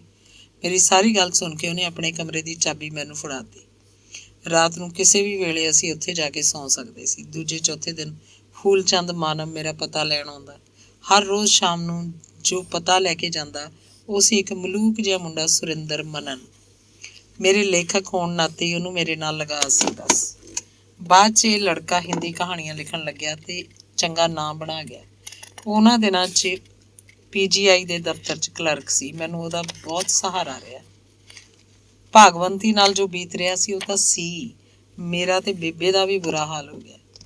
ਭਾਗਵੰਤੀ ਨਾਲ ਜਿਵੇਂ ਅਸੀਂ ਵੀ ਮਰੀਜ਼ ਬਣ ਕੇ ਰਹਿ ਗਏ। ਨਵਜੋਸ਼ ਵਿੱਚ ਦੀ 2 ਵਾਰੀ ਪਿੰਡ ਜਾ ਆਇਆ। ਹਰ ਵਾਰ ਉਹ ਹੋਰ ਪੈਸੇ ਲੈ ਕੇ ਆਉਂਦਾ। ਭੈਣ ਵੀ ਇੱਕ ਗੇੜਾ ਜਲਾਲ ਦਾ ਮਾਰ ਆਈ ਸੀ। ਇੱਕ ਰਾਤ ਨਰਸ ਕੁੜੀ ਆਈ ਤੇ ਦੱਸ ਗਈ ਕਿ ਕੱਲ੍ਹ ਨੂੰ ਆਪਰੇਸ਼ਨ ਹੋਣਾ। ਸਵੇਰੇ ਕੁਝ ਖਾਣਾ ਪੀਣਾ ਨਹੀਂ। ਸਵੇਰੇ ਸਵੇਰੇ ਨਾਈ ਆਇਆ। ਉਹਦਾ ਸਿਰ ਮੁੰਨ ਗਿਆ। ਮੋਢਿਆਂ ਤੋਂ ਥੱਲੇ ਡਿੱਗ ਡਿੱਗ ਕੇ ਪੈਂਦੇ ਲੰਮੇ ਵਾਲ, ਕਾਲੇ ਵਾਲ। ਨਾਈ ਨੇ ਪਹਿਲਾਂ ਉਹਨਾਂ ਨੂੰ ਜੜ੍ਹਾਂ 'ਚੋਂ ਕੈਂਚੀ ਨਾਲ ਕੱਟਿਆ, ਫਿਰ ਸਿਰ ਨੂੰ ਉਸਤਰੇ ਨਾਲ ਮੁੰਨ ਦਿੱਤਾ। ਕੰਨਾਂ 'ਚ ਪਾਈਆਂ ਸੋਨੇ ਦੀਆਂ ਵਾਲੀਆਂ ਲਾ ਕੇ ਉਹਨੇ ਆਪ ਹੀ ਬੇਬੇ ਨੂੰ ਫੜਾਤੀਆਂ। ਉਹਨੂੰ ਇਸ ਹਾਲਤ 'ਚ ਬੈਠੀ ਨੂੰ ਦੇਖ ਕੇ ਮੇਰੀਆਂ ਅੱਖਾਂ ਭਰ ਆਈਆਂ। ਬੇਬੇ ਨੇ ਦਿਲ ਕਰੜਾ ਕੀਤਾ, ਕਹਿਣ ਲੱਗੀ, ਵਾਲਾਂ ਦਾ ਕੀ ਹੈ ਭਾਈ, ਘਰ ਦੀ ਖੇਤੀ ਹੈ, ਫੇਰ ਆ ਜਾਣਗੇ। ਪਰੇਸ਼ਾਨ ਹੋ ਕੇ ਕੇਰਾਂ 9/9 ਹੋ ਜਾਏ ਮੇਰੀ ਧੀ। ਆਪਰੇਸ਼ਨ ਹੋ ਕੇ ਕੇਰਾਂ 9/9 ਹੋ ਜਾਏ ਮੇਰੀ ਧੀ। ਉਹਦੇ ਸਿਰ ਦੇ ਪਹਿਲਾਂ 2 ਵਾਰ ਰੰਗੀਨ ਐਕਸਰੇ ਲਏ ਗਏ। ਇੰਝ ਹੀ ਹੁੰਦਾ ਹੈ ਕਿ ਐਕਸਰੇ ਲੈ ਤੋਂ ਪਹਿਲਾਂ ਗਰਦਨ ਵਿੱਚ ਠੋਡੀ ਥੱਲੇ ਇੱਕ ਟੀਕਾ ਕਰ ਦਿੱਤਾ ਜਾਂਦਾ। ਉਹਦੇ ਨਾਲ ਇੱਕ ਤਾਂ ਬੇਹੋਸ਼ ਹੋ ਜਾਂਦੀ ਤੇ ਦੂਜੇ ਉਹਦੇ ਸਿਰ ਦੀਆਂ ਨਸਾਂ 'ਚ ਰੰਗ ਭਰ ਜਾਂਦਾ। ਫਿਰ ਐਕਸਰੇ 'ਚ ਨਸਾਂ ਦਾ ਰੰਗ ਸਾਫ਼ ਦਿਖਾਈ ਦਿੰਦਾ। ਇੰਝ ਉਹਨਾਂ ਨੂੰ ਪਤਾ ਲੱਗ ਜਾਂਦਾ ਹੈ ਕਿੱਥੇ ਕੋਈ ਨੁਕਸ ਹੈ। ਸਧਾਰਨ ਕਿਸਮ ਦੇ ਐਕਸਰੇ ਰਾਹੀਂ ਸਾਫ਼ ਪਤਾ ਨਹੀਂ ਲੱਗਦਾ ਸੀ। ਸਾਨੂੰ ਪਹਿਲਾਂ ਤਾਂ ਦੱਸਿਆ ਗਿਆ ਕਿ ਇਹ ਆਪਰੇਸ਼ਨ ਹੈ, ਇਹ ਤੋਂ ਬਾਅਦ ਇਹ ਠੀਕ ਹੋ ਜਾਏਗੀ, ਪਰ ਪਿੱਛੋਂ ਪਤਾ ਲੱਗਿਆ ਕਿ ਨਹੀਂ, ਇਹ ਤਾਂ ਇਨਵੈਸਟੀਗੇਸ਼ਨ ਸੀ। ਤਾਲੂਏ ਦੇ ਦੋਵੇਂ ਪਾਸਿਆਂ ਤੋਂ 2 ਜਗ੍ਹਾ ਤੋਂ ਸਿਰ ਫਾੜ ਕੇ ਉਹਨਾਂ ਨੇ ਇੱਕ ਕੋਈ ਮਾਸ ਦੇ ਟੁਕੜੇ ਜਾਂ ਤਰਲ ਪਦਾਰਥ ਲਿਆ ਸੀ। ਫਿਰ ਲੈਬੋਰਟਰੀ 'ਚ ਉਹਨੂੰ ਟੈਸਟ ਕਰਕੇ ਦੇਖਿਆ ਸੀ। ਘੁੱਟ ਕੇ ਸਿਰ ਦੀ ਪੱਟੀ ਬੰਨੀ ਤੋਂ ਉਹਨੂੰ ਰਾਹਤ ਮਹਿਸੂਸ ਹੋਈ। ਉਹਨੇ ਸਮਝਿਆ ਆਪਰੇਸ਼ਨ ਹੋਣ ਨਾਲ ਉਹਦਾ ਰੋਗ ਦੂਰ ਹੋ ਗਿਆ। 5-6 ਦਿਨਾਂ ਬਾਅਦ ਜਦੋਂ ਸਿਰ ਦੇ ਟਾਂਕੇ ਕੱਟੇ ਗਏ ਤੇ 2 ਦਿਨ ਉਹਦਾ ਸਿਰ ਖੁੱਲ੍ਹਾ ਰਿਹਾ, ਫਿਰ ਉਹੀ ਹਾਲ ਹੋ ਗਿਆ। ਸਿਰ ਦਰਦ, ਕੱਚੀਆਂ ਤਰੇਲੀਆਂ। ਫਿਰ ਇੱਕ ਦਿਨ ਅਚਾਨਕ ਸਾਨੂੰ ਦੱਸਿਆ ਗਿਆ ਕਿ ਇਹਦੀ ਨਿਗਾਹ ਚਲੀ ਗਈ ਹੈ। ਮੈਂ ਤੜਫ ਕੇ ਰਹਿ ਗਿਆ। ਹੁਣ ਕੀ ਬਣੇਗਾ? ਇਹ ਤਾਂ ਅੰਨੀ ਹੋ ਗਈ। 20ਵੇਂ ਦਿਨ ਡਾਕਟਰ ਗੁਲਾਟੀ ਮੈਨੂੰ ਇਕੱਲੇ ਨੂੰ ਇੱਕ ਕੈਬਿਨ 'ਚ ਲੈ ਗਿਆ। ਅੰਦਰੋਂ ਦਰਵਾਜ਼ੇ ਦੀ ਚਿਟਕਣੀ ਲਾ ਕੇ ਮੈਨੂੰ ਸਮਝਾਇਆ, ਦੇਖੋ ਮਿਸਟਰ, ਇਹਦੇ ਦਿਮਾਗ 'ਚ ਰਸੌਲੀ ਹੈ, ਬ੍ਰੇਨ ਟਿਊਮਰ। ਆਪਰੇਸ਼ਨ ਕਰਨ ਨਾਲ ਇਹਦੇ ਜਿੰਦਾ ਰਹਿਣ ਦੀ 5% ਉਮੀਦ ਹੈ। ਵਿਜ਼ਨ ਜਾਈ ਚੁੱਕਾ ਹੈ। ਫਿਰ ਇੱਕਦਮ ਪੁੱਛਿਆ, ਬੋਲੋ, ਕਰ ਦਈਏ ਆਪਰੇਸ਼ਨ? ਮੈਂ ਮਰਿਆ ਵਾਂਗ ਜਵਾਬ ਦਿੱਤਾ, ਜੇ ਠੀਕ ਹੋ ਸਕਦੀ ਹੈ ਤਾਂ ਕਰ ਦਿਓ ਜੀ। ਵੀਕ ਮਾਈਂਡਡ, ਡਾਕਟਰ ਨੇ ਮੈਨੂੰ ਆਖਿਆ ਸੀ। ਫੈਸਲਾ ਦਿੱਤਾ, ਲੈ ਜਾਓ ਇਹਨੂੰ, ਇਹਦੀ ਸੇਵਾ ਕਰੋ ਬਸ। ਓਕੇ। ਮੈਂ ਸੁੰਨ ਬਣਿਆ ਖੜਾ ਸਾਂ। ਡਾਕਟਰ ਗੁਲਾਟੀ ਕੈਬਨ 'ਚੋਂ ਬਾਹਰ ਜਾ ਚੁੱਕਿਆ ਸੀ। ਮੇਰੇ ਪੈਰਾਂ ਨਾਲ ਜਿਵੇਂ ਪਹਾੜ ਬੰਨ੍ਹ ਦਿੱਤਾ ਗਿਆ ਹੋਵੇ। ਅਜੀਬ ਹਾਲਤ 'ਚ ਮੈਂ ਵਰਾਂਡੇ ਦਾ ਲੰਮਾ ਸਫ਼ਰ ਤੈਅ ਕੀਤਾ ਤੇ ਉਹਦੇ ਬੈੱਡ ਕੋਲ ਆ ਗਈ। ਉਹਨੂੰ ਆਖਿਆ, ਭਾਗ, ਆਪਾਂ ਨੂੰ ਛੁੱਟੀ ਮਿਲ ਗਈ, ਚਲੋ ਪਿੰਡ ਨੂੰ ਚੱਲਦੇ ਹਾਂ। ਉਹ ਛਾਲ ਮਾਰ ਕੇ ਬੈਠੀ ਹੋ ਗਈ ਤੇ ਕਹਿੰਦੀ, ਚਲੋ ਚੱਲੀਏ। ਬਹੁਤ ਖੁਸ਼, ਜਿਵੇਂ ਕਿਸੇ ਨੂੰ ਲੰਮੀ ਕੈਦ ਤੋਂ ਰਿਹਾ ਕਰ ਦਿੱਤਾ ਗਿਆ ਹੋਵੇ। ਮਾਂ ਵੀ ਖੁਸ਼। ਭੈਣ 2-3 ਦਿਨ ਪਹਿਲਾਂ ਆਪਣੇ ਪਿੰਡ ਨੂੰ ਜਾ ਚੁੱਕੀ ਸੀ। ਅੱਧੇ ਘੰਟੇ ਬਾਅਦ ਇੱਕ ਜੂਨੀਅਰ ਡਾਕਟਰ ਸਾਨੂੰ ਡਿਸਚਾਰਜ ਸਰਟੀਫਿਕੇਟ ਦੇ ਗਿਆ। ਅਸੀਂ ਆਪਣਾ ਸਾਰਾ ਜੁੱਲੀ ਤੱਪੜਾ ਚੁੱਕਿਆ, ਲਿਫਟ ਰਾਹੀਂ ਥੱਲੇ ਉਤਰ ਗਏ। ਟੈਕਸੀ ਦਾ ਪ੍ਰਬੰਧ ਮੈਂ ਤੇ ਸੁਰਿੰਦਰ ਮੰਨਨ ਪਹਿਲਾਂ ਹੀ ਕਰ ਗਏ ਸੀ। ਸੁਰਿੰਦਰ ਨੇ ਭਰੀਆਂ ਅੱਖਾਂ ਨਾਲ ਸਾਨੂੰ ਤੋਰਿਆ। ਤੇ ਫਿਰ ਜਦੋਂ ਡਾਕਟਰ ਜਸਵੰਤ ਸਿੰਘ ਨੇਕੀ PGI ਦਾ ਡਾਇਰੈਕਟਰ ਬਣਿਆ, ਮੈਂ ਉਹਨੂੰ ਵਧਾਈ ਦੀ ਚਿੱਠੀ ਲਿਖੀ ਤੇ ਇੱਕ ਹੌਕਾ ਵੀ ਲਿਖ ਭੇਜਿਆ ਕਿ ਤੁਹਾਡੇ ਇਸ PGI ਵਿੱਚੋਂ ਮੈਂ ਆਪਣੀ ਪਤਨੀ ਦੀ ਜਿਉਂਦੀ ਲਾਸ਼ ਮੋੜ ਕੇ ਲੈ ਗਿਆ। ਕਾਸ਼ ਉਸ ਸਮੇਂ ਤੁਸੀਂ ਡਾਇਰੈਕਟਰ ਹੁੰਦੇ। ਡਾਕਟਰ ਨੇਕੀ ਦਾ ਜਵਾਬ, ਅਣਖੀ ਜੀ, ਮੇਰੇ ਸਮੇਂ 'ਚ ਤੁਹਾਡੇ ਨਾਲ ਇੰਝ ਸ਼ਾਇਦ ਨਾ ਹੁੰਦਾ, ਪਰ ਹੁਣ ਮੈਂ ਕੀ ਕਰ ਸਕਦਾ, ਬੇਵੱਸ ਹਾਂ। ਚੰਡੀਗੜ੍ਹੋਂ ਅਸੀਂ ਉਹਦਾ ਕਰੰਗ ਚੁੱਕ ਕੇ ਪਿੰਡ ਲੈ ਆਏ ਸੀ। ਮਾਸ ਉਹਦੇ ਹੱਡਾਂ 'ਤੇ ਕਿੱਥੇ ਰਹਿ ਗਿਆ ਸੀ। ਪੱਠੇ ਖੁਰ ਚੁੱਕੇ ਸਨ, ਬਸ ਹੱਡੀਆਂ ਹੀ ਹੱਡੀਆਂ। ਆਪਣੇ ਆਪ ਉੱਠ ਕੇ ਉਹ ਬੈਠ ਨਾ ਸਕਦੀ, ਮਸਾਂ ਬੋਲਦੀ, ਮੁਸ਼ਕਿਲ ਨਾਲ ਖੰਘਿਆ ਜਾਂਦਾ। ਤਿੰਨੇ ਬੱਚੇ ਉਹਦੇ ਗਲ ਨੂੰ ਚੰਬੜੇ ਬੈਠੇ ਸੀ। ਚੇਤਨਾ ਦੂਰ ਖੜੀ ਅੱਖਾਂ ਝਮਕ ਝਮਕ ਉਹਨੂੰ ਦੇਖ ਰਹੀ ਸੀ। ਮੈਂ ਚਾਰੇ ਜਵਾਕਾਂ ਨੂੰ ਬੁੱਕਲ 'ਚ ਲੈ ਪਿਆਰ ਕੀਤਾ ਤੇ ਰੋਇਆ। ਜਿਉਂਦੀ ਮਾਂ ਦੇ ਯਤੀਮ ਬੱਚੇ ਸਨ। ਬਰਨਾਲੇ ਪੰਡਤ ਸੋਮਦੱਤ ਦੀ ਮਦਦ ਨਾਲ ਮੈਂ ਡਾਕਟਰ ਜਿੰਦਲ ਨੂੰ ਮਿਲਿਆ। ਸੋਮਦੱਤ ਇਲਾਕੇ ਦਾ ਕਾਂਗਰਸੀ ਆਗੂ ਸੀ ਤੇ ਜਿੰਦਲ ਸਰਕਾਰੀ ਹਸਪਤਾਲ ਦਾ SMO। ਜਿੰਦਲ ਧੌਲੇ ਜਾਣਾ ਮੰਨ ਗਿਆ। ਉਹਨੇ PGI ਦਾ ਡਿਸਚਾਰਜ ਸਰਟੀਫਿਕੇਟ ਦੇਖਿਆ ਤੇ ਉਹਦੀ ਹਾਲਤ ਵੀ। ਦਵਾਈਆਂ ਲਿਖ ਦਿੱਤੀਆਂ, ਟੀਕੇ। ਬਰਨਾਲੇ ਜਾ ਕੇ ਸਾਰੀਆਂ ਦਵਾਈਆਂ ਮੈਂ ਲੈ ਆਇਆ, ਸ਼ੁਰੂ ਕਰਤੀਆਂ। 1 ਮਹੀਨੇ ਬਾਅਦ ਉਹਦੀ ਸਿਹਤ ਪਹਿਲਾਂ ਜਿਹੀ ਬਣ ਗਈ। ਅਗਲੇ ਮਹੀਨੇ ਤਾਂ ਪੂਰੀ ਤਗੜੀ ਹੋ ਗਈ। ਦਿਸਦਾ ਭਾਵੇਂ ਨਹੀਂ ਸੀ, ਪਰ ਟੋ ਕੇ ਕੰਮਾਂ ਨੂੰ ਹੱਥ ਪਾਉਣ ਲੱਗੀ। ਮੈਂ ਡਾਕਟਰ ਜਿੰਦਲ ਨੂੰ ਫੇਰ ਮਿਲਿਆ, ਉਹਦੀ ਵਧੀਆ ਸਿਹਤ ਬਾਰੇ ਦੱਸਿਆ। ਜਿੰਦਲ ਕਹਿੰਦਾ, ਆਪਾਂ ਇੱਕ ਟਰਾਈ ਹੋਰ ਮੰਗਦੇ ਹਾਂ ਮਾਸਟਰ ਜੀ, ਸ਼ਾਇਦ ਨਜ਼ਰ ਵੀ ਮੁੜ ਆਏ। ਬਰਨਾਲੇ 'ਚ ਹਰੀ ਗੋਪਾਲ ਅੱਖਾਂ ਦਾ ਮਾਹਰ ਡਾਕਟਰ ਸੀ। ਜਿੰਦਲ ਨੇ ਹਰੀ ਗੋਪਾਲ ਨੂੰ ਫੋਨ ਤੇ ਆਪਣੇ ਘਰ ਬੁਲਾਇਆ। ਉਸ ਦਿਨ ਭਾਗਵੰਤੀ ਨੂੰ ਮੈਂ ਆਪਣੇ ਨਾਲ ਲੈ ਗਿਆ ਸੀ। ਜਿੰਦਲ ਨੇ ਹਰੀ ਗੋਪਾਲ ਨਾਲ ਆਪਣੀ ਡਾਕਟਰੀ ਭਾਸ਼ਾ 'ਚ ਕੋਈ ਗੱਲ ਕੀਤੀ। ਕੁਝ ਦੇਰ ਉਹ ਬਹਿਸ ਕਰਦੇ ਰਹੇ। ਫਿਰ ਜਿੰਦਲ ਕਹਿੰਦਾ, ਤੁਸੀਂ ਟਰਾਈ ਕਰਕੇ ਦੇਖੋ ਇੱਕ ਵਾਰ, ਸ਼ਾਇਦ। ਅਸੀਂ ਬਰਨਾਲੇ ਹੀ ਠਹਿਰ ਗਏ। ਭਾਗਵੰਤੀ ਦੀਆਂ ਦੋਵੇਂ ਅੱਖਾਂ ਦੁਆਲੇ ਡਾਕਟਰ ਹਰੀ ਗੋਪਾਲ ਤੀਜੇ ਦਿਨ ਇੱਕ ਟੀਕਾ ਕਰਦਾ। ਉਮੀਦ ਸੀ ਜੇ ਨਿਗਾਹ ਹੋਈ ਤਾਂ 4 ਟੀਕੇ ਲੱਗਣ ਨਾਲ ਵਾਪਸ ਆ ਜਾਏਗੀ। 8 ਦਿਨ ਅਸੀਂ ਬਰਨਾਲੇ ਰਹੇ। ਡਾਕਟਰ ਹਰੀ ਗੋਪਾਲ ਨੇ ਸੌਰੀ ਆਖ ਦਿੱਤਾ। ਉਸ ਦਿਨ ਉਹ ਹਰੀ ਗੋਪਾਲ ਦੀ ਦੁਕਾਨ 'ਚ ਲੰਮੇ ਬੈਂਚ 'ਤੇ ਬੈਠੀ ਫਿਸ ਫਿਸ ਕੇ ਰੋਈ। ਮੈਨੂੰ ਉਹਦੀ ਬੇਵਸੀ 'ਤੇ ਤਰਸ ਆਇਆ। ਮੈਂ ਸਹਾਰਾ ਦਿੱਤਾ। ਚੱਲ, ਜੇ ਅੱਖਾਂ ਦੀ ਨਿਗਾਹ ਨਹੀਂ ਤਾਂ ਨਾ ਸੀ, ਤੂੰ ਜਿਉਂਦੀ ਤਾਂ ਹੈ, ਸਾਨੂੰ ਇੰਨਾ ਹੀ ਬਹੁਤ ਹੈ। ਡਾਕਟਰ ਗੁਲਾਟੀ ਦੀ ਆਖੀ ਗੱਲ, ਤੁਸੀਂ ਇਹਦੀ ਸੇਵਾ ਕਰੋ ਬਸ। ਚਾਹੇ ਮੈਨੂੰ ਯਾਦ ਸੀ, ਪਰ ਮੈਂ ਕਿਸੇ ਦੂਜੇ ਨੂੰ ਇਹ ਭੇਤ ਨਹੀਂ ਦੱਸਿਆ ਸੀ। ਭਾਗਵੰਤੀ ਨੂੰ ਵੀ ਨਹੀਂ ਕਿ ਉਹਦੇ ਦਿਮਾਗ 'ਚ ਟਿਊਮਰ ਸੀ। ਇਹਦਾ ਫਰਿਸ਼ਤਾ ਜੀ ਉਹਦੇ ਸਿਰ 'ਚ ਛੁਪ ਕੇ ਬੈਠ ਗਿਆ ਸੀ। ਪਤਾ ਨਹੀਂ ਕਿੰਨੇ ਕੁ ਦਿਨ ਹੋਰ ਉਹਨੇ ਇੱਥੇ ਆਪਣਾ ਨਿਵਾਸ ਰੱਖਣਾ ਸੀ। ਮੈਨੂੰ ਪਤਾ ਸੀ ਇੱਕ ਦਿਨ ਉਹਨੇ ਮਰ ਜਾਣਾ। ਫਿਰ ਵੀ ਮੈਂ ਲੋਕਾਂ ਦੀਆਂ ਗੱਲਾਂ ਸੁਣ ਰਿਹਾ ਸੀ। ਹੁਣ ਉਹਦੀ ਸਿਹਤ ਚੰਗੀ ਸੀ। 4-5 ਮਹੀਨਿਆਂ ਤੋਂ ਦੌਰਾ ਵੀ ਨਹੀਂ ਪਿਆ ਸੀ। ਲੋਕ ਸਮਝਦੇ ਕੀ ਹੋਇਆ, ਜੇ ਉਹਨੂੰ ਇੱਕ ਬਸ ਦਿਸਦਾ ਨਹੀਂ, ਨਿਗਾਹ ਵਾਪਸ ਆ ਜਾਏ ਤਾਂ ਉਹ ਚੰਗੀ ਭਲੀ ਹੈ। ਅਜਿਹੀਆਂ ਕਈ ਕਹਾਣੀਆਂ ਮੈਨੂੰ ਸੁਣਾਉਂਦੇ। ਫਲਾਣੇ ਪਿੰਡ ਕਿਸੇ ਦੀ 5 ਸਾਲਾਂ ਬਾਅਦ ਨਿਗਾਹ ਆ ਗਈ, ਫਲਾਣਾ 10 ਸਾਲ ਅੰਨਾ ਬੈਠਾ ਰਿਹਾ, ਫਿਰ ਇੱਕ ਦਿਨ ਅਚਾਨਕ ਚਿਰਾਗਾਂ ਵਾਂਗ ਅੱਖਾਂ ਖੁੱਲ੍ਹ ਗਈਆਂ। ਮੈਨੂੰ ਕਿਸੇ ਨੇ ਸਲਾਹ ਦਿੱਤੀ ਮੈਂ ਅੰਮ੍ਰਿਤਸਰ ਡਾਕਟਰ ਦਲਜੀਤ ਸਿੰਘ ਕੋਲ ਜਾਵਾਂ। ਦਲਜੀਤ ਸਿੰਘ ਗੁਰਬਾਣੀ ਵਾਲੇ ਪ੍ਰੋਫੈਸਰ ਸਾਹਿਬ ਸਿੰਘ ਦਾ ਪੁੱਤਰ ਹੈ। ਲੇਖਕ, ਲੋਕਾਂ ਨਾਲ ਬਹੁਤ ਹਮਦਰਦੀ ਹੈ ਉਹਨੂੰ। ਉਹਦੇ ਜਿਹਾ ਅੱਖਾਂ ਦਾ ਮਾਹਰ ਡਾਕਟਰ ਪੰਜਾਬ 'ਚ ਸ਼ਾਇਦ ਹੋਰ ਕੋਈ ਨਹੀਂ। ਭਾਗਵੰਤੀ ਨੂੰ ਮੈਂ ਅੰਮ੍ਰਿਤਸਰ ਵੀ ਲੈ ਗਿਆ। ਅਸੀਂ ਡਾਕਟਰ ਬਿਕਰਮ ਸਿੰਘ ਘੁੰਮਣ ਦੇ ਘਰ 3 ਦਿਨ ਠਹਿਰੇ। ਹਸਪਤਾਲ ਅਸੀਂ ਗਏ। ਘੁੰਮਣ ਮੇਰੇ ਨਾਲ ਸੀ। ਮਾਹਰ ਡਾਕਟਰ ਤਾਂ ਦੂਰੋਂ ਮਰਜ਼ ਬੁੱਝ ਲੈਂਦੇ ਆ। ਦਲਜੀਤ ਸਿੰਘ ਨੇ ਉਹਦੀਆਂ ਅੱਖਾਂ ਦੇਖੀਆਂ ਤੇ ਇੱਕ ਪਤਲੀ ਬਾਂਸ ਦੀ ਸੋਟੀ ਲੈ ਕੇ ਉਹ ਮੈਨੂੰ ਟ੍ਰੇਨਿੰਗ ਦੇਣ ਲੱਗ ਪਿਆ। ਤੁਰਨ ਵੇਲੇ ਸੋਟੀ ਨੂੰ 3 ਵਾਰ ਧਰਤੀ 'ਤੇ ਟਕੋਰਨਾ ਹੈ, ਖੱਬੇ, ਵਿਚਕਾਰ ਤੇ ਸੱਜੇ। 1 ਕਦਮ ਅੱਗੇ ਪੁੱਟ ਕੇ ਇਵੇਂ ਜਿਵੇਂ। ਫਿਰ ਸੁੰਘਣ ਸ਼ਕਤੀ ਇਹਦੀ, ਸਪਰਸ਼ ਸ਼ਕਤੀ ਤੇ ਇਹਦੀ ਸੁਣਨ ਸ਼ਕਤੀ ਇਹਨੂੰ ਅੱਖਾਂ ਦਾ ਕੰਮ ਦੇਗੀ। ਕਮਾਲ ਦਾ ਆਰਟ ਵਰਤਿਆ ਡਾਕਟਰ ਦਲਜੀਤ ਨੇ। ਉਹਨੇ ਮੈਨੂੰ ਸਿੱਧਾ ਹੀ ਇਹ ਨਹੀਂ ਦੱਸਿਆ ਕਿ ਇਹਦੀ ਨਿਗਾਹ ਵਾਪਸ ਨਹੀਂ ਆ ਸਕਦੀ, ਇਹ ਜ਼ਿੰਦਗੀ ਭਰ ਨਹੀਂ ਰਹੇਗੀ। ਭਾਗਵੰਤੀ ਨੂੰ ਥਾਂ ਦੀ ਥਾਂ ਬੈਠੀ ਛੱਡ ਕੇ ਉਹ ਮੈਨੂੰ ਉਹਦੇ ਚੱਲਣ ਫਿਰਨ ਦੀ ਟ੍ਰੇਨਿੰਗ ਦੇਣ ਲੱਗ ਪਿਆ। ਲੋਕਾਂ ਨੇ ਫਿਰ ਵੀ ਘਰਦਿਆਂ ਨੂੰ ਟਿਕਣ ਨਹੀਂ ਦਿੱਤਾ। ਆਖਣ, ਤੁਸੀਂ ਇਹਨੂੰ ਭੀਖੀ ਕਿਉਂ ਨਹੀਂ ਲੈ ਕੇ ਜਾਂਦੇ? ਆਤਮਾ ਰਾਮ ਨੂੰ ਦਿਖਾਓ। ਹਜ਼ਾਰਾਂ ਲੋਕਾਂ ਦੀਆਂ ਅੱਖਾਂ ਬਣਾਤੀਆਂ ਉਹਨੇ। 100 ਕੋਹ ਤੋਂ ਦੁਨੀਆ ਆਉਂਦੀ ਹੈ ਭੀਖੀ। ਆਤਮਾ ਰਾਮ ਦੇ ਹੱਥਾਂ 'ਚ ਤਾਂ ਜਾਦੂ ਹੈ ਕੋਈ। ਉਹਦੇ ਹੱਥ ਲੱਗੇ ਨਹੀਂ ਤੇ ਨਿਗਾਹ ਆਈ ਨਹੀਂ। ਜੋਗੇ ਤੋਂ ਉਹਦੇ ਦੋਵੇਂ ਭਰਾ ਸਾਡੇ ਨਾਲ ਗਏ। ਦੇਵਰਾਜ ਤੇ ਕੇਸ਼ਵਰਾਮ ਪਿੰਡ ਤੋਂ ਬਾਹਰ ਬੁਲਾਡੇ ਵਾਲੀ ਸੜਕ ਕੋਲ ਡਾਕਟਰ ਆਤਮਾ ਰਾਮ ਦਾ ਹਸਪਤਾਲ ਹੈ, ਵਰ੍ਹਿਆਂ ਪੁਰਾਣਾ। ਇਲਾਕੇ 'ਚੋਂ ਅੱਖਾਂ ਦੇ ਆਪਰੇਸ਼ਨ ਦਾ ਪ੍ਰਸਿੱਧ ਡਾਕਟਰ ਸੀ। ਭੀਖੀ ਦੇ ਬੱਸ ਅੱਡੇ ਤੋਂ ਰਿਕਸ਼ਾ ਕਰਕੇ ਅਸੀਂ ਉਹਨੂੰ ਆਤਮਾ ਰਾਮ ਦੇ ਲੈ ਗਏ। ਦੇਖਣ ਨੂੰ ਡਾਕਟਰ ਨਹੀਂ ਲੱਗਦਾ ਸੀ, ਕੋਈ ਹੱਟ ਬਾਣੀਆਂ ਜਿਹਾ ਹੀ ਦੱਸਿਆ ਮੈਨੂੰ। ਮੈਂ ਉਹਨੂੰ ਜ਼ਿੰਦਗੀ 'ਚ ਪਹਿਲੀ ਵਾਰ ਦੇਖਿਆ। ਹਾਂ, ਪਰ ਉਹਦੀ ਮਹਿਮਾ ਮੈਂ ਵੀ ਸੁਣੀ ਸੀ। ਦੇਵਰਾਜ ਨੂੰ ਉਹ ਜਾਣਦਾ ਸੀ। ਬੈਟਰੀ ਦੀ ਲਾਈਟ ਮਾਰ ਕੇ ਉਹਨੇ ਅੱਖਾਂ ਦੀਆਂ ਪੁਤਲੀਆਂ ਦੇਖੀਆਂ। ਸਿਰ ਮਾਰਤਾ, ਕਹਿੰਦਾ ਪੰਡਤ ਦੇਵਰਾਜ ਜੀ, ਕਿਧਰੇ ਵੀ ਭੱਜਣ ਦਾ ਫਾਇਦਾ ਨਹੀਂ, ਮੁਸ਼ਕਿਲ ਹੈ। ਦੋਵੇਂ ਭਰਾ ਉਦਾਸ ਹੋ ਗਏ। ਮੇਰੇ ਉੱਤੇ ਕੋਈ ਪ੍ਰਭਾਵ ਨਹੀਂ ਪਿਆ, ਮੈਨੂੰ ਤਾਂ ਪਤਾ ਸੀ। ਭੀਖੀਓਂ ਮੁੜਨ ਵੇਲੇ ਰਾਜ ਭਾਗਵੰਤੀ ਜੋਗੇ ਰੁਕੇ। ਕਹਿੰਦੀ ਆਖਰੀ ਵਾਰ ਦਾ ਨਗਰ ਖੇੜਾ ਦੇਖ ਜਾਵਾਂ। ਉਹ ਦੋਵੇਂ ਘਰੀਂ ਘੰਟਾ ਬੈਠੀ। ਦੇਵਰਾਜ ਦੇ ਅੰਦਰਲੇ ਘਰ ਤੇ ਕੇਸ਼ਵਰਾਮ ਦੇ ਬਾਹਰਲੇ ਘਰ। ਭਰਜਾਈਆਂ ਤੇ ਭਤੀਜੇ ਭਤੀਜੀਆਂ ਨਾਲ ਗੱਲਾਂ ਕਰਦੀ, ਹੌਕੇ ਭਰਦੀ, ਕਦੇ ਕੋਈ ਪੁਰਾਣੀ ਗੱਲ ਛੇੜ ਕੇ ਹੱਸਦੀ ਵੀ। ਉਹਦੀ ਹਾਸੀ ਕੋਲ ਬੈਠੇ ਗਮਗੀਨ ਚਿਹਰਿਆਂ ਨਾਲ ਟਕਰਾ ਕੇ ਵਾਪਸ ਉਹਦੇ ਵੱਲ ਹੀ ਪਰਤ ਜਾਂਦੀ। ਡਾਕਟਰ ਜਿੰਦਲ ਦੀਆਂ ਦਸੀਆਂ ਦਵਾਈਆਂ ਨਾਲ 1 ਸਾਲ ਉਹਦੀ ਸਿਹਤ ਵਧੀਆ ਰਹੀ। ਫਿਰ ਬੇਬੇ ਮੈਥੋਂ ਚੋਰੀਆਂ ਟੂਣਿਆਂ ਤਵੀਤਾਂ 'ਚ ਪੈਣ ਲੱਗੀ। ਇਲਾਕੇ ਦਾ ਕੋਈ ਸਿਆਣਾ ਨਹੀਂ ਛੱਡਿਆ। ਸਾਧਾਂ ਸੰਤਾਂ ਦੇ ਉਹ ਜਾਂਦੀ, ਚੇਲਿਆਂ ਤੋਂ ਪੁੱਛਿਆ ਕਢਵਾਉਂਦੀ, ਉਹਦੇ ਸਿਰ ਉੱਤੇ ਦੀ ਕਣ ਚੁਹਾ ਕੇ ਲੈ ਜਾਂਦੀ। ਮੈਨੂੰ ਇੱਕ ਦਿਨ ਪਤਾ ਲੱਗਿਆ, ਟੌਨਿਕ ਦੀਆਂ ਜਿਹੜੀਆਂ ਬੋਤਲਾਂ ਮੈਂ ਬਰਨਾਲਿਓਂ ਲੈ ਕੇ ਆਉਂਦਾ, ਮਾਂ ਉਹਨਾਂ ਨੂੰ ਗੰਦੀ ਨਾਲੀ 'ਚ ਡੋਲ ਦਿੰਦੀ ਹੈ। ਗੋਲੀਆਂ ਨੂੰ ਕੂੜੇ ਦੇ ਬੱਠਲ 'ਚ ਸੁੱਟ ਦਿੰਦੀ ਹੈ। ਟੀਕੇ ਕੰਧ ਦੇ ਕਿਸੇ ਉੱਚੇ ਆਲੇ 'ਚ ਧਰੇ ਦੇ ਧਰੇ ਰਹਿ ਜਾਂਦੇ ਆ। ਮੈਂ ਗੁੱਸੇ ਹੋਇਆ ਤਾਂ ਬੇਬੇ ਉਲਟਾ ਮੇਰੀ ਗਲ ਪੈ ਗਈ। ਖੁਸ਼ੀ ਲਿਆ ਕੇ ਦੇ ਆਪਦੇ ਇਹ ਗੋਲੀਆਂ ਟੀਕੇ। ਚੰਡੀਗੜ੍ਹ ਤੱਕ ਭੌਂਕ ਆਇਆ, ਫਿਰ ਕਰਾ ਲਿਆ ਇਲਾਜ। ਹੁਣ ਤੈਨੂੰ ਰਾਜੀ ਕਰਕੇ ਦਿਖਾਊਂ ਇਹਨੇ। ਧਾਗੇ ਤਵੀਤਾਂ ਨਾਲ ਇਲਾਜ ਹੋ ਜਾਇਆ ਕਰੇ ਤਾਂ ਸਰਕਾਰ ਇਹ ਵੱਡੇ ਹਸਪਤਾਲ ਕਿਉਂ ਖੋਲ੍ਹੇ? ਮੈਂ ਮਾਂ ਨੂੰ ਸਮਝਾਉਣ ਦੇ ਭਾਵ ਨਾਲ ਆਖਿਆ। ਤੂੰ ਚੱਕੀ ਫਿਰ ਹਸਪਤਾਲਾਂ ਨੂੰ ਆਪਦਿਆਂ ਨੂੰ। ਮੈਂ ਵੀ ਮਾਂ ਦੀ ਧੀ ਨਹੀਂ ਜੇ ਇਹਨੂੰ ਰਾਜੀ ਨਾ ਕੀਤਾ। ਮਰ ਜਾਣਾ ਮਨਜ਼ੂਰ। ਇਹਦੀ ਨਿਗਾਹ ਲਿਆ ਕੇ ਛੱਡਣੀ ਹੈ। ਮਾਂ ਦੀ ਹਿੰਡ ਨੂੰ ਮੈਂ ਜਾਣਦਾ ਸੀ, ਉਹਦੇ ਅੰਧ ਵਿਸ਼ਵਾਸ ਨੂੰ ਵੀ। ਪਰ ਮੈਨੂੰ ਝਗੜਾ ਕਰਨ ਦੀ ਲੋੜ ਨਹੀਂ ਸੀ। ਮੈਨੂੰ ਪਤਾ ਸੀ ਉਹਨੇ ਇਸ ਸੰਸਾਰ 'ਤੇ ਰਹਿਣਾ ਨਹੀਂ।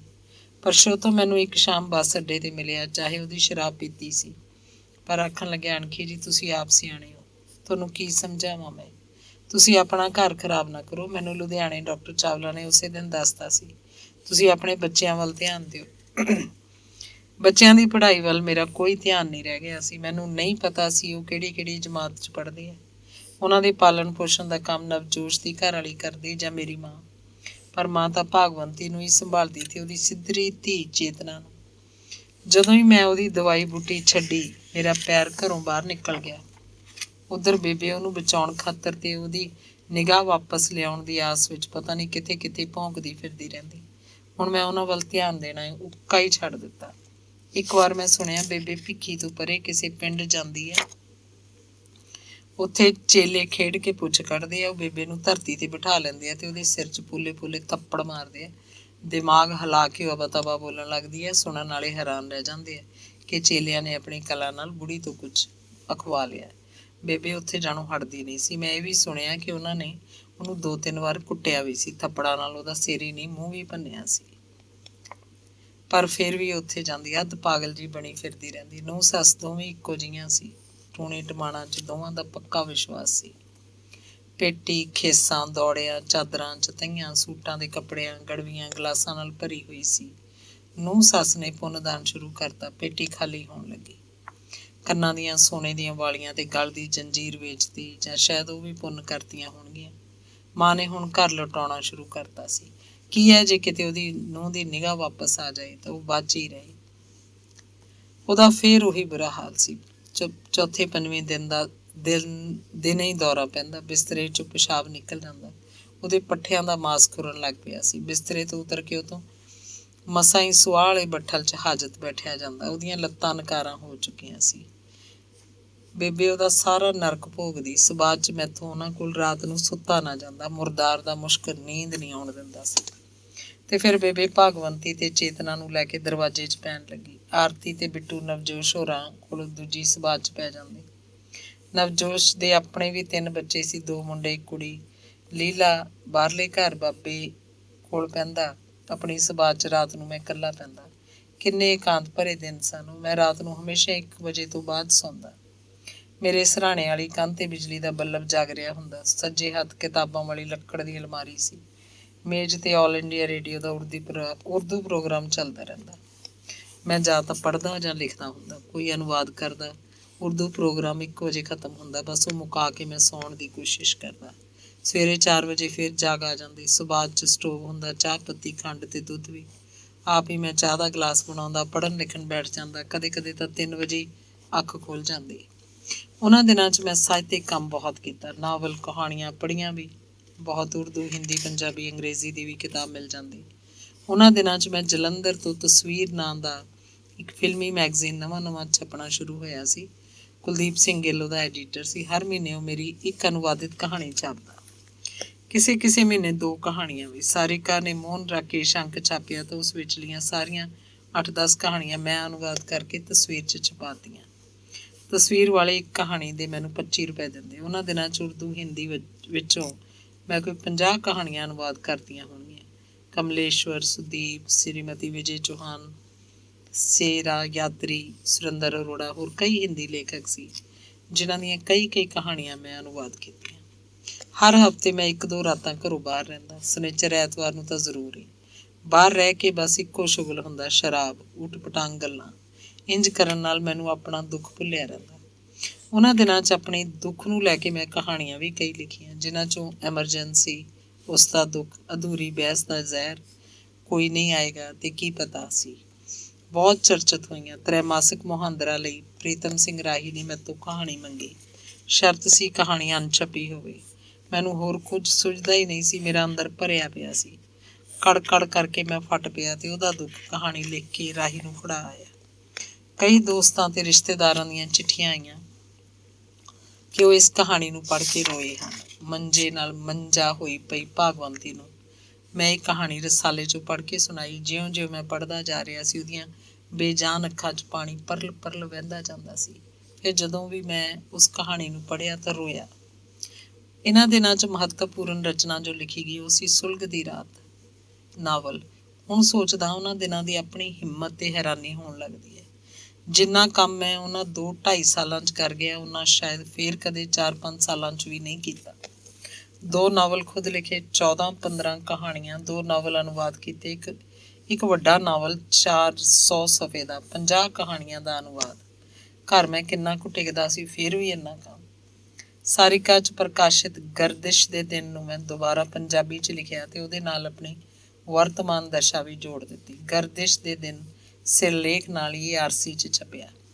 ਬੇਸ਼ੁਮਾਰ ਪਾਠਕਾਂ ਦੇ ਖੱਤ ਮਿਲੇ। ਜ਼ਿੰਦਗੀ ਦੇ ਕਰੂਰ ਸੱਚ ਨੂੰ ਨਿਧੜਕ ਹੋ ਕੇ ਬਿਆਨ ਕਰਨ ਦੀ ਦਲੇਰੀ ਕਿਸੇ ਪੰਜਾਬੀ ਲੇਖਕ ਨੇ ਸ਼ਾਇਦ ਪਹਿਲੀ ਵਾਰੀ ਕੀਤੀ ਹੋਏਗੀ। ਅਮਰਤਾ ਪ੍ਰੀਤਮ ਨੇ ਲਿਖਿਆ, ਆਰਸੀ 'ਚ ਛਪਿਆ ਤੁਹਾਡਾ ਲੇਖ ਬਹੁਤ ਚੰਗਾ ਹੈ। ਇੱਕ ਇਮਾਨਦਾਰ ਲੇਖਕ ਦੀ ਕਿਰਤ। ਸ਼੍ਰੀਮਤੀ ਵਿਜੇ ਚੌਹਾਨ ਦਾ ਖੱਤ ਸੀ, ਪਿਛਲੇ ਕਈ ਸਾਲਾਂ ਤੋਂ ਤੁਸੀਂ ਦੁੱਖ ਭੋਗਿਆ, ਉਸ ਬਾਰੇ ਮੈਂ ਤੁਹਾਡੇ ਆਰਸੀ ਵਾਲੇ ਲੇਖ 'ਚ ਪੜ੍ਹਿਆ ਹੈ।